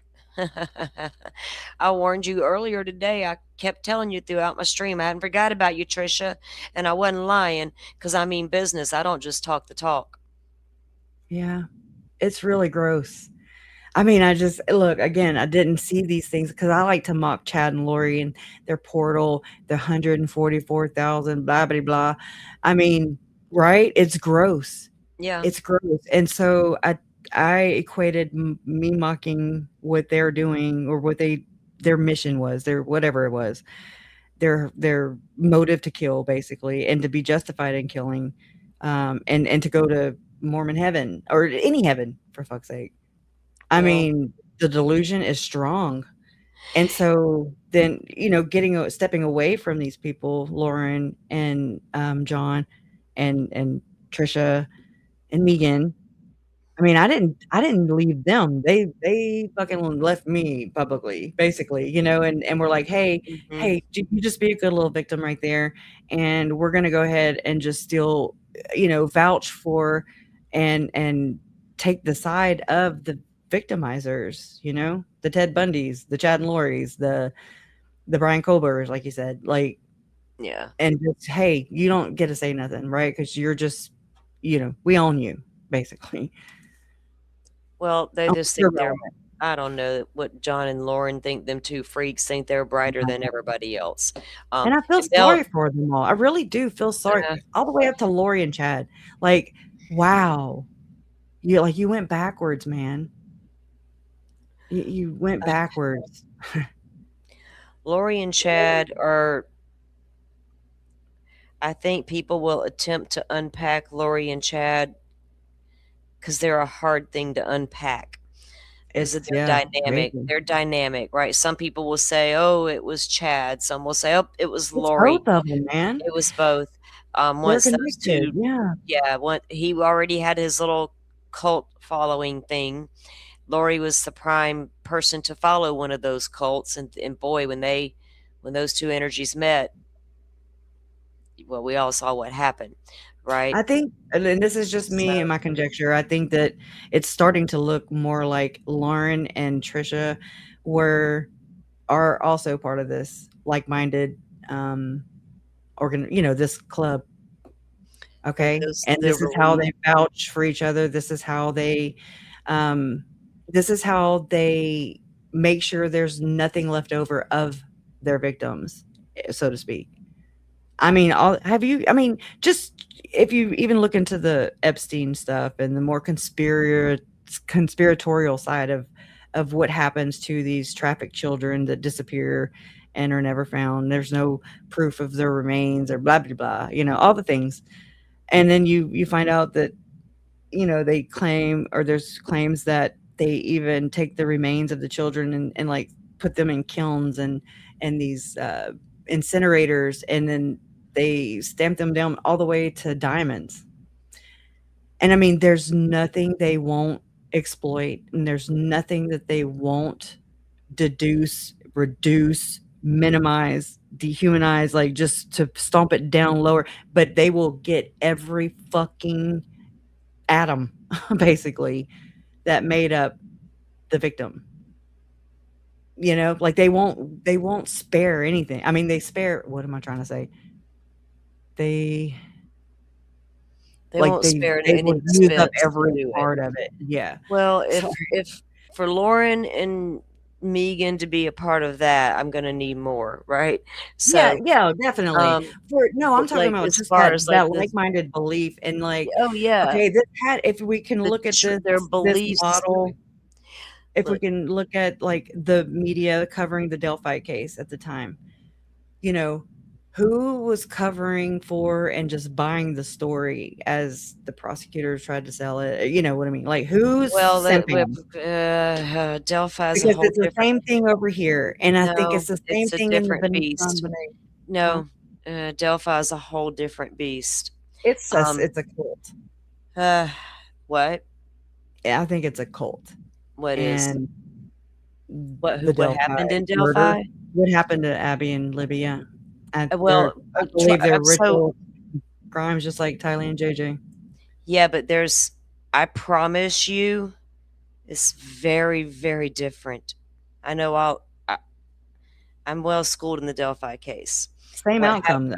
It's like the same, like Well, different I belief understand systems. that. I understand Yeah. that in the belief system but I'm just saying those are very, Mhm. very, very different types of rituals, right? That It's a allegedly crossover too, went though. down. Uh, What do you think about well, that?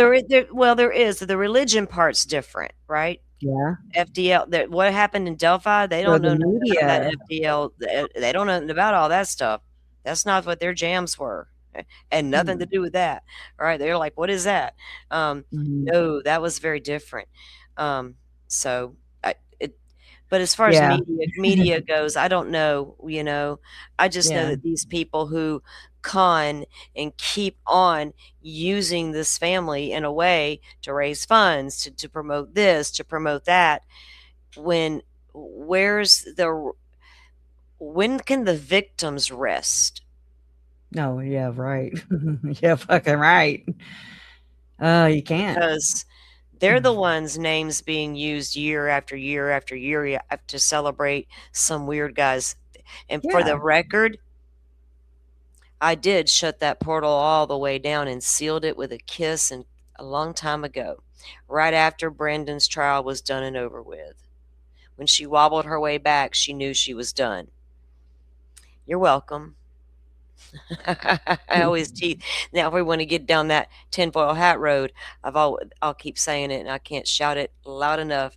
They didn't know how to open their portals correctly to start with, and someone let the demons in. Yeah. I So there's a remember lot I when, know.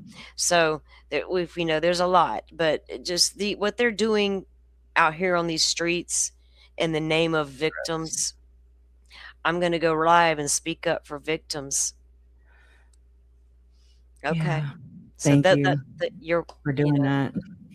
oh, I I'll mean, do. really, it's a lot No, you I do mean, go for it. And but a happy lot of birthday. people are out there saying that I will go live and speak up for victims. And yes, let's do that. And then let's show people how to do it the right way as well. Within a box, a certain expectation too. I mean, like these, like, I was approached by, what's her name? Julie. She worked for Court TV. Oh my Oh, gosh. Downtown Julie Brown. I don't know if that's her, but Yes, yes. The it black haired. is? Yeah. No, that's not Downtown Oh, Julie I Brown. was like, I what? call I her was that. I call her that. I know exactly who you're talking about. Yeah, we know yeah. Julie. I mean, she had asked me a long time ago, in my Twitter DMs back then, if I want to talk. And, I was very upfront, and I was really, really observant and watching all these. Once I realized what this was, I was like, oh my God, this information is not safe because, I started going through the process of like, well, or the chain of command, well, who do I tell? Who could I tell? Who could I trust with this? What I'm finding, and Yeah. I went through the whole I was like, Hermosillo, and I was like, probably not.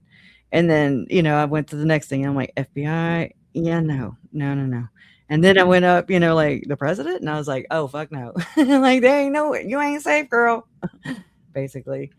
I mean, Well, it, you don't know where to and turn sometimes and who to trust, and there's local girls missing, and I know their families, and I've talked with them, and I, one has been on my show, but she runs her own social media and her own campaign to find her sister, and she's not shy about it, Bonnie Bell.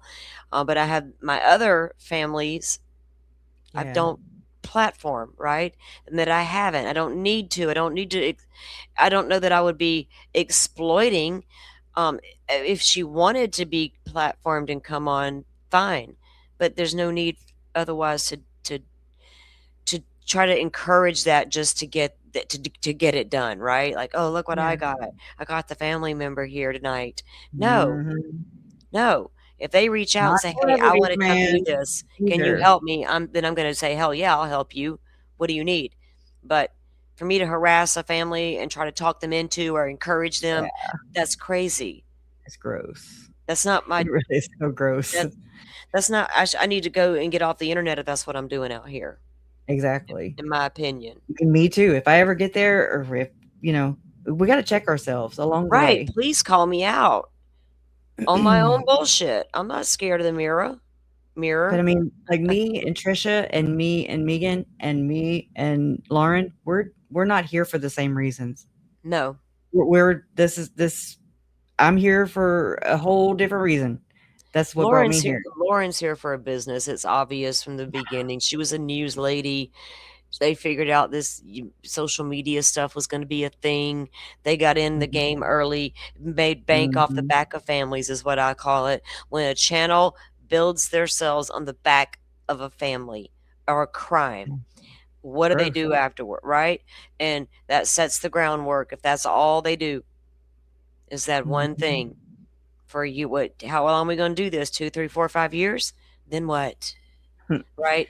I Rep just the next person's murdered. What is that thing that Jolene plays where, it's Trisha, it's like a little intermission, she'll play these little clips of Trisha or Gray Hughes or whatever, and it's in the same clip, I wanna say, or paired together, and Trisha says something like, um, "True crime it'll go away if we don't get these bad actors out here," and I'm thinking, "Oh, that's never a truer statement, you know?" Well, you are I the bad mean, actor, ma'am, so if we right. can get if their numbers Well, would go this down crime will go and, away, yes. if the numbers would go up or could go up for the people who try to I don't know if there's a how I don't know the right way to do it, but I know there's a respectful way to do this, right? Mhm, Um, true crime stuff. It's more for I think for people who truly have been looking at true if you wanna call it true crime. Um, when I was around doing it, there wasn't true crime. There wasn't mm. social media. I was at It home with wasn't my labeled, children, my right. babies It's called watching the news. HLN. I Yeah. was fucking watching HLN. I was watching 2020.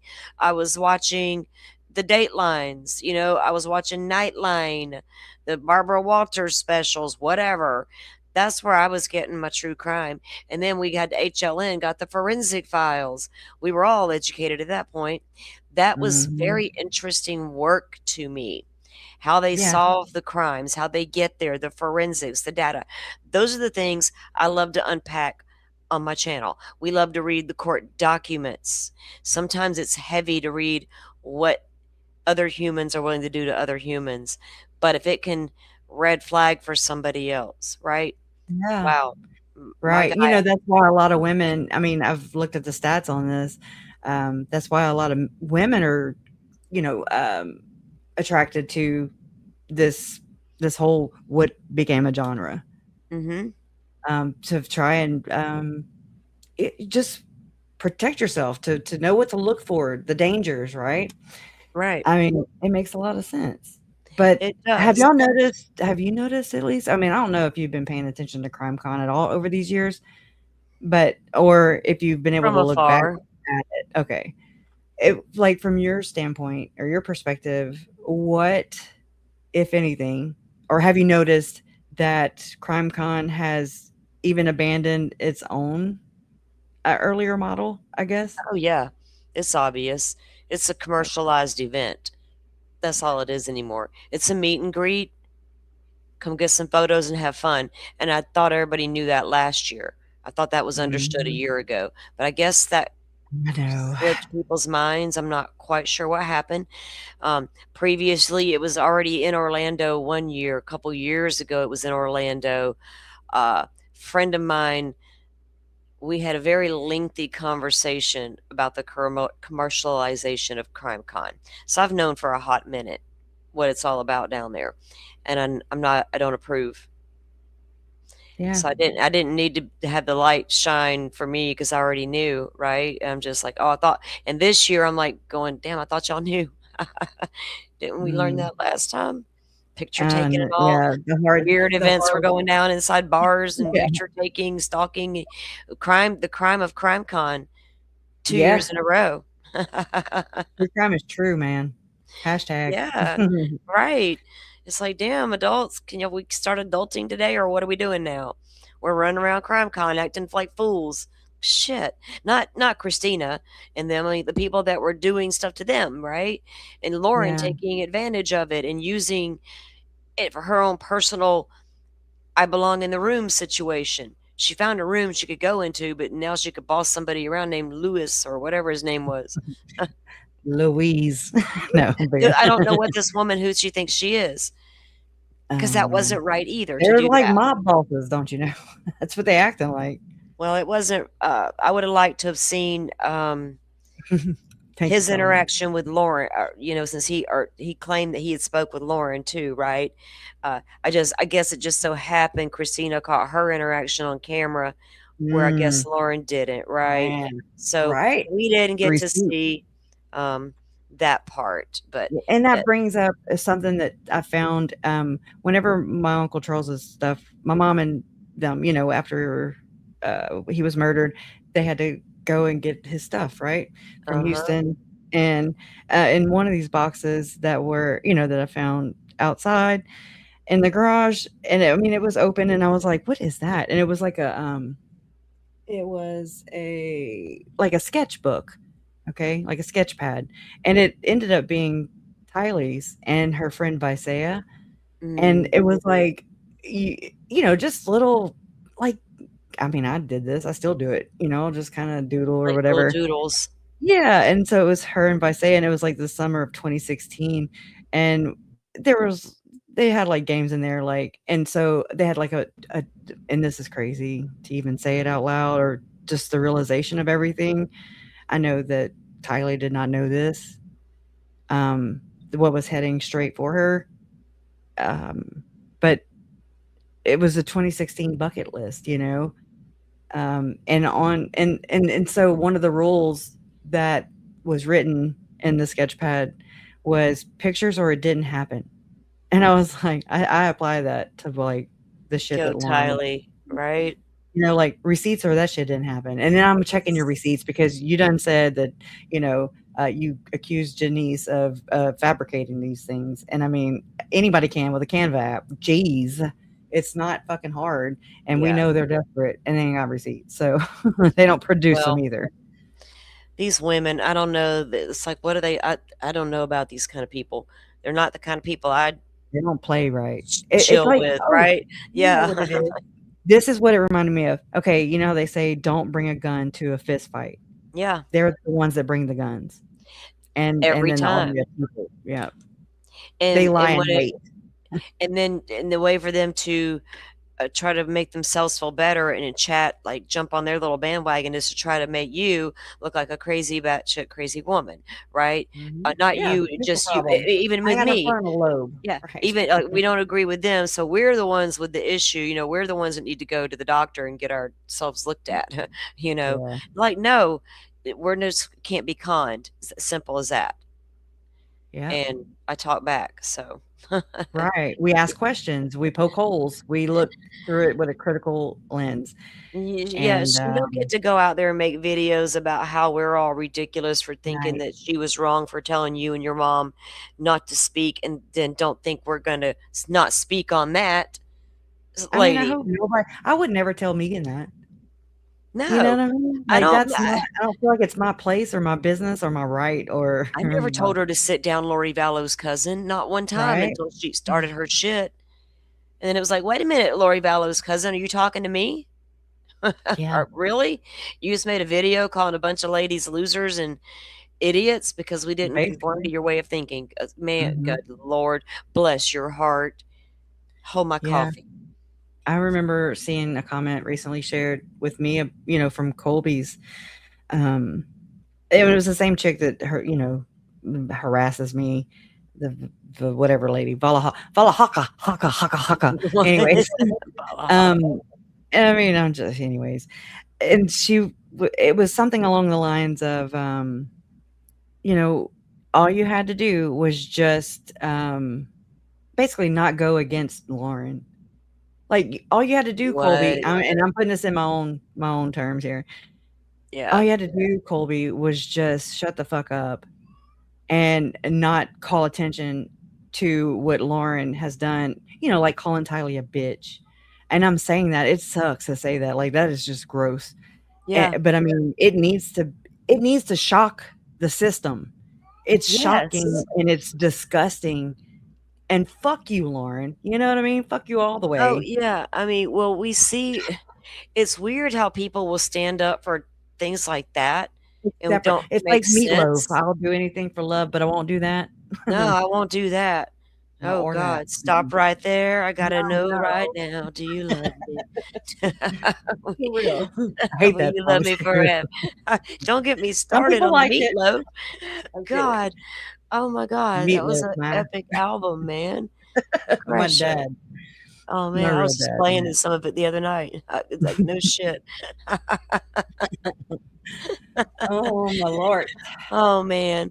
But anyway, yeah, so she was live earlier and I couldn't help it. The minute they talked about money and Megan agreed with her about the money, I had to ask my question and then Megan had to answer.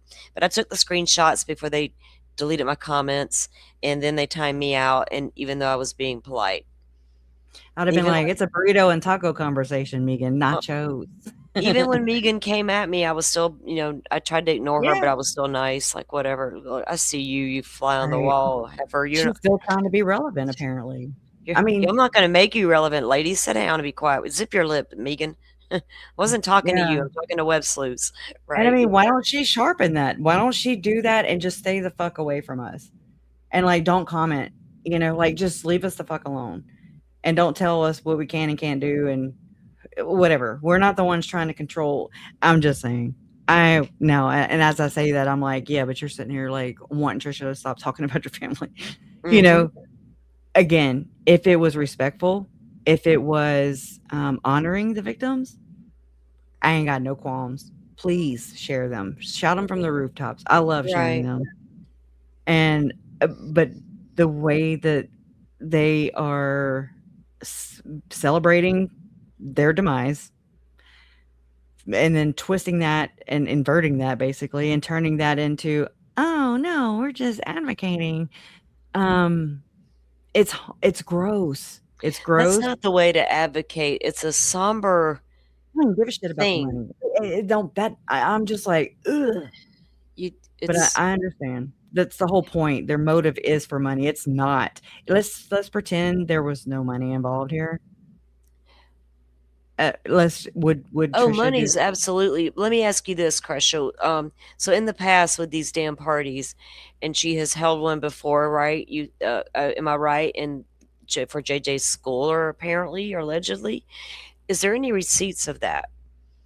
Is this a 501c funded event? Is now? there any receipts of where the donations go that they Now I still collect? have to question, right? I already drafted this letter 6 months, or I say 6 months ago, but within the last 6 months.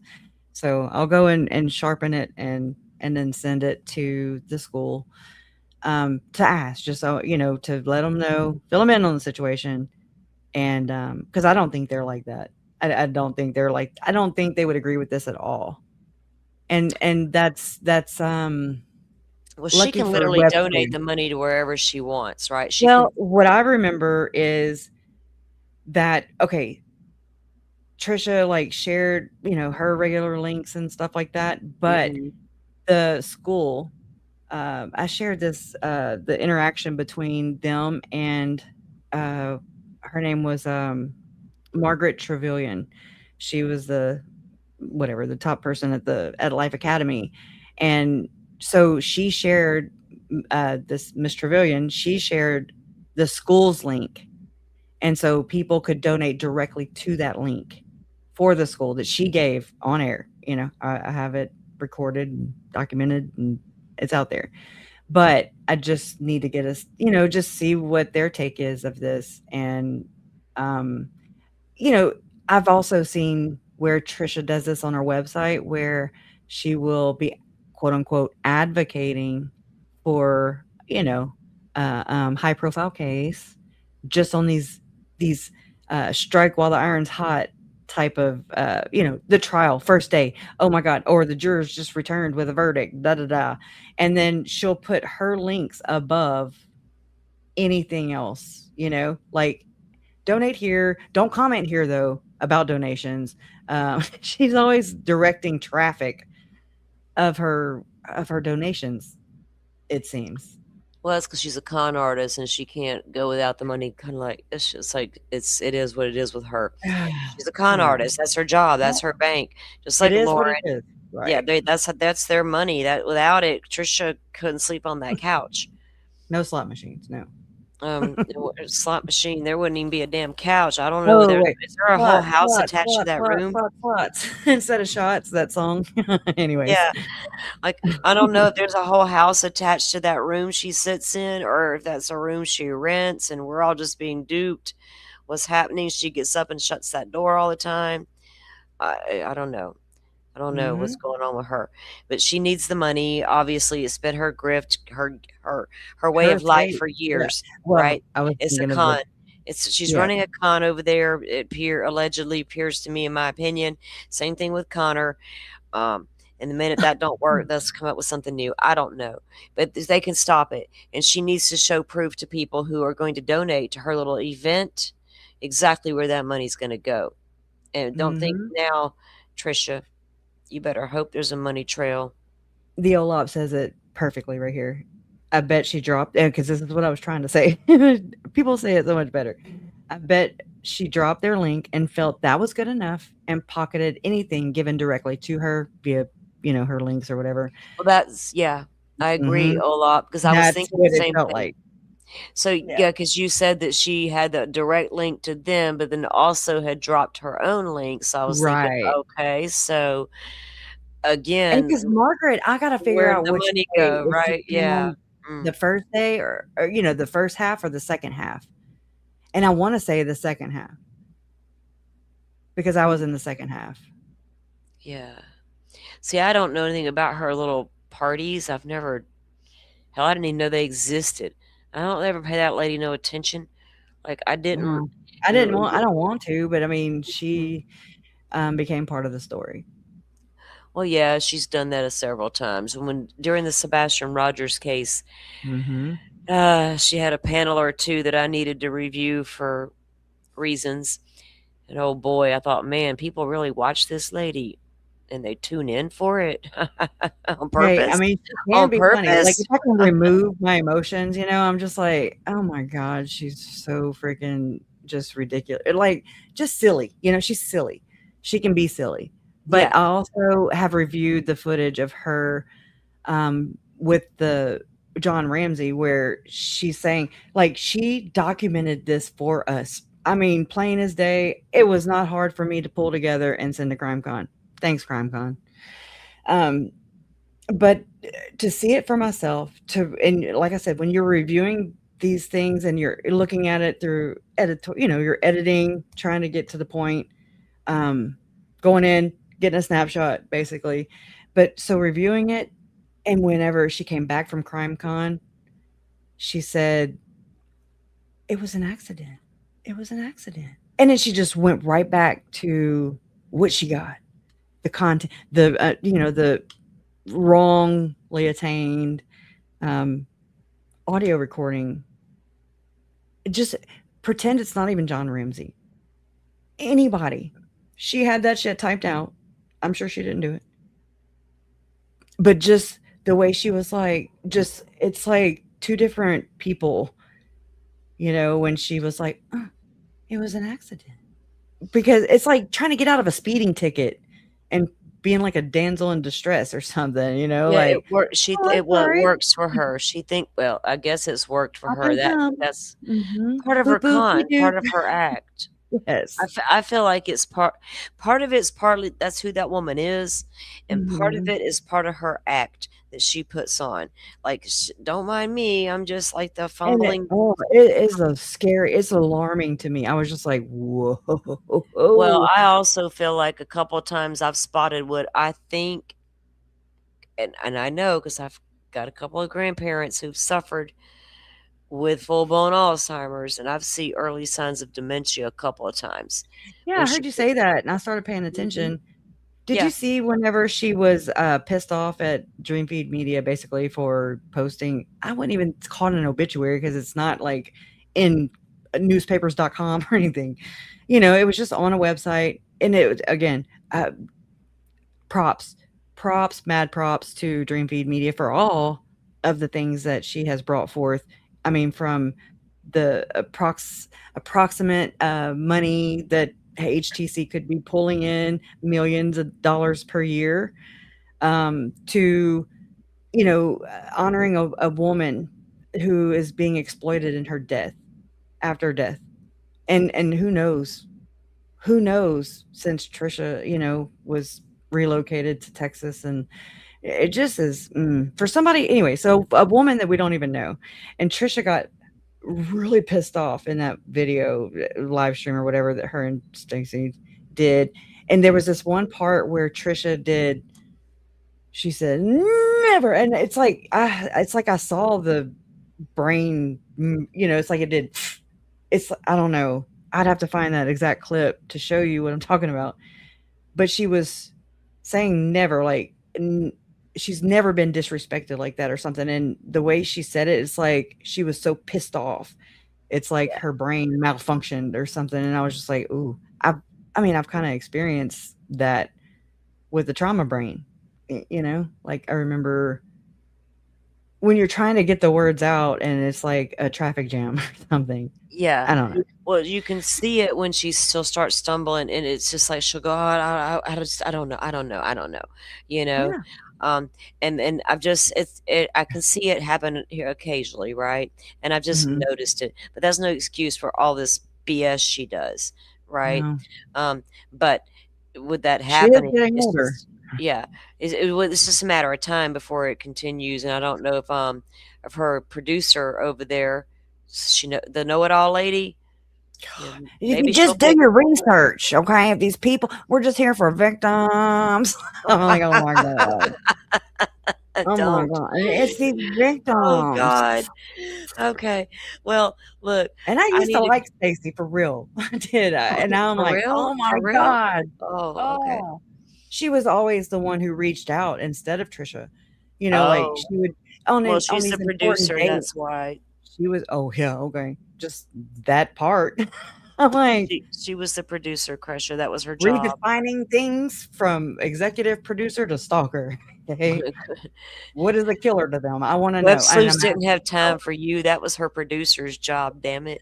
Yeah. So, like, today, on anniversaries and things like that, Stacey Yeah. would be the one to be like, "Are y'all okay? Everything okay? I'm so sorry," and yeah. Yeah.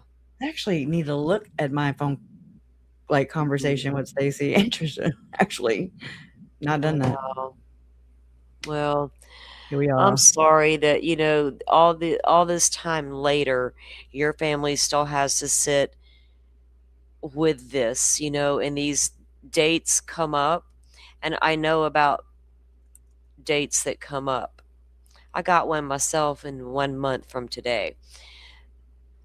And so I'll always hold you and your family extremely, like, I'm going to get emotional talking about it.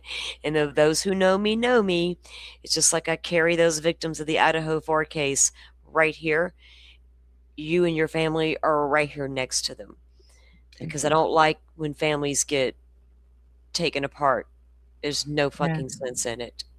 We don't need 'Cause it. I really appreciate that, and I've also wondered and find myself doing it when these tragedies happen. We find like we resonate with certain parts of the victim stories, or we've been through that. Like with Joe Ryan, I have experienced parental alienation, and I mean, I am like, like there's a special part, like I get him on that. Like I get it. It gives me chills, like bad. And Yeah. so that's something I connect to him about. Um, it humanizes that part. It's just like, oh, that's happened to me, or it could, you know what I mean? Like these things have Yeah. kind of we brushed, um, I don't know what I'm saying, brushed alongside them or whatever. Well, Or, it's not enough. It's not talked about enough. People aren't aware of it enough, and if people are out here doing, if they would just do it right, And like I said, there's victims out there right now who are still getting trashed actively in a crime that was already solved by, like Brian Koberger, for instance. There's yeah, a lot of people out there saying he didn't do it, and still blaming the victims. yeah. They can't even speak up for themselves, and their families try to fight for it, and then they get shamed for trying to speak up. Christy and Steve Gonzalez have been raked through Or the coals character as attack. well. Yeah. Yeah. Oh man, they've been attacked, but they will come right back at you, just like you and your mom. I can't. I hey, We who can't am I fix to it. tell them to? I've never in all these years of watching Steve and Chrissy, I've never. There's been times they probably needed to take a moment away from social media just to get to breathe, right? But who am I to tell them not to speak their mind? Right. A- Right. Absolutely not. That's not my job. Yeah. So anyway, But I mean, with I that I said, appreciate your part, I really do. yeah, I have a lot of um, respect for you. yeah. Well, I am going to go. I'm gonna walk outside for a moment. Oh, okay. I I smoke get you. outside and I need a Fresh air. cigarette bad. I smoke outside. Anyway, I'm gonna walk outside and smoke. I will be in chat. I'll chill with you guys for a little bit. Yeah, I'm about to go too because I'm hungry Okay. Is you hungry? and I don't eat Oh, before these because I get tired because I'm I old. know. Happy Sometimes you're like, birthday again, y'all. oh, Salty's birthday is oh, today. thank Well, you. Yeah, was it? still, It was yeah, today, wasn't it? yeah. It was. It's 12:25 here already. Damn, man, Yeah, I'll be closing down. YouTube now. I used to close down the bars. I'm just saying. yeah. Well, Uh, I do appreciate the birthday wishes, but I'll always, I'm a lot older now, so whatever. But I also will remember JJ and Tylee all the time because of that, them being Thank found. And you. it's Thank just you. like, That and look, there's a lot of weird things that certain days that pop up in these cases I follow that I'm like, June 9th, July 9th, really? Wow. yeah, Kaylee's birthday, Kaylee Gonzalez, Idaho 4 victim, her birthday was yesterday. yeah. So, it's just like a lot of things. So What a I'm show. okay, but Yeah. yeah, it's just my heart's with you guys too, because Thank I know you have to be carrying that weight today. Oh, it's like I don't expect anybody to vouch for or to stand up for us or defend us or whatever, but the Mm, victims, yes, please, if you yeah, can. That's where Imma ask, where it's just like defend them. yeah, They it's didn't ask for important. it. It's important, because just this is too much, and what we accept will take over. Well, I don't Mhm. accept Yeah, this it will BS. continue for Right. sure. I don't accept it, so And we're gonna then leave and it then pushed. at that. Boundaries pushed on that too, pegged out, Right. they Exactly. have But, no well, I didn't boundaries. mind getting timed out over there at Trisha's. I said today on my live, she done it now. I'm coming in. I warned. Yeah. I gave fair warning today. I was gonna go. I I'm saw that. coming, and I did. Timing was right. I said what I said, and I was polite, and respectful. And yeah, anyway, it is what it is. But I got the Yeah. screenshots, and I It just says couldn't more believe. about them. Yeah, exactly. And especially when I commented and asking Web Sleuths a particular question, and Megan pops right back with a replying for her. No, Yeah. ma'am. No, ma'am. No, ma'am. So There you Those are go. those flying monkeys. Yeah, whatever, girl. Not my Huh, monkeys, not my circus, but they ended up being a circus, that's for sure. yeah. I don't All right. expect much from them, so that's about how I would've envisioned it going down. So, but That's thank y'all for doing nice. that. Thank you, and Oh, you're there's a few welcome. others. Yeah, Mora's dog's mom, Mora, I always say it wrong. Mora's Moira, dog I mom. know. Yes, they were in there with me, and yeah, it was on. Kathleen White or Willett or something. There was a I couple saw of them that in name there. too. Yeah, there were a few in there, so there probably were a lot more lurking that didn't say anything that probably saw, right? Yeah. Yes, All right. happy heavenly birthday to Kaylee. ATS News 11 Amber. Yeah, she was like, "Oh, girl," and I mean, we didn't get to go over it tonight, but I did go ahead and schedule just now for tomorrow, and we're gonna do a little web sleuthing. Oh, We're all gonna do right. a little Well, bit. I'm gonna jump down. Thanks for having me up and letting me explain what had happened over there. Thank you. Yeah, Yeah, I was like, "What the hell?" I was seeing comments, but you got to kind of back it up a little bit. yeah, So and thanks then for coming on. I don't even know why. When I said when Crush had publicly said you didn't want that, I was talking to web sleuths. Megan. Well, it's not Crush's decision who mourns. I was like, wait a minute. Nobody said mourn, hooker. Nobody's even talking to you, lady. Exactly. Nobody even brought that up, Crusha. I don't know what the hell she was talking about. It's like, whatever, Megan. Like, stop it. All right. God. Megatonin. Take us Yeah. Yeah. megatonin. Go take your melatonin, Megan, and Megan out on us. Good Lord. It's past your bedtime, heifer. All right. All right. All right. Good Thank night, you, girl. guys. I'll see you down in chat. Bye. Bye. Um, let me see. So I'm just gonna say this. All right. So today marked a heavy and deeply solemn anniversary. It has been 6 years since the heartbreaking discovery on June 9th, 2020. This day forever changed the landscape of justice and mourning for two beautiful souls.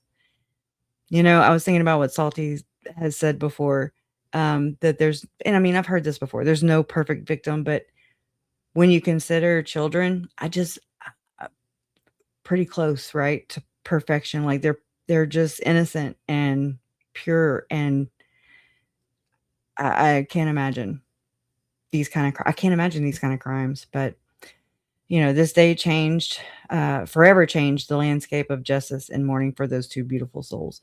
In honoring Tylee, Ryan, and Joshua J.J. Vallow, we choose to look past the darkness that took them, and we focus instead on the light, the joy, and the vibrant spirits that they brought into this world.